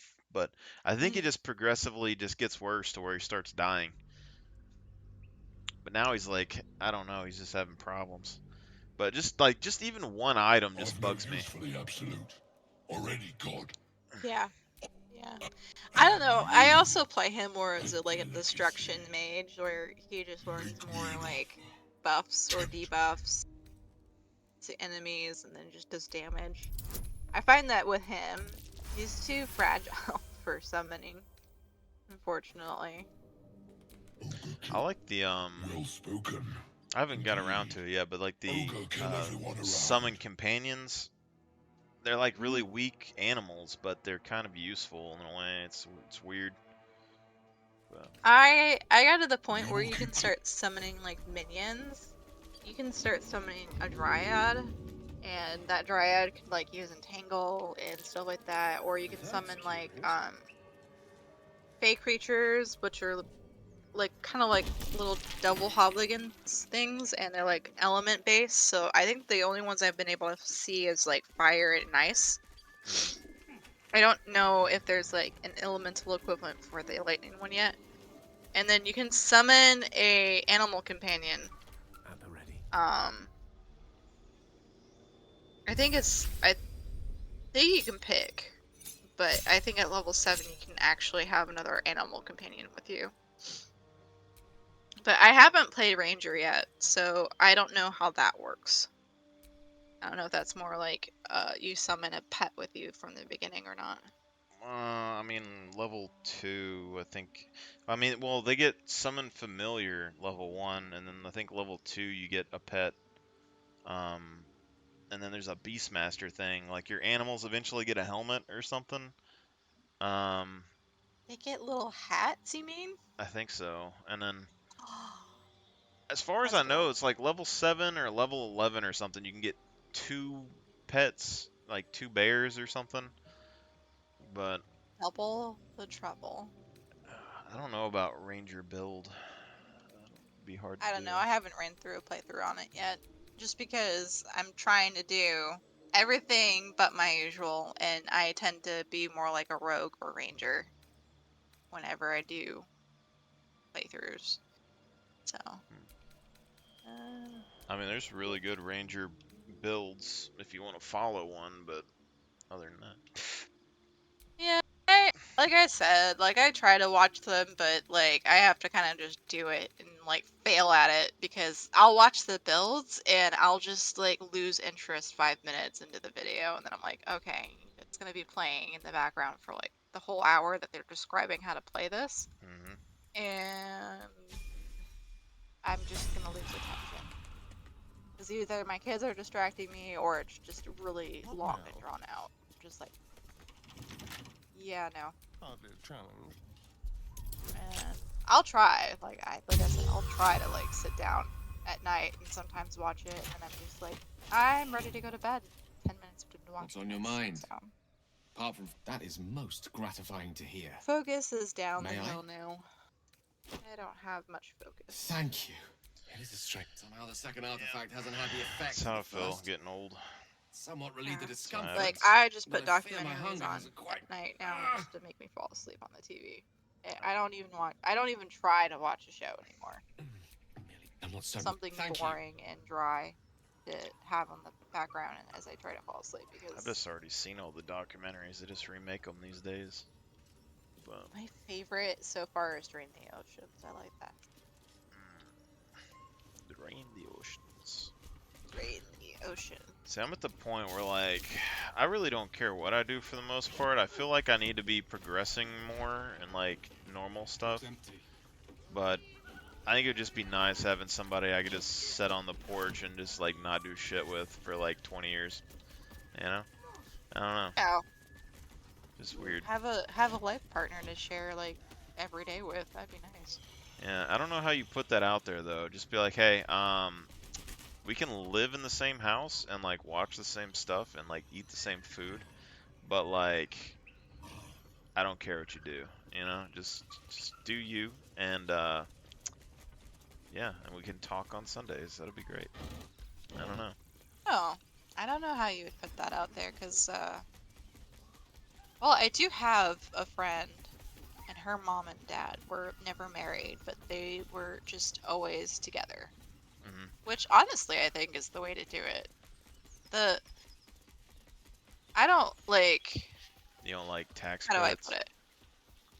No, it's like, I just think, you know, the institution of marriage has been twisted. Like, second artifact hasn't Oh, yeah. had the effect. I think marriage means something, but at the same time, I think people have twisted it into something. I don't think people care about what it means anymore. Yeah, yeah. That as well, too. So it kind of doesn't hold its meaning, or it's not the same kind of relationship people are looking for anymore. Yeah. There's a... Like, I think it's just, like, if you guys, like, choose to be together, like, in your guys' lives together, which is what I intend a marriage to be, I think it's fine, but some people can just do that without ever getting married, too. So. Yeah, I don't understand this, too, is like, I wouldn't mind having a kid at some point, but, like, I worry about child support a lot. Like, I would still take care of my kid either way, but, like, if you're gonna have to pay child support and then you never get to see him, you don't get to teach him anything, it would suck. And there's a lot of people that just, they seem super crazy that I talk to, but then, like, all the people that I knew that was, like, in my high school, I don't know if they're lying or not, but they have kids from dudes. They're not even together anymore, and then they say that they don't even have them pay child support or anything. And then they post stuff on Facebook just, like, thanking them for their kid. And I don't know if they're doing that as, like, an attack against the dude or what, but it just seems very odd. Seems interesting. I feel like they're lying. I have a hard time believing that they're not getting child support, and it's just, but the dudes don't get to see their kids, so it's like, yeah. I mean, that's a hard, like, line to draw because that's very situational, I think. I am a hard believer in co-parenting, even if you're not together. Like, people can co-parent. Like, you can do it fine. But because at the end of the day, like, even if like the parents aren't together, that's your kid, and you both can like partake, and you can be cordial to each other. But there's also situations where, like, you know, maybe the woman slept with somebody and made bad choices on drugs, and the guy never got out of the drugs, so the mom does it to protect the kids from that kind of lifestyle. So it's hard to say. It's like it's very situational, When I was on I the think. PD, there's two people that, I mean, they're basically on drugs, but they got restraining orders against each other. So they're married or whatever, but they got each of them got a restraining order against the other person. They're not supposed to be around each other, and so, but then like every like 2 weeks or whatever the fuck's going on, they're both sneaking out and seeing each other, and then they have fights, and the cops get called out on them. Yeah. Oh, that sounds so dysfunctional. Yeah, but it's literally it happens the whole like all the time, and it's like that makes no sense to me. I kind of get it, but I kind of don't. It's just Yeah. like It sounds like they're stuck in this repeating cycle that they don't know how to get themselves out of. Yeah. I mean, I'm not laughing at them necessarily, but I'm just laughing at the situation because it's like, what do you do with that? There, what do you do with that? yeah, I don't know. I don't know. Like, if they got if like one of them got clean, then the other one would have to get clean, and then all these other things would have to happen in like tandem. But it's just like you see some like interesting situations because, and then how would I put it? Right now, childcare is stupid expensive. Stupid See, I don't know why expensive. you have to pay for childcare though. That's my thing. Like, I I don't know. I feel like people spread out super thin, but like if I had a kid, for instance, I don't think I'd have like I have literally two sisters, my grandma, and my mom that would try to kidnap it like 24/7. I already know. Probably my aunt too. Like my sisters don't have kids. They want kids. They take care of other people's kids constantly. If I have a kid, they're gonna spoil it rotten, and like I'm gonna have to end up getting in a fight with my family, like telling them like, hey, we gotta calm this down a bit or something. But um, I don't like if you have a But not kid, everyone has that. Like, paying somebody to take care, like you'd have to be like like teaching my kid, like you mean like a karate master or something for me to like pay you to be like a taking care of them while I'm at work or something. Like you got to be teaching them something vital, because I don't like, why can't you just have someone stay home and teach them stuff? Like you need, like if I take these gold coins and I stash gold coins and then I have a kid, I could just be like, hey, we're gonna float on these gold coins, take care of the kid, and they're gonna get to like 10, and then I'm gonna, start teaching them stuff, and boom, we got good kids. You know, you like I don't know, like babysitters that I've seen around here. Like I'm not trying to judge, okay? And there's actually people that I'm friends with as well, but tattooed, nose piercings, um, the kind of like bisexual polyamory thing, but yet they like kids, and they're doing uh like babysitting, and they're teaching at preschools and stuff, like without even a degree, or kindergarten or whatever, without like any degree in college for teaching or anything. Like I couldn't see myself just paying them to do that, because they're gonna be saying some weird shit to my kid. I already know. Like I don't have a problem with them, but I don't necessarily want my kid to just be like, oh yeah, we can just. accepting whatever comes out of their mouth is like the new word of law kind of deal. Yeah, it's just. Command you, corpse. Yeah, Speak. like Reveal truth to the absolute. Like, I've met some people who have piercings and tattoos and stuff like Hobgoblin that turns are to good you. people, He but I've casts also the met air. The some visions really weird cloud. The people who elf also fit speaks of that the hunt description. for a So great. If it it's like isn't another physical true appearance soul. He for the most doesn't part, speak but at the exact same words, time, yet they still It's not rattle even in like fully skull like the from physical within. appearance and stuff You though, ever but it's like talk those to a people that I dead see that have like squid? gauges, for instance. They stretch Now's their your ears out. chance. They have gauges in their teeth and stuff. They're like bosses of like place. I don't know how they became a boss, but like there's like bosses of places or like people that teach and stuff like that now. And it's not necessarily that it's a problem, but like if my kid was all of a sudden like, "Hey, I'm gonna get gauges and you can't stop me," then I'm just like, that's a whole lot of drama that I have to deal with on a daily basis. Where I'm just like, you don't know if you want to stretch your ears out that long. Like they're like, yeah, like my sister, the younger two of my sisters, is either middle school or high school. It was middle school or high school. I don't remember, but she was wanting to be a surrogate parent for her friend. Like she wanted to have their kid for them. And my parents shut her down. And it was just like, and she was like fucking rampaging about this shit for who knows how long. And now she's like, that was a good idea not to do that, probably. And I'm like, yeah, you fucking think? Like, like you're gonna have someone's kid not get attached to it, give it to them, then the dude ended up being a druggie on top of that, and it's just like you're gonna do something like that. It's just off the wall. Your kids early, like they're gonna get told that they can just go and put gauges all over, and then they're not going to have any repercussions for that later when they decide to get rid of them.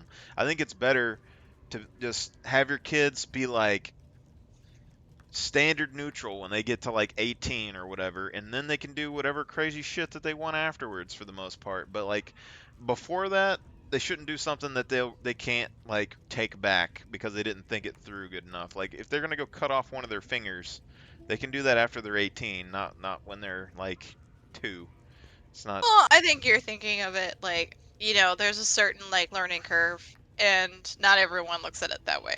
Uh I wish more people looked at it that way, but some people don't. They're like, "Well, you're infringing on their personal like rights and stuff." And I'm like, "Yes, that's what happens when you're in charge of somebody else's life and making decisions for them because they haven't gotten to the point where they can take responsibility for themselves." So, yeah, I understand, like, you gotta respect other people and their choices to a degree, but a child is not a complete adult. They're not gonna be liable for their own lives, and then they're gonna blame you if they make a bad choice. They're not gonna blame themselves, they're gonna blame their parents most Yeah. of the time. And even then, like they say girls mature faster. That might be a little bit true and false at the same time. Like I'm sure they mature a little bit faster, but I don't think they have as many repercussions. Like, there's a lot of girls that I know that, like, even their early 20s, like, they don't have that kind of repercussions to their actions necessarily, unless, they do something super crazy. But, like, dudes usually don't, I'd say we don't, like, mature really until, like, 28 21. to 30. Like, it has Oh, to be like a lot later. 28 to 30.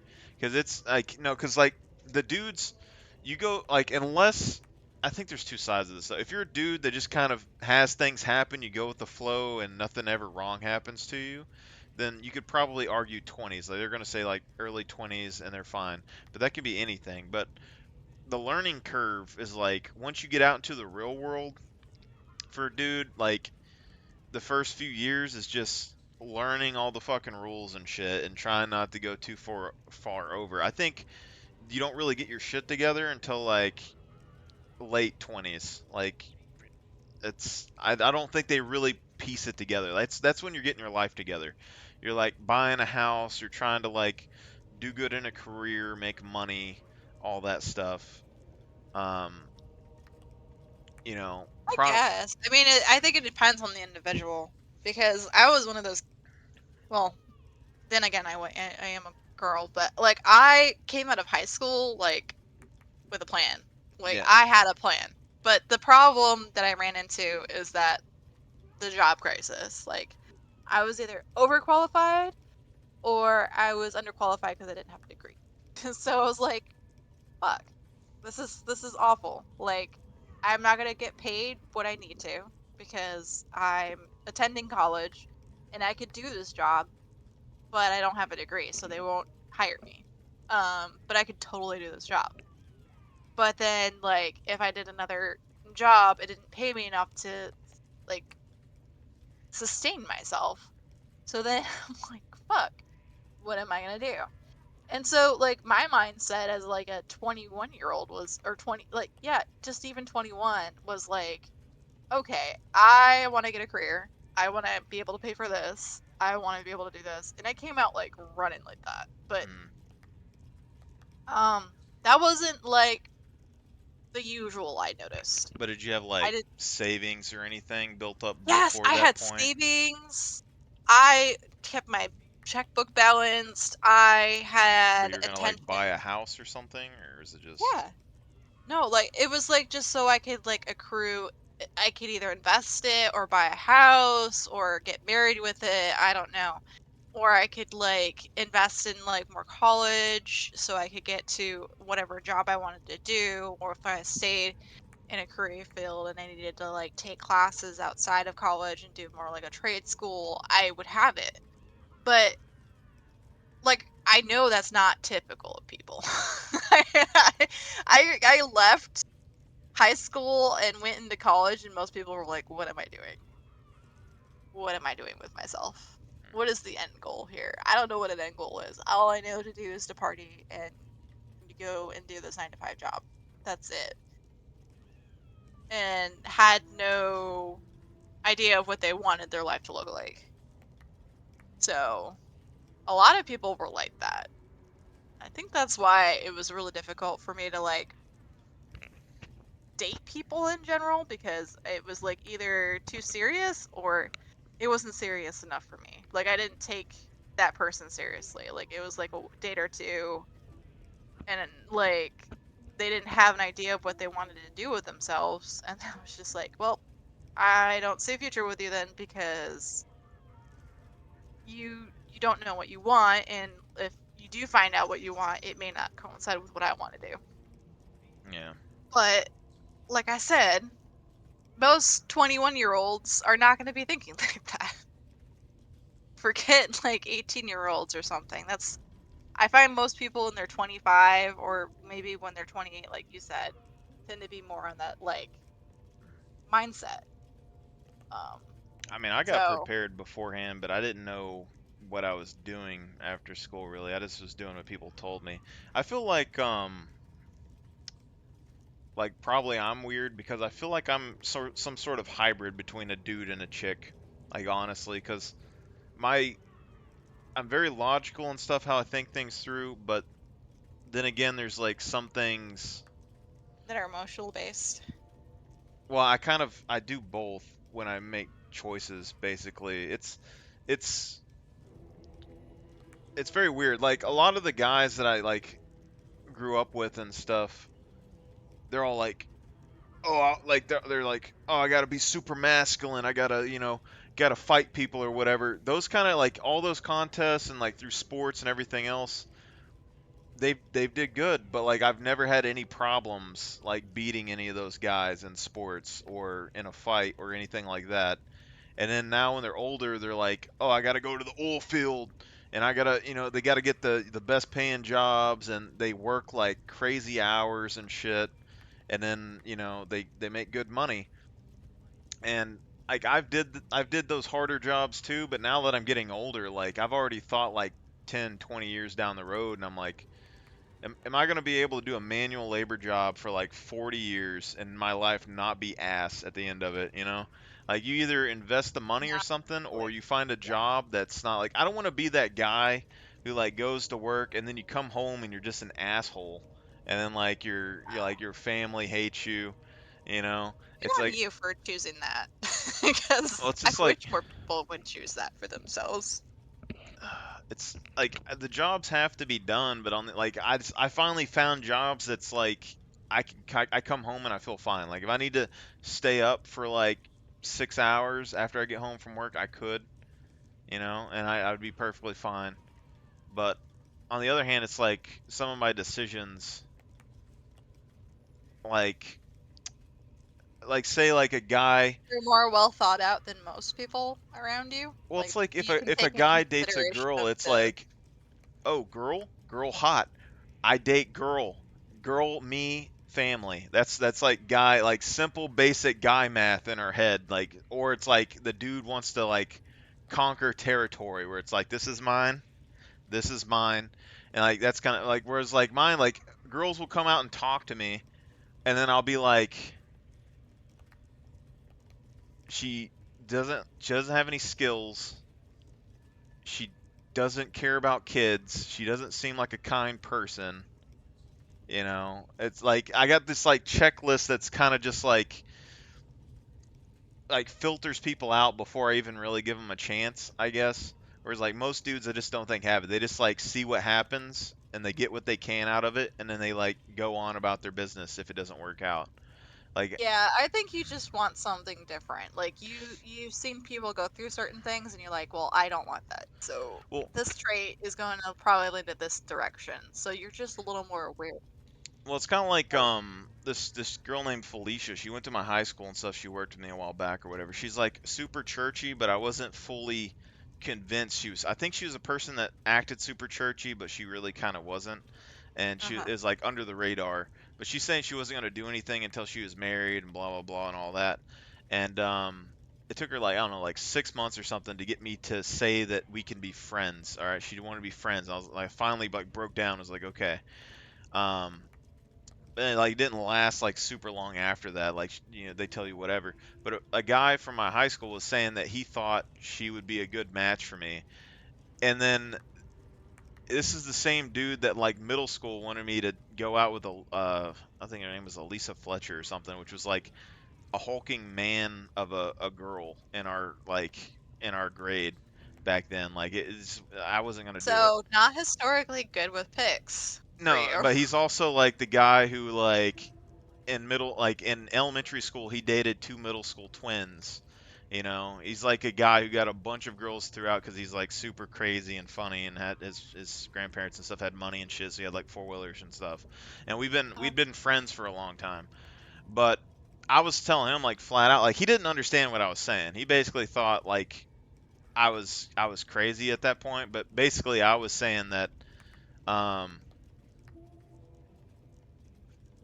Felicia is probably a good person. Okay, I don't have any like issues with that. But the thing is that she was giving me like the same sort of vibes my mom gives off.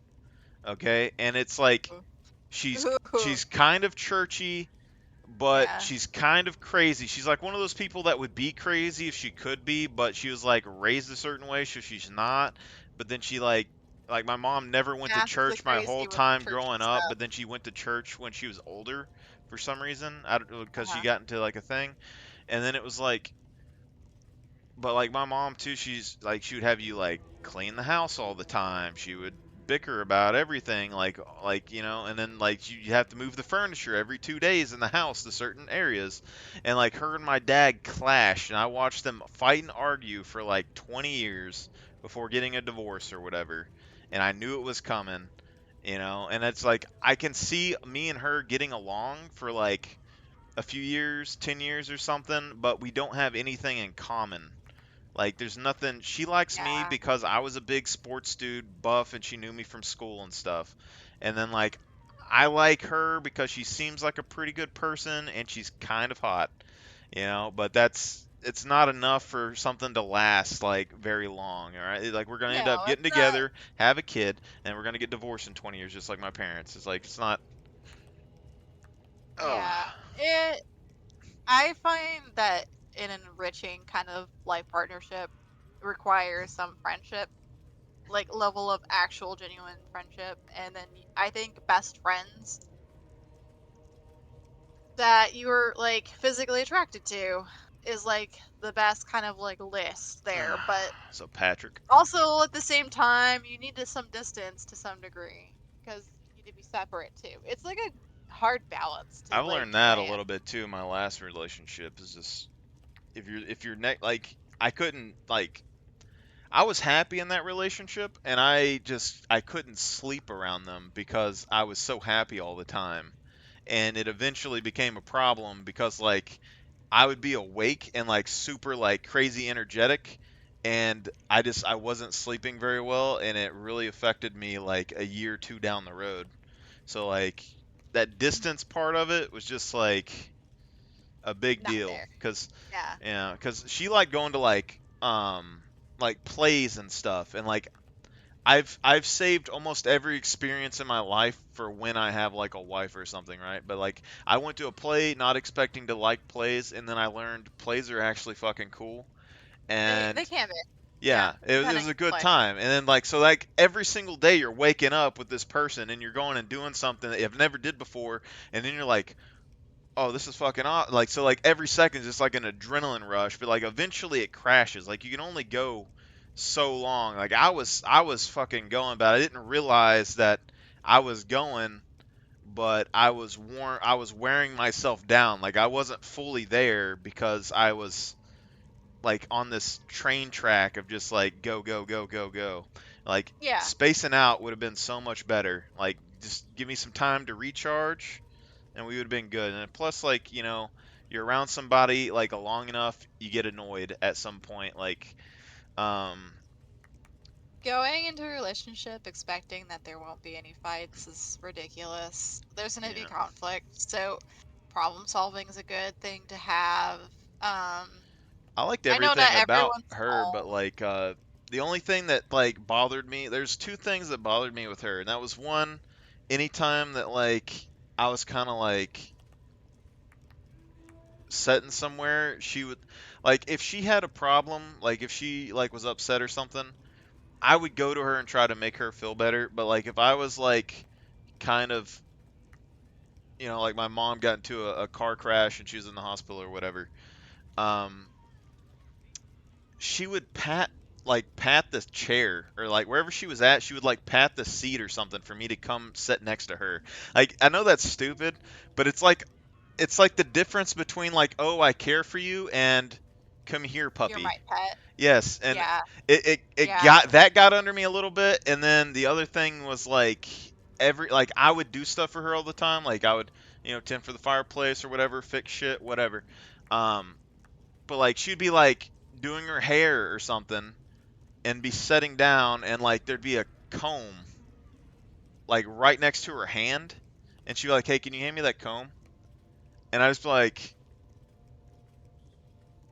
it's right there. Like it's like literally like your hand is touching it and you're telling me to grab it. Like I'm not going to do that shit. Like I think that's It's a that's the little one weird. thing. It seems Yeah. like she had this thing with control to some degree, and that's kind of weird. That's probably, But well, I mean maybe, um but she also did like beauty pageants and stuff. Like I understand like you need help for like some things, but I mean, like, it's just I'm a a little, girl, and I ask my husband for small favors all the time, but like, that's because I'm exhausted. It's yeah. not because like, and if he doesn't do it, it's not a big deal. But like, have there been times that I've asked him to go get me my cup from across the room, and it's like maybe 5 feet from me? I think Yes, that's yes, stuff it that has to guys put happen up with before. right there. I think after a while, like unless they just really, really care about you, I think that gets like I think guys like fighting dragons, okay? They don't like, But putting that is my putting dragon. yeah, That is that's my dragon. that's your That is my dragon. dragon of the day. Cause If like, if that okay, was the I've gotten dragon up of the like whole 6 day, it might times. be fine. But I'm just saying, like, if you have a bunch of little bitty dragons like that, that's like a No. quest in a video game. Like, hey, can you go slay 10 rats? The guy's just like, fucking no, like this is bullshit. But if you're like, Yeah, no, hey, I can see I that got being something tiring. super important, like the biggest fucking problem. I need you to fix it, and it's just like I need a garage or something. That dude will be like, I can do that. All right. But if it's just like, hey, I need you to like bag up all the trash. Like I need you to bag each like go like I need you to take out this trash can. And then like they take out that trash can, they come in, you're like, "Hey, can you also take out this trash can?" And then they go do that, and then they come back in and Oh, you're that just would like, be annoying. I would get pissed yes." off with that But too. that's what happens, bro. It's just Yeah, no, I try to put myself into his shoes a lot, but most of the time when I ask him for that cup of coffee, it's because I've gotten up 6 times already, and I haven't sat down to actually drink my cup of coffee, and I forgot it 6 times because the kids asked me for cereal like 2 times, and then the dogs needed something, and I'm just done. And I know if I get up to go get the coffee, I'm gonna forget it for the 7th time. So it's not like I I w- ask out of like control. It's just like I'm literally just exhausted mentally. I'm really curious about like I don't know how parents would see this, but like part of me really wonders how much can you avoid problems by not having your kids know about some things, you know? Like Sometimes, but not always. is it abuse to like not have your kids know what cereal is? Because part of me is like, growing up, I fucking love They're gonna find cereal. out But that's what I'm eventually. saying is like I fucking love cereal, okay?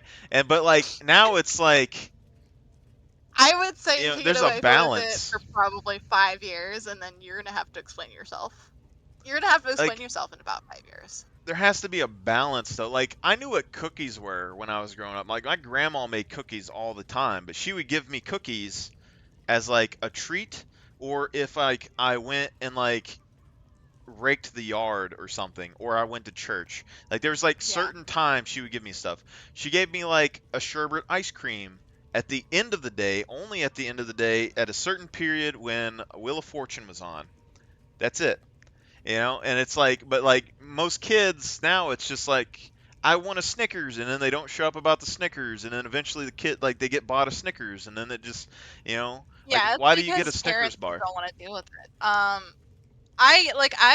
I give my kids stuff, but they tend to have to earn it to some degree. I try to balance it out because I also think kids should be kids when they're kids. Yeah. But like for example, like yes, my kids get candy, but it's when my daughter actually does her potty training. Like if she completes her potty training and I see her try to like actually go potty, and if she actually goes number 1 or 2, she can have candy during the day. But otherwise, she's got to wait until she's done with dinner. Yeah. Like, I try to balance it out, and it's a little hard to do that with grandparents, honestly, My because grandparents grandparents. did desserts after dinner and stuff. Is like after the main meal, you could get like one slice of pie or something. Like Yeah, that well, was. my parents don't make the greatest grandparents, because, well, listen, this aspect, because my mom was over here helping me out when my husband first left for deployment, and um I had to have a talk with her because she gave him ice cream for breakfast. And I was like, why did you give them ice cream for breakfast? That is something they get after they've had their breakfast, lunch, and dinner. And if they've been good for the day. Like, See, this is where I'd why have did you? mix-ups too in my head, because it's like I'm not trying to cut off on there though, because Yeah. I'm with you with like ice cream isn't a breakfast food, but also on the But flips. I also know that's grandma. Like, that's their time with grandma. So it's like hard to like put a balance in there. Like, okay, you can do that every once in a while, but don't make it an everyday thing. See, but on the flip side of that, when you look like, so say that you have like a really physically active family or something, having like a high sugar, calorie dense food at the beginning of the day would probably technically be better than the end of the day. But it doesn't make sense really in my head. Like it's But conflicting then stuff yeah, but anyway. I mean, there's different things that meet that criteria, like oatmeal. You can make Oh yeah. cinnamon oatmeal with bananas. Dude, I don't That know how meets my that grandma criteria, made oatmeal, but she made the best fucking oatmeal. I just can't replicate it. I don't know. Like after 30 years, I just can't replicate her oatmeal. Her oatmeal was better than like fucking like pancakes. I would take her oatmeal over like any fucking sugary snack you could ever think of. Fuck. right? Like, Mm. I don't know. Like, I love oatmeal. I like it. I like it a lot. I like cereal. Lately that's been more of a go-to for me, but I used to make oatmeal almost every day. But I get tired when it's just me doing everything.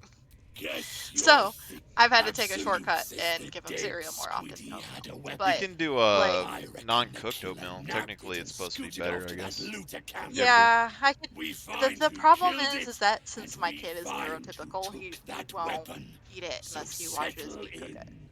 he's just weird in that You suddenly neurotypical feel a way right now strange because anxiety take hold. Not your he's a own, high but that of functioning the autistic. artifact you So carry. like there's certain things I can Somehow, get away with and certain it's things that I can't. afraid. My daughter easily could do that. No The problem. artifact does not Overnight want to oats, part from perfect. you. It does not want to Has I no fall just issue don't with into that. think the they have a Absolute's reason clutches. to not do it. You know, because like when For what? I just don't think they have a reason to not do it. Is the thing. Like when I was younger, I did things in even numbers, and I had like a period of time where like I didn't like germs, so I'd like wash my hands all the fucking time. But like, say you open a door, well, you turn it left and you open the door, but then that's only once. So now you got to shut the door and you got to open it and turn it left and open it. But you haven't turned it right yet. But also that's 2 times to the left, which is one pair of two, not two pairs of two. So you got two pairs of two, but then you have, you know, two pairs of two and one pair of four, which is not, two pairs of four. It's like it's weird stuff like that will drive you fucking insane. But I used to do that stuff when I was a kid, and like I had like a little I don't know, fucking Like quirks problem. like that. Yeah, a Yeah, little no, fucking like problem. But the only way I got over that though was that when my grandma died, I got super fucking depressed, and then I was just like, what's the point of life, you know? And then I was just like, why do I care about doing things in even numbers? And then like I just actively was just like not it's like CP3 trying not numbers. to do it. But it's just like it's like something like that where like you get stuck doing something, and until you have a reason not to do it, you're just not gonna do it. Like if that Yeah. if it wasn't even numbers, but I was just like I don't eat dairy. I'm not gonna eat it. And then like I never had a reason, and then all of a sudden I was just like, why don't I eat dairy? And then you just fucking start doing it. Just I don't know. It's weird. Maybe that's not good medical advice, but like I feel like some things. I mean, like, there's certain things I can get away with that, and then there's some things that, like, the battle's not worth the long term because he'll just figure it out on his own eventually, kind of thing. So it's like a matter of picking and choosing where I want to spend my energy.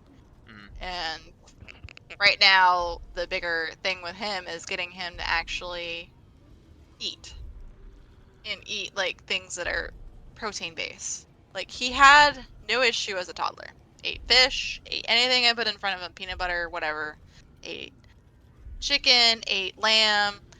My husband saying Eli had a little lamb a couple times. Like, he had no problems eating anything we put in front of him. And then eventually he like regressed somehow and like will only eat mainly carbs, chicken nuggets, and like certain proteins. He will not eat apples because I'm allergic to apples, Well, so he carbs thinks and he's chicken allergic to nuggets apples. taste good. They do.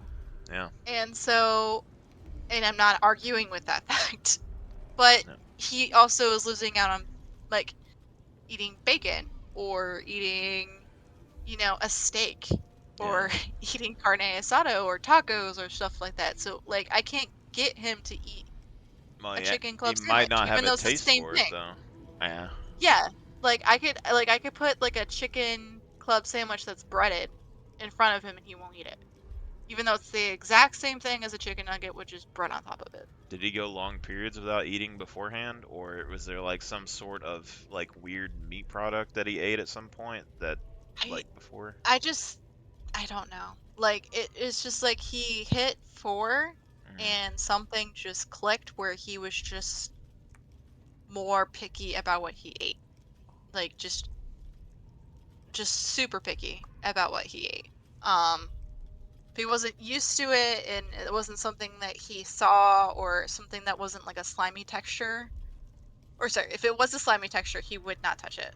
He just wouldn't. So I don't Yeah. know if it's like a texture version, which is That's typical might be of some of it. autistic people. Yeah.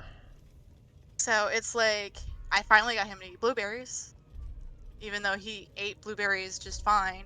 Peas he'll eat now, but it's like small amounts. He won't eat a bunch of Is peas. the Like food that he eats, is it like easy to chew, or is it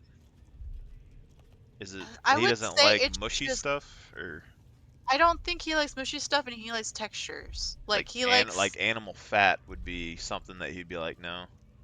yeah, animal fat, anything kind of slimy. Like I got him to eat bacon, but it has to be crispy. Like it can't be like the perfectly in between bacon. Yeah. It has to be crispy. Like he needs Well, yeah. So like with something steak and stuff, are you like grilling, like charring it, or are you like cutting the fat off and stuff so it's like so solid, or?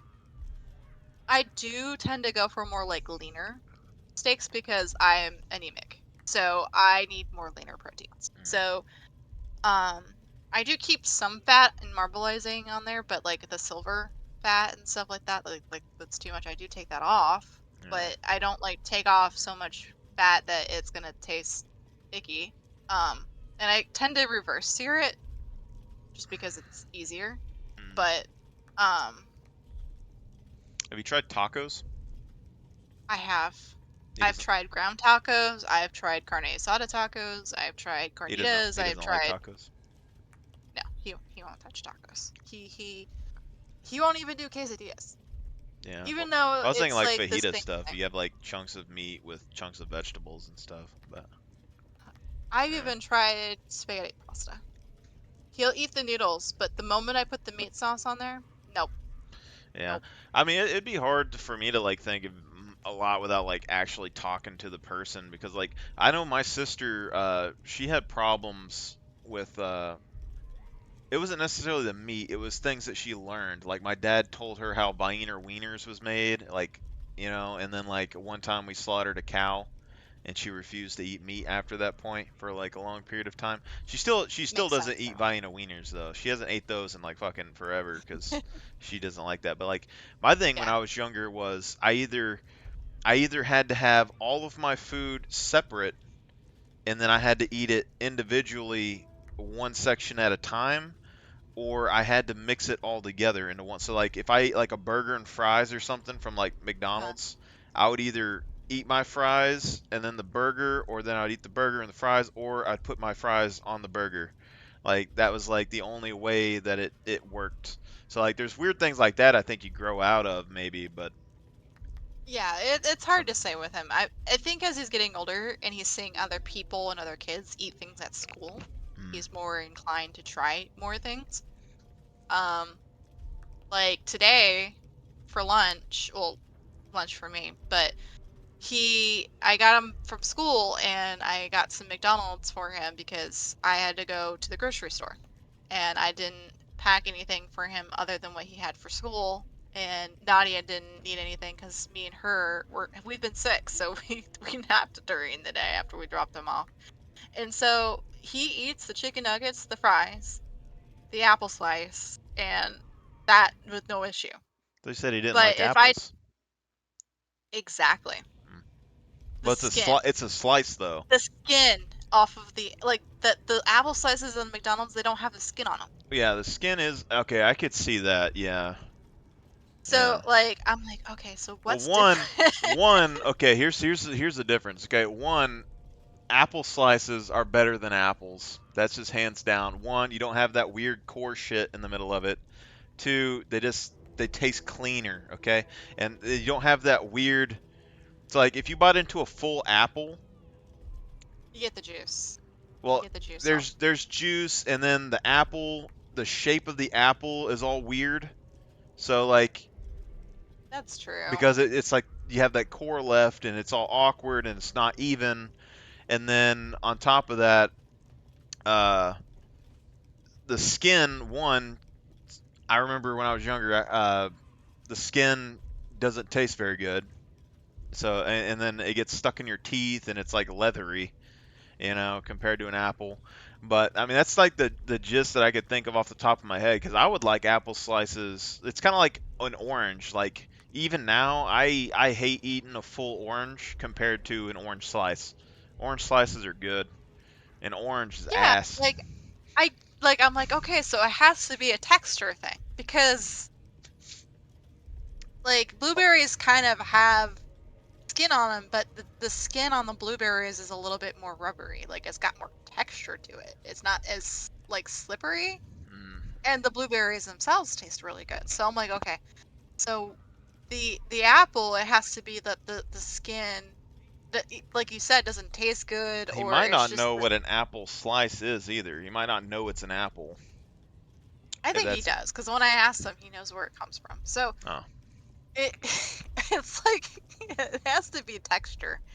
It has to be texture and then just like him knowing what it is. Now, like when I make spaghetti and stuff like that, he doesn't know what's in the marinara sauce. And he doesn't like tomatoes. Are these I won't apples have like tomatoes. if you give him a full apple, is it like something from a store?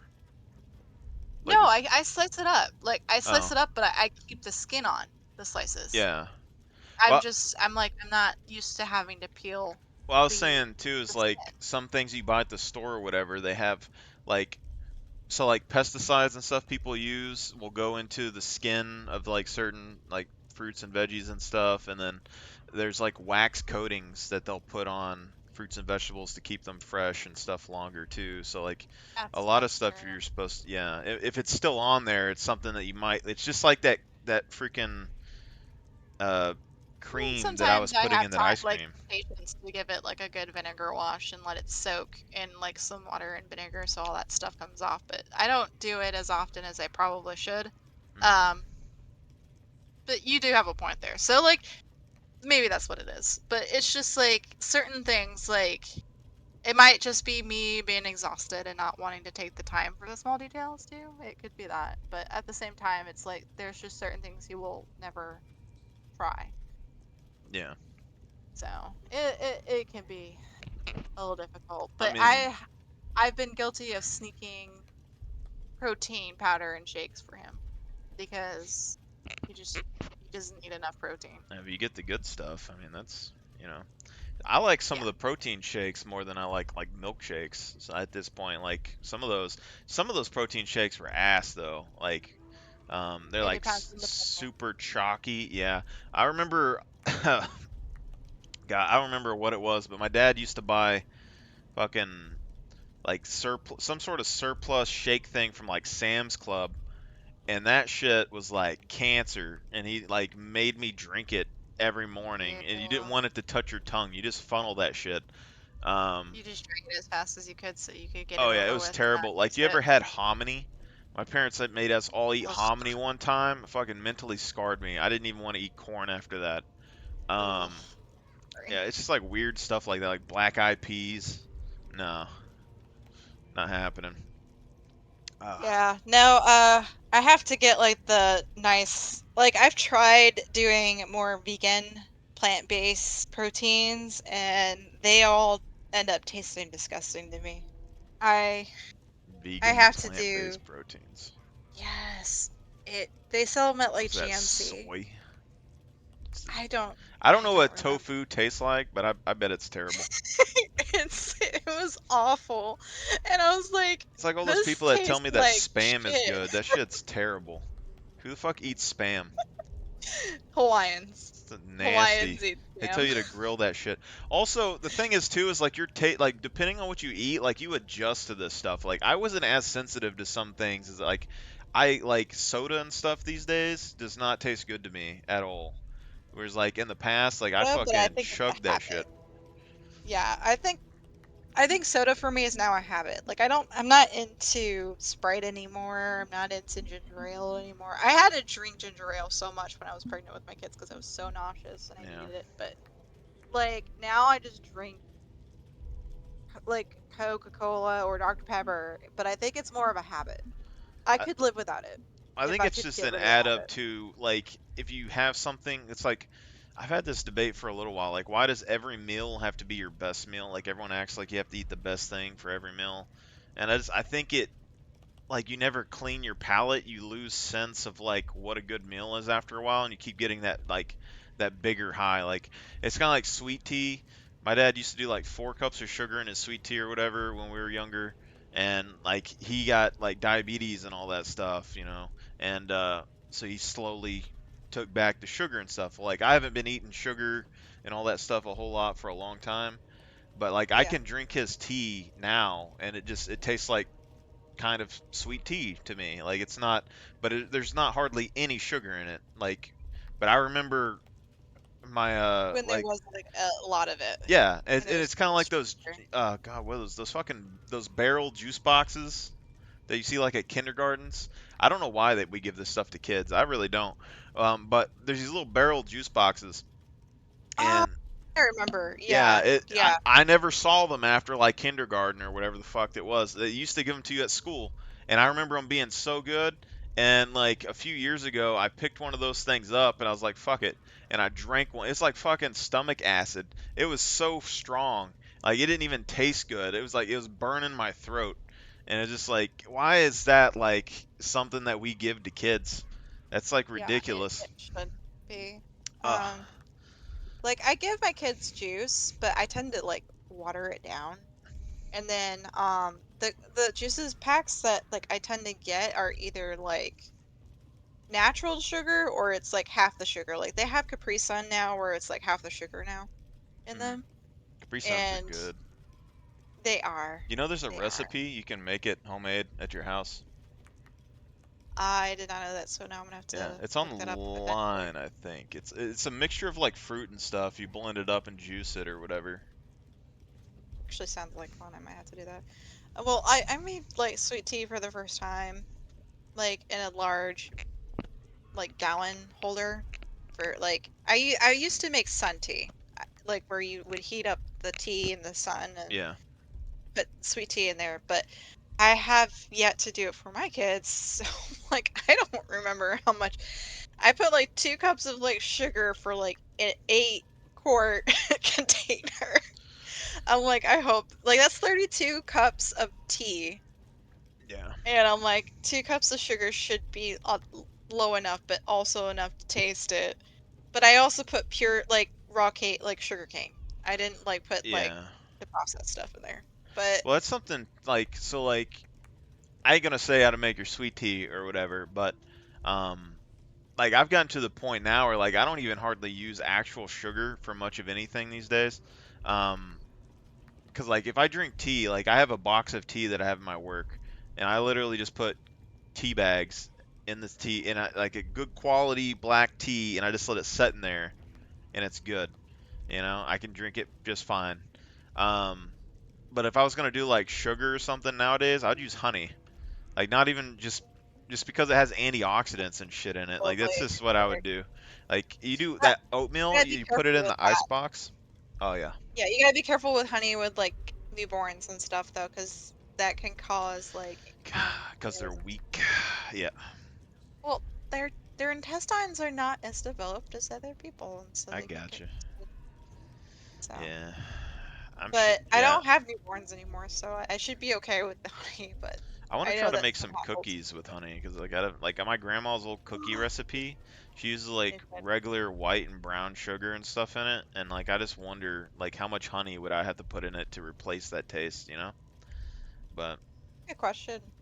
It's probably better for you, and especially if you get local honey, you're like protecting yourself from pollen, yeah, like I don't know if it's like I don't eat that much honey, allergies. but I haven't had seriously like many allergy problems in a while, like the last few years since I started eating honey. But I used to Well, every that's fucking good. summer used to be terrible, like fucking nose clogged up.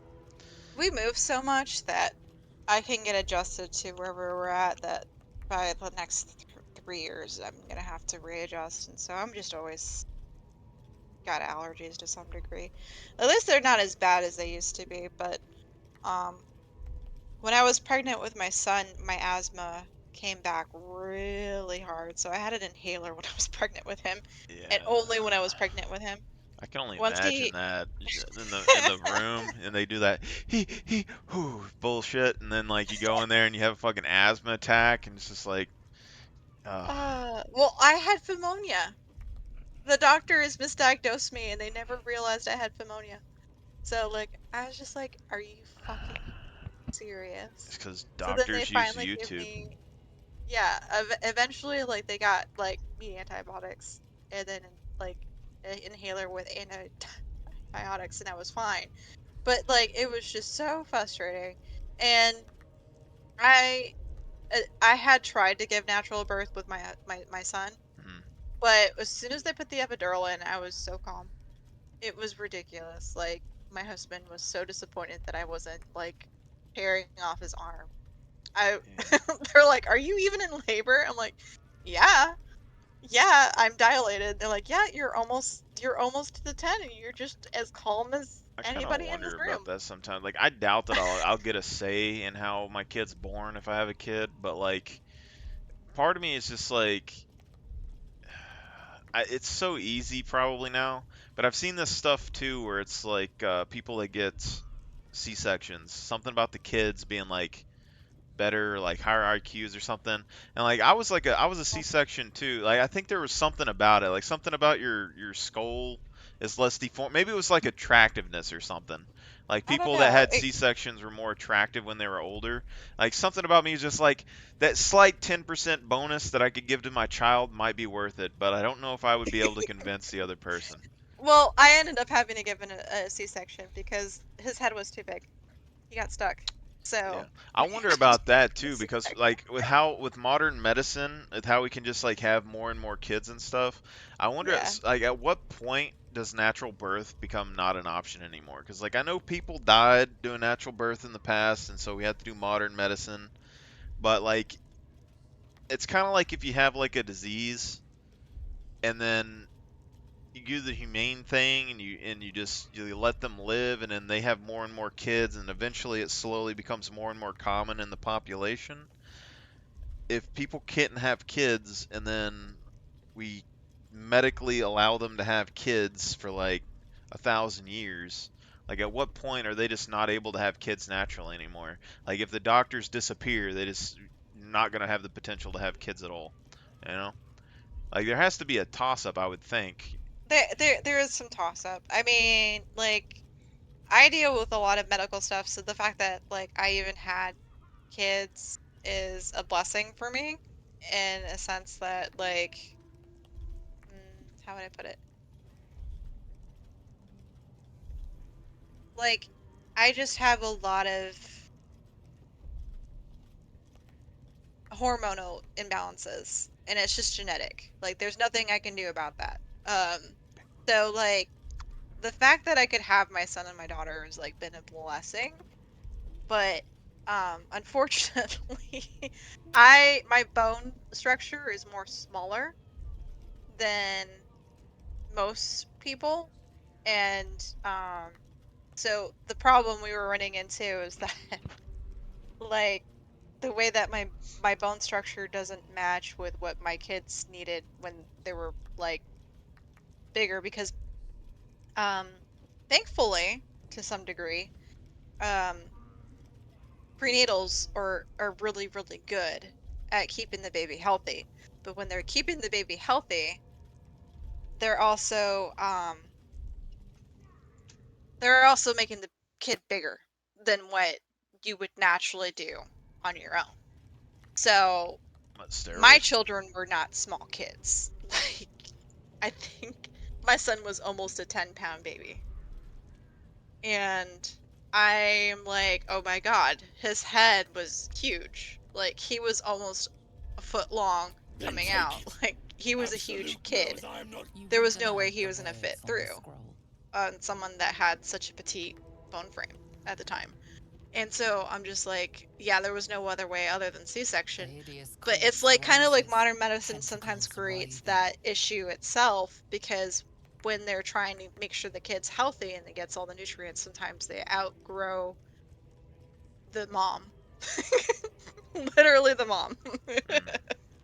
So, because when I was born, I was like a tiny baby. I was like 6 pounds. Not even 6 pounds, like maybe 5 pounds. I was little. I was a tiny baby. My side of the family it had tiny kids. My son was almost twice that size. Like and it was just because he was able to get all the nutrients he needed and then some.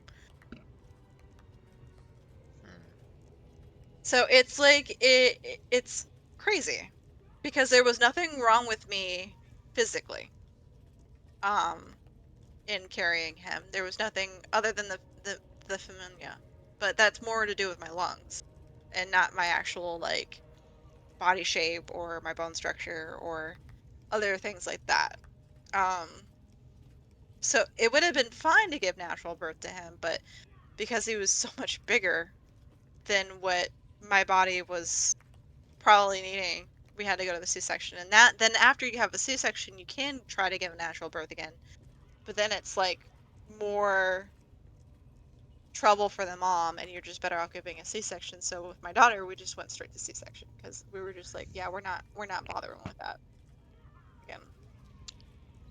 Weirdly But enough, I've been honestly, thinking about this better. about my dog lately too, but that's besides the point right now. Yeah.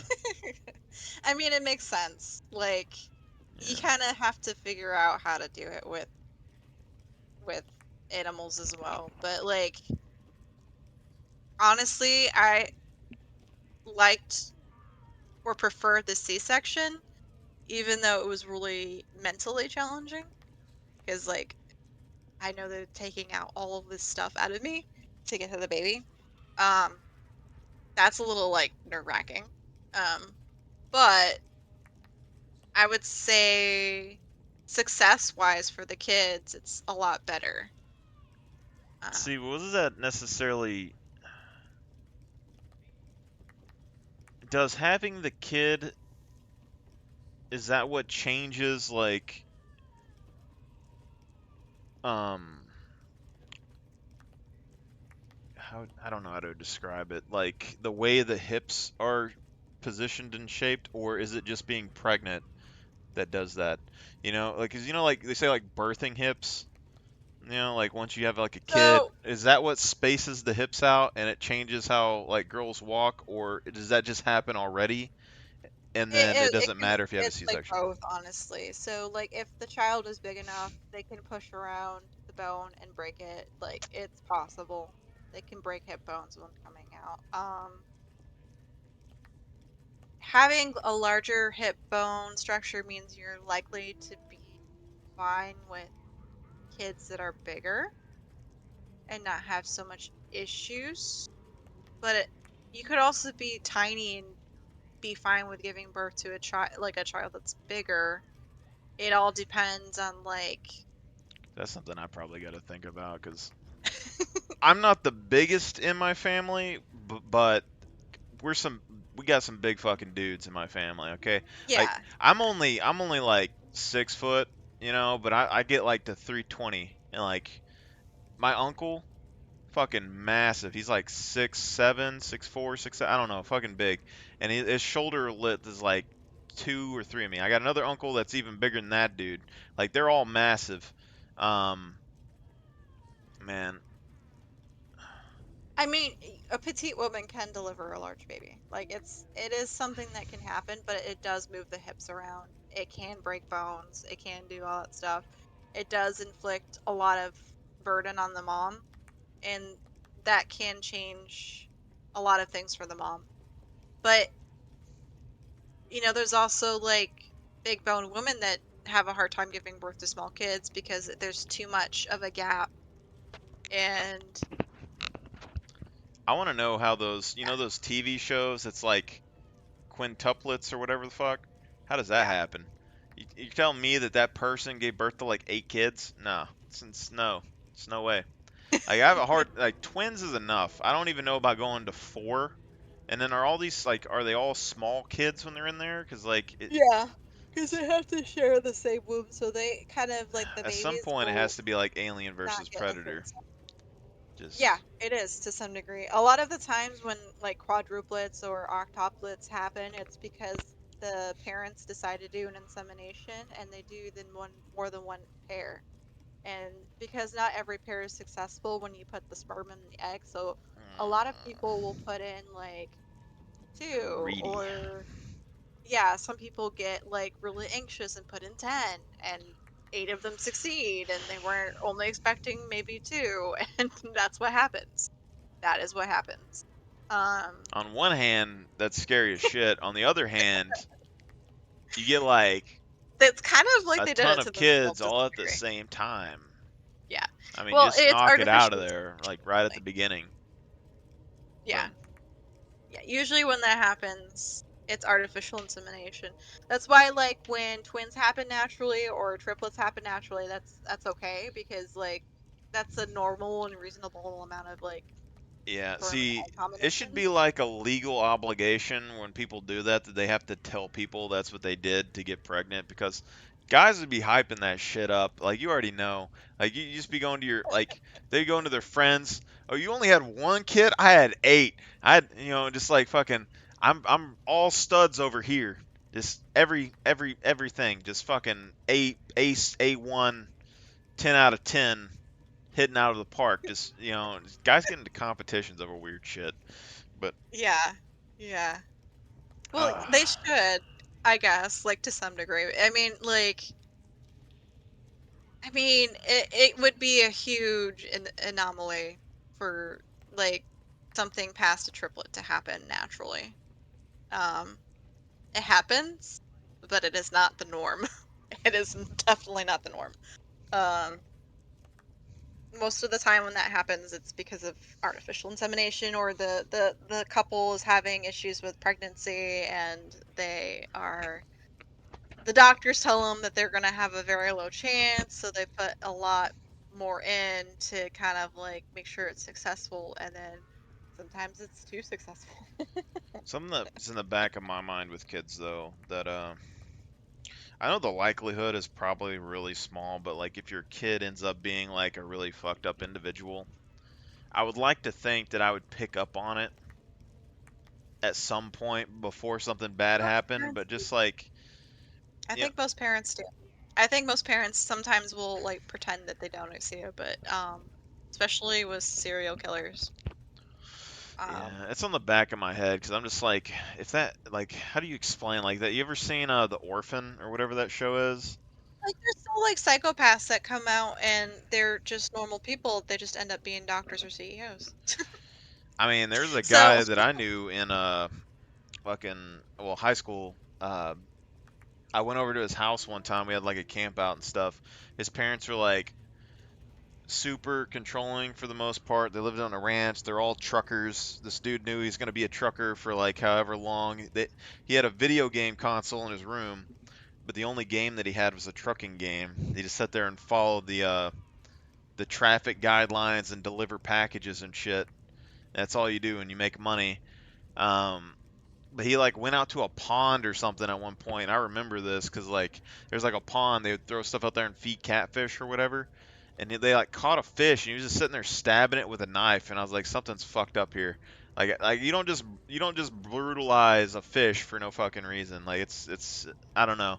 Um, yeah, that kind of yeah. aggression towards animals is not I wouldn't say typical of a person. aggression. He just thought it was funny, and I was like, "There's no empathy like going on here, so Yeah, the something's lack of wrong." empathy is a big red flag. Yeah, Yeah, right there. but later on, like I haven't ever heard him do anything crazy, but someone told me like later on he came out and he was gay, but other than that, like I don't really like he seemed fine. Besides that, he was just a little goofy, but Yeah, I don't sometimes. know. No, okay, so a lot of people have this misconception that if you're a psychopath or a sociopath, you're going to be a serial killer or you're going to be somebody that is going to murder people and like walk away with nothing. Um, Not everyone comes out that way, but it does increase your chances of being a serial killer. So I think it has a lot to do with the person. Like nature and nurture kind of like this is where a lot of nature and nurture kind of like topics come up because there's psychopaths that lack empathy and they become CEOs and they don't murder anybody and they're like functioning people, Yeah, but you if they know. don't make it to the CEO spot and they get fired, that's what happens. Yeah, that's Yeah, what's going like on. you end up with something different, like it all depends, like I think there was this one study done where this doctor is a neuroscientist and Oh, I know what he you're talking about. Yeah. yeah, like where he took a brain scan of himself and was like that person is like a complete psychopath. We need to like get them locked Yeah. up. And it was him. It was his own brain. And so he was like, "Oh crap, like I I'm think a there's I psychopath?" think there's some of that too where it's like you can funnel it into certain ways. Like if you get certain upbringings, you can probably manage that a bit more. 'Cause like I think I think if you have something to channel it into and if you have a passion that doesn't hurt people, I think I think personally people who are psychopathics are people that tend to obsess over one thing in particular and if it's a good thing then and it helps society, then they're fine. But if they happen to lock on and obsess on like something that is harmful and like Well, I think detrimental, psychopaths then things that's it. are that they can do things without the moral repercussions is kind of what happens. Like, Well, they don't understand what moral repercussions are to the most part because they lack yeah. the empathy to. If you don't have empathy, then why should you care about somebody else's being when our ego and like the mind are like the most self-important thing.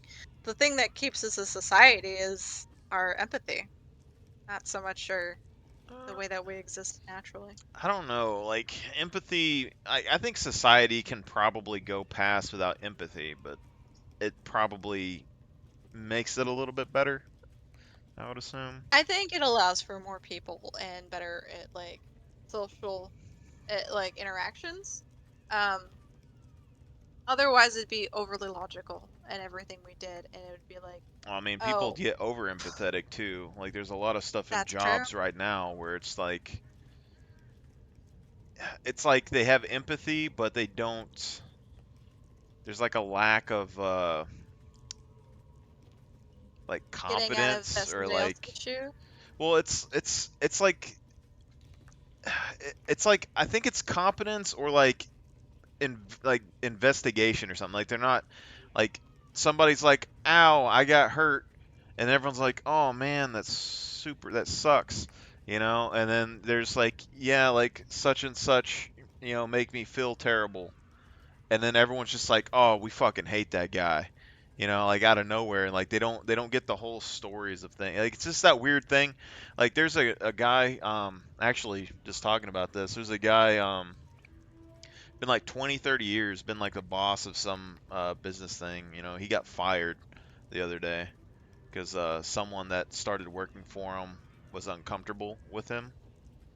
But the dude is like 20, 30 years, seems like the most up and up guy that I've seen in a job in a long time. Like he just wants you to do the job, do it right, making sure you're okay, don't walk on his grass. Like he's a very like old man kind of boss. And because he tells you to not wear certain clothing or something in there, he just gets fired out of nowhere. Like that's, I don't know, that's a bit much, I think. Like at least have an investigation. It was literally like someone Yeah, said it something, seems like boom. HR was just trying to like protect the company HR from a has too lawsuit. much power. Yeah. HR, we got too many Karens in HR. We need more Joshes in there, or Jake from State Uh, Farm. That's what we need in there. I think we just need reasonable people. I understand the need for discipline and rules, but I also understand that there's also times for like empathy and emotion, and having a good balance of both is great. But when you're going from one extreme or the other, it's usually not very good. Um, Yeah. Sometimes people take certain rules personally when they shouldn't, and like, okay, for an example, I might be like hitting a button here, but like pronouns. I don't care about people's pronouns to some degree. Like I I okay, I think like if we're I gonna it do the, doesn't hurt me to like use pronouns, mm, but at the same time, some of them don't make sense. some of them just don't make fucking sense. Yeah.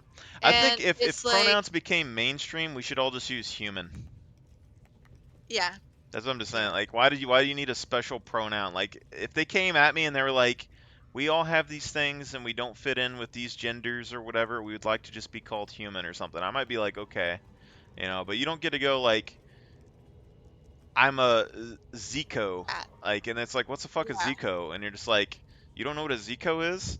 And I'm like, no, what the fuck is it? And they're just like, oh my god, I can't believe you don't know what that is. And it's just like, fucking tell me, like, what's going on here, you know? But like, Yeah, and human, then it you get, works. yeah, I'm a it works human. just fine. You, human, come here, human. Like, it just makes us all seem like we're objects, like aliens, but whatever, you know? Yeah, but how would I put it?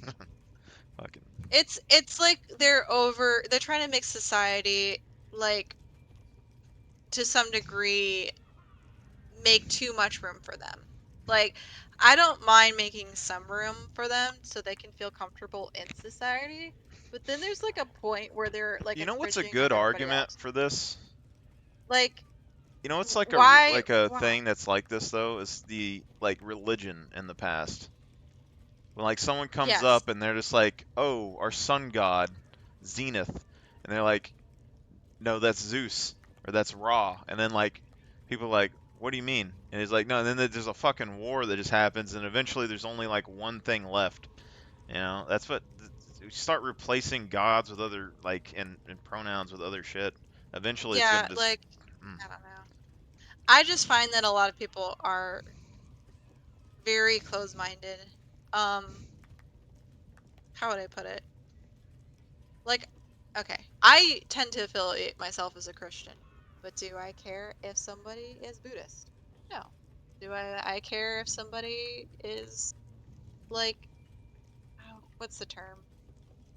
Where it was just on the tip of my tongue. Where they What do don't they believe in do? it, like an atheist. Like they don't Atheists, yeah. believe in anything. I don't have a problem with them. I don't have a problem with somebody having a different religion. They can exist so long as they're not hurting anybody, they're not causing troubles. I don't care. Like, What do you think about do not care. sadists? Sadists are fine as long as they don't hurt anybody. They're not bugging me. They're not hurting anybody. I'm okay with that because that's like the point of being a Christian is to be good to your neighbor. Like that is like the main thing about, like, I don't know. I don't have an issue with anybody as long as they don't infringe upon my rights and they don't hurt nobody. I don't care. Now, if it's a satanic cult and they're hurting people, then I have an issue. But if it's just like a Satanist group that is just meeting so they can have their like own Bible and stuff and they're not hurting nobody, I don't care. Because then like Well, people get like they get into these fights about things like, oh, I don't believe in the same God as you, so you should die. Like then nobody can coexist. Like so here's especially in something that I like a think's kind of place that different with has so many this. different people. Like I think religion-wise, yeah, like I don't necessarily care what religion people do. I've actually studied a bunch of different ones. I get the general gist from most of them, but like let's say let's not just say Satanist, but let's just say you make a religion, it becomes popular. Your religion is basically one that has like high freedom, low morals. You can do what you want. It's all about orgies and drinking and all kinds of shit, smoking, all of that. You just join it and it's all in. And then that is a religion that's protected, in the states because it's still a religion. And then they can implement that and put that wherever. You can't then infringe on someone else's religious rights. But those religious practices are going against like normal law that keeps the states running. So like is Yeah, that that's when still I have an a issue. religion That's or is that's that when I have an issue. Yeah. That's when I have an issue for the most part because like at but that point they're just using the religion as an excuse to do but I behavior think that they that's shouldn't be. the edge that we're on right now. Is it just like a religious thing or is it like a foundational difference between like it's almost like, if you just want to take down capitalism or something, is that a religion or is that just like a point That's of a view? philosophy. You know, Yeah. like, but if it It's a becomes a point of view. religion and then they start practicing it, it's people are free to do that, but then they're going to start engaging in basically you get the belief system in place, then it gets more people, and then those people start acting on those beliefs, which is eventually going to topple down a system. So like you have freedom, but also it's like at what point does the security It of only like becomes an issue when it starts infringing upon the rights of lots of people. Like if it's not good for the common good, then that's when it becomes a problem generally. you know So like murder is not good for the common people. Like for the greater good of people, murder is not great. That is why it's an issue. Well, I mean, you still got Because people that are higher. Like, there's people that do say that they want to like purge off some of humanity because we overpopulate. There's like people that say stuff like that that are higher up. I think there's people in government that say things like, or at least scientists. But then I'm there's other not people surprised. that are saying like, hey, we need more population. Like you have that toss up, but like who's right, And then And at that point, it's a matter of perspective. But like, I seem to have more personally. I have more issues when it's like hurting people and like the common good and livelihood of people. Achoo! Um, but there's different solutions for the things that they're doing and saying, and they're just not looking at it that way. yeah, space. Like, um, yeah, big sneeze. Now I'm saying space. Like we're gonna lose a lot of people when we start space travel. Yeah, that's gonna happen at some point.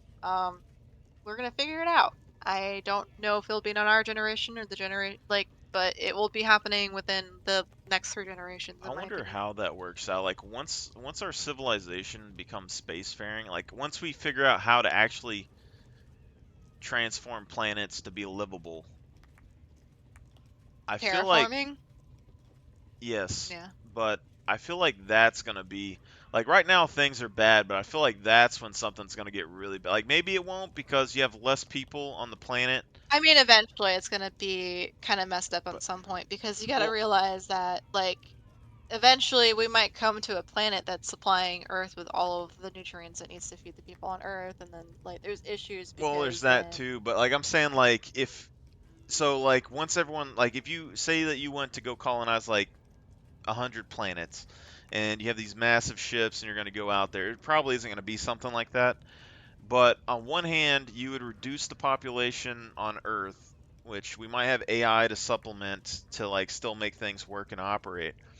But on the other hand, you're probably sending some of your best people to go and populate those planets. So like who's left on like if the majority of the Earth's population like ends up being say like people with mental illness and diseases, um, people that aren't able to work, like they're handicapped or whatever. Like, is there a tipping point where society can't function if you lose too many? absolutely. Yeah, there's a lot of like dangers in that because we've seen it on a micro level with countries. Like segregations used to be a thing in the United States based on color. Segregation can happen based off of what planet you were born on. There's lots of different things. Like there's lots of different issues that we haven't solved yet. So it's just gonna happen. Um, there's not much we can do about it, unfortunately, because it's just like, you know, eventually we tend to be like rabbits, so we're either gonna kill ourselves or we're gonna overpopulate, and then it's just gonna branch out, and hopefully there's like reasonable ways of coexisting, but it's gonna happen. People's forms are also gonna change based off of gravity, so even though they're humans, they're gonna become something technically different looking because the gravity's different there. Like, if we were to colonize Mars, like, people there would be a lot taller and thicker boned because the gravity there isn't as heavy. Yeah, they're gonna So they're need just different gonna get rules and bigger. regulations for like Martian NFL, or not NFL, NBA. Like it's gonna be a thing. Exactly. You're gonna have like LeBron James go over there and be a fucking shrimp. And well, Exactly. he's gonna be able to jump super. Yeah, because the gravity ain't as much. So he'd be able to jump really high. But, like, physically, Uh, he'll be smaller. So it's like there's gonna be lots of things to consider once we get there, but, like, it's just inevitable. And the most of the time, yeah, if we society open doesn't know up that over most there, of I'm it's gonna be investing fixed. in with the big and tall stores. Oh yeah, fucking stock market's gonna go way up there. Yeah, 100%. like, yeah, it may not happen like the first generation, but by the second or third generation out on Mars, definitely gonna see it. You like even when like astronauts go to into space, they lose bone mass because like they just don't have the gravity to keep up the bone. There's no the body doesn't see any need to keep it, so they end up losing it. So Raglan like frowns at a question it's he just a would bunch end. of like Creature different things that speaks need to in be solved, and visions. it's a little Curved, bit dragged backwards blades, because crude goblin it's like torches, before we go into space, don't we need gnawed to teeth solve all of these dripping social blood. and moral You see issues other mind first? Like, flayers arranged in a how do we serene structure circle. the house? Like, do we want a Absolute nuclear unity. family, or do we want to do something Absolute different? Do we power. want to do a Damn it! democracy? Or like, Tells there's a me lot of nothing. social things You that feel people don't have Raglan's answers to because suspicions. they're tough. A But true soul should um, never ask I about the don't know. master. It's hard.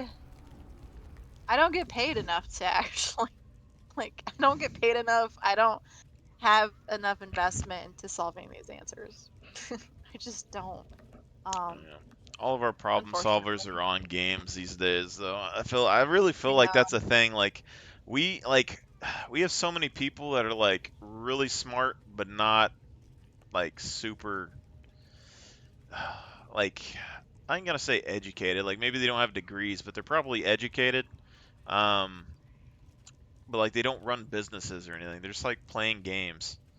So I think like if games ever got shut off, you just have like this massive spike. Like if the government like ever was just like needing something done and they just put a bolo out there and like shut games down for a little bit until it was done, I bet it would probably get solved in like 3 minutes. Prohibition You, on games. yeah, you'd have people that were I'm like pretty sure modders, they like in would be overthrown in an instant. it's like Just saying. They would be overthrown in an instant. we There is could. so many pissed off gamers. Oh, I'm waiting for that to happen like in China or something though. They have it like what like was it 2 or 3 hours a week or something? They said. I'm Yeah. sure they found ways around this. It's probably why they bought so damn much or whatever. But Well, even bro, the rich in China can only buy so much and only purchase so much. Like, they're kind of told what to do with their money to some degree by the government. It's very controlling over there. It's crazy. yeah, there's so much Oh, we'll stuff you see. can do if you're rich though. Like I don't necessarily care about money for the most part, but even if someone gave me like that limit when you're rich, like you just pay people to let you use their accounts or whatever, like their time. Like if you have money, you can solve some things, but Yeah, it I doesn't don't solve know. everything, but it does solve a lot. It does solve a lot of problems. Mm, But it does not solve everything. yeah, And I want some so, money so I can build a castle. Then I can rent it out for movies or something, but I'm gonna live in it. why not slaves? I'm just kidding. Well, children. Yeah, yeah. uh, I need about yeah, 12 no. kids, and I need them to place about 1,000 blocks apiece. We'll be good. We're just gonna start using child labor. Oh God. Oh, that's what I'm our forefathers starting to did. get tired. I'm starting to get tired, and I'm just regressing here. Like, Yeah. yeah, that's what our forefathers did, and it did get them somewhere, but it had a huge mental impact on generations that has impacted people today. So I Yep. think we've learned that certain things should not be done for certain reasons. But yeah, I don't know. Like, I feel like the answer is somehow a good mixture between everything we're doing now, but we're just so close to it that we're not seeing it. I get frustrated by the answer because when I have thought about it on occasion, I feel like I'm close to figuring it out, and then it's like, but it's so close I can't see it. It's almost like I have a pair of glasses on, but don't realize that I have them on.